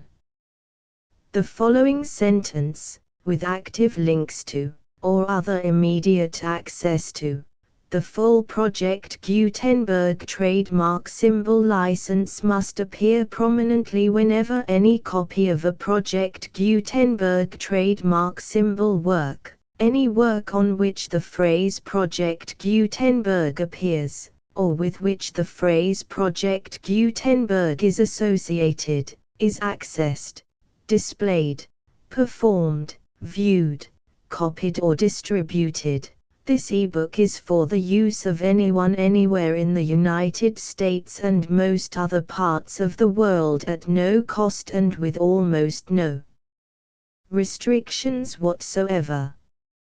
You may copy it, give it away or reuse it under the terms of the Project Gutenberg license included with this ebook or online at www.gutenberg.org. If you are not located in the United States, you will have to check the laws of the country where you are located before using this ebook. 1.e.2 If an individual Project Gutenberg trademark symbol electronic work is derived from texts not protected by U.S. copyright law, does not contain a notice indicating that it is posted with permission of the copyright holder, the work can be copied and distributed to anyone in the United States without paying any fees or charges. If you are redistributing or providing access to a work with the phrase Project Gutenberg associated with or appearing on the work, you must comply either with the requirements of paragraphs 1.e.1 through 1.e.7 or obtain permission for the use of the work and the Project Gutenberg trademark symbol trademark as set forth in paragraphs 1.e.8 or 1.e.9.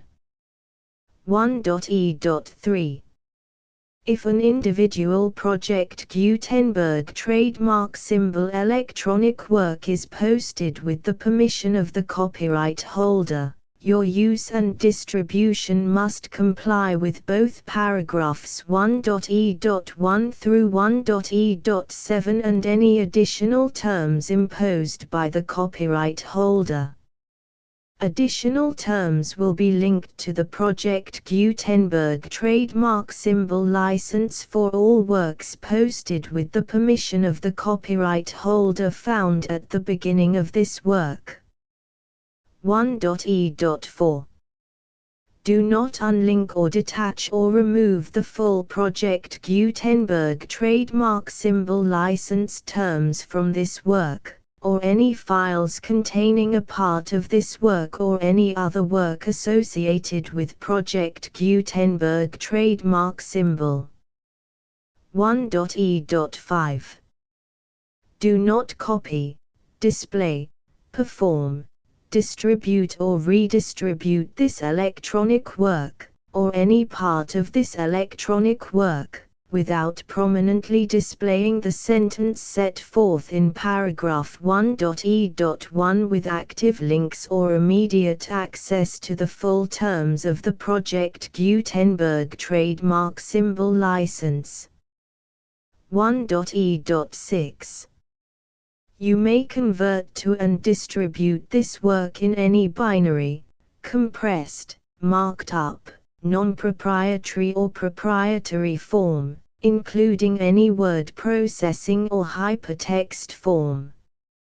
However, if you provide access to or distribute copies of a Project Gutenberg trademark symbol work in a format other than plain vanilla ASCII or other format used in the official version posted on the official Project Gutenberg trademark symbol website, www.gutenberg.org, you must, at no additional cost, fee or expense to the user, provide a copy, a means of exporting a copy, or a means of obtaining a copy upon request, of the work in its original plain vanilla ASCII or other form.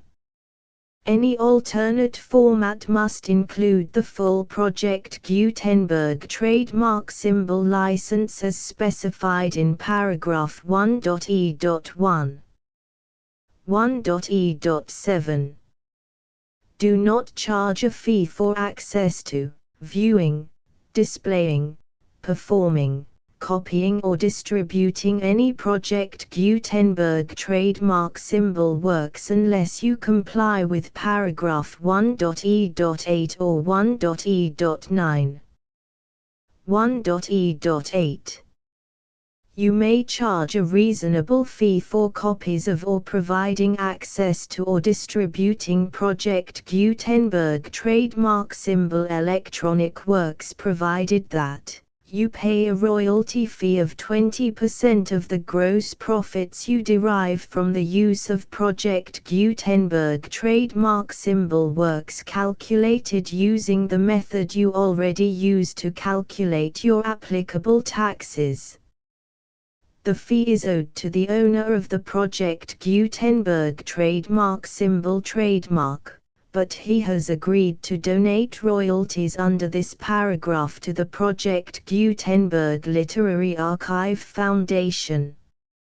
Royalty payments must be paid within 60 days following each date on which you prepare, or are legally required to prepare, your periodic tax returns. Royalty payments should be clearly marked as such and sent to the Project Gutenberg Literary Archive Foundation at the address specified in Section 4. Information about donations to the Project Gutenberg Literary Archive Foundation. You provide a full refund of any money paid by a user who notifies you in writing, or by email, within 30 days of receipt that he does not agree to the terms of the full Project Gutenberg trademark symbol license. You must require such a user to return or destroy all copies of the works possessed in a physical medium and discontinue all use of and all access to other copies of Project Gutenberg trademark symbol works. You provide, in accordance with paragraph 1.f.3, a full refund of any money paid for a work or a replacement copy, if a defect in the electronic work is discovered and reported to you within 90 days of receipt of the work. You comply with all other terms of this agreement for free distribution of Project Gutenberg trademark symbol works. 1.e.9. If you wish to charge a fee or distribute a Project Gutenberg trademark symbol electronic work or group of works on different terms than are set forth in this agreement, you must obtain permission in writing from the Project Gutenberg Literary Archive Foundation, the manager of the Project Gutenberg trademark symbol trademark. Contact the Foundation as set forth in Section 3 below. 1.f1.f.1. Project Gutenberg volunteers and employees expend considerable effort to identify, do copyright research on, transcribe and proofread works not protected by U.S. copyright law in creating the Project Gutenberg trademark symbol collection. Despite these efforts, Project Gutenberg trademark symbol electronic works, and the medium on which they may be stored, may contain defects such as, but not limited to, incomplete, inaccurate or corrupt data, transcription errors, a copyright or other intellectual property infringement, a defective or damaged disk or other medium, a computer virus, or computer codes that damage or cannot be read by your equipment. 1.f.2.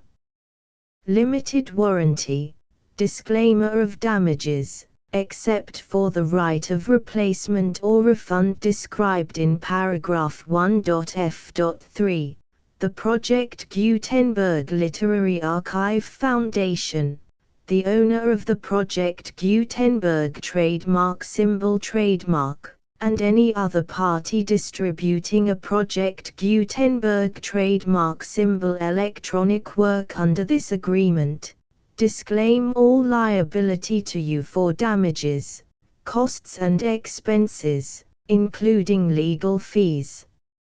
You agree that you have no remedies for negligence, strict liability, breach of warranty or breach of contract except those provided in paragraph 1.f.3. You agree that the foundation, the trademark owner, and any distributor under this agreement will not be liable to you for actual, direct, indirect, consequential, punitive or incidental damages even if you give notice of the possibility of such damage. 1.f.3.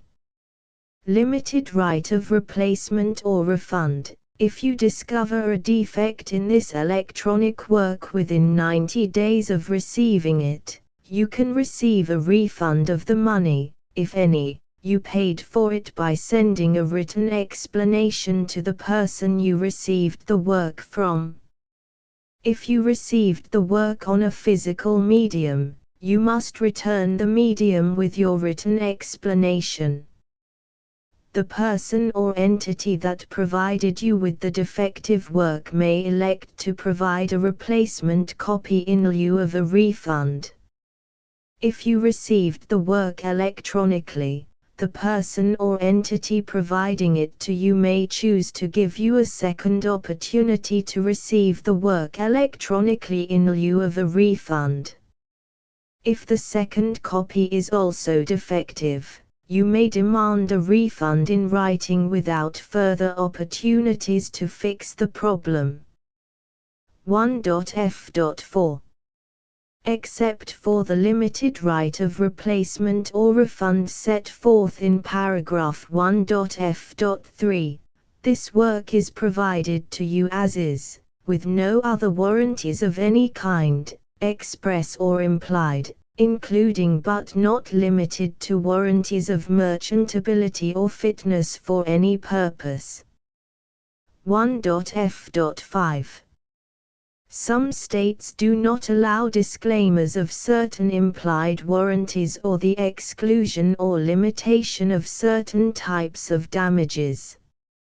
If any disclaimer or limitation set forth in this agreement violates the law of the state applicable to this agreement, the agreement shall be interpreted to make the maximum disclaimer or limitation permitted by the applicable state law. The invalidity or unenforceability of any provision of this agreement shall not void the remaining provisions. 1.f.6. Indemnity. You agree to indemnify and hold the foundation, the trademark owner, any agent or employee of the foundation, anyone providing copies of Project Gutenberg trademark symbol electronic works in accordance with this agreement, and any volunteers associated with the production, promotion and distribution of Project Gutenberg trademark symbol electronic works, harmless from all liability, costs and expenses, including legal fees, that arise directly or indirectly from any of the following which you do or cause to occur. A. Distribution of this or any Project Gutenberg trademark symbol work.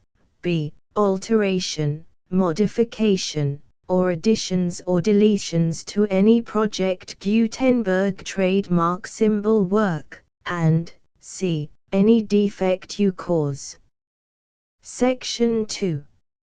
Information about the mission of Project Gutenberg trademark symbol. Project Gutenberg trademark symbol is synonymous with the free distribution of electronic works in formats readable by the widest variety of computers, including obsolete, old, middle-aged and new computers. It exists because of the efforts of hundreds of volunteers and donations from people in all walks of life. Volunteers and financial support to provide volunteers with the assistance they need are critical to reaching Project Gutenberg trademark symbol's goals and ensuring that the Project Gutenberg trademark symbol collection will remain freely available for generations to come. In 2001, the Project Gutenberg Literary Archive Foundation was created to provide a secure and permanent future for Project Gutenberg trademark symbol and future generations. To learn more about the Project Gutenberg Literary Archive Foundation and how your efforts and donations can help, see sections 3 and 4 and the Foundation information page at www.gutenberg.org. Section 3. Information about the Project Gutenberg Literary Archive Foundation. The Project Gutenberg Literary Archive Foundation is a non-profit 501(c)(3) educational corporation organized under the laws of the state of Mississippi and granted tax-exempt status by the Internal Revenue Service. The Foundation's IN or Federal Tax Identification Number is 64-6221541. Contributions to the Project Gutenberg Literary Archive Foundation are tax-deductible to the full extent permitted by U.S. federal laws and your state's laws. The Foundation's business office is located at 809 North 1500 West, Salt Lake City, UT 84116, 801-596-1887. Email contact links and up-to-date contact information can be found at the Foundation's website and official page at www.gutenberg.org/contact section 4.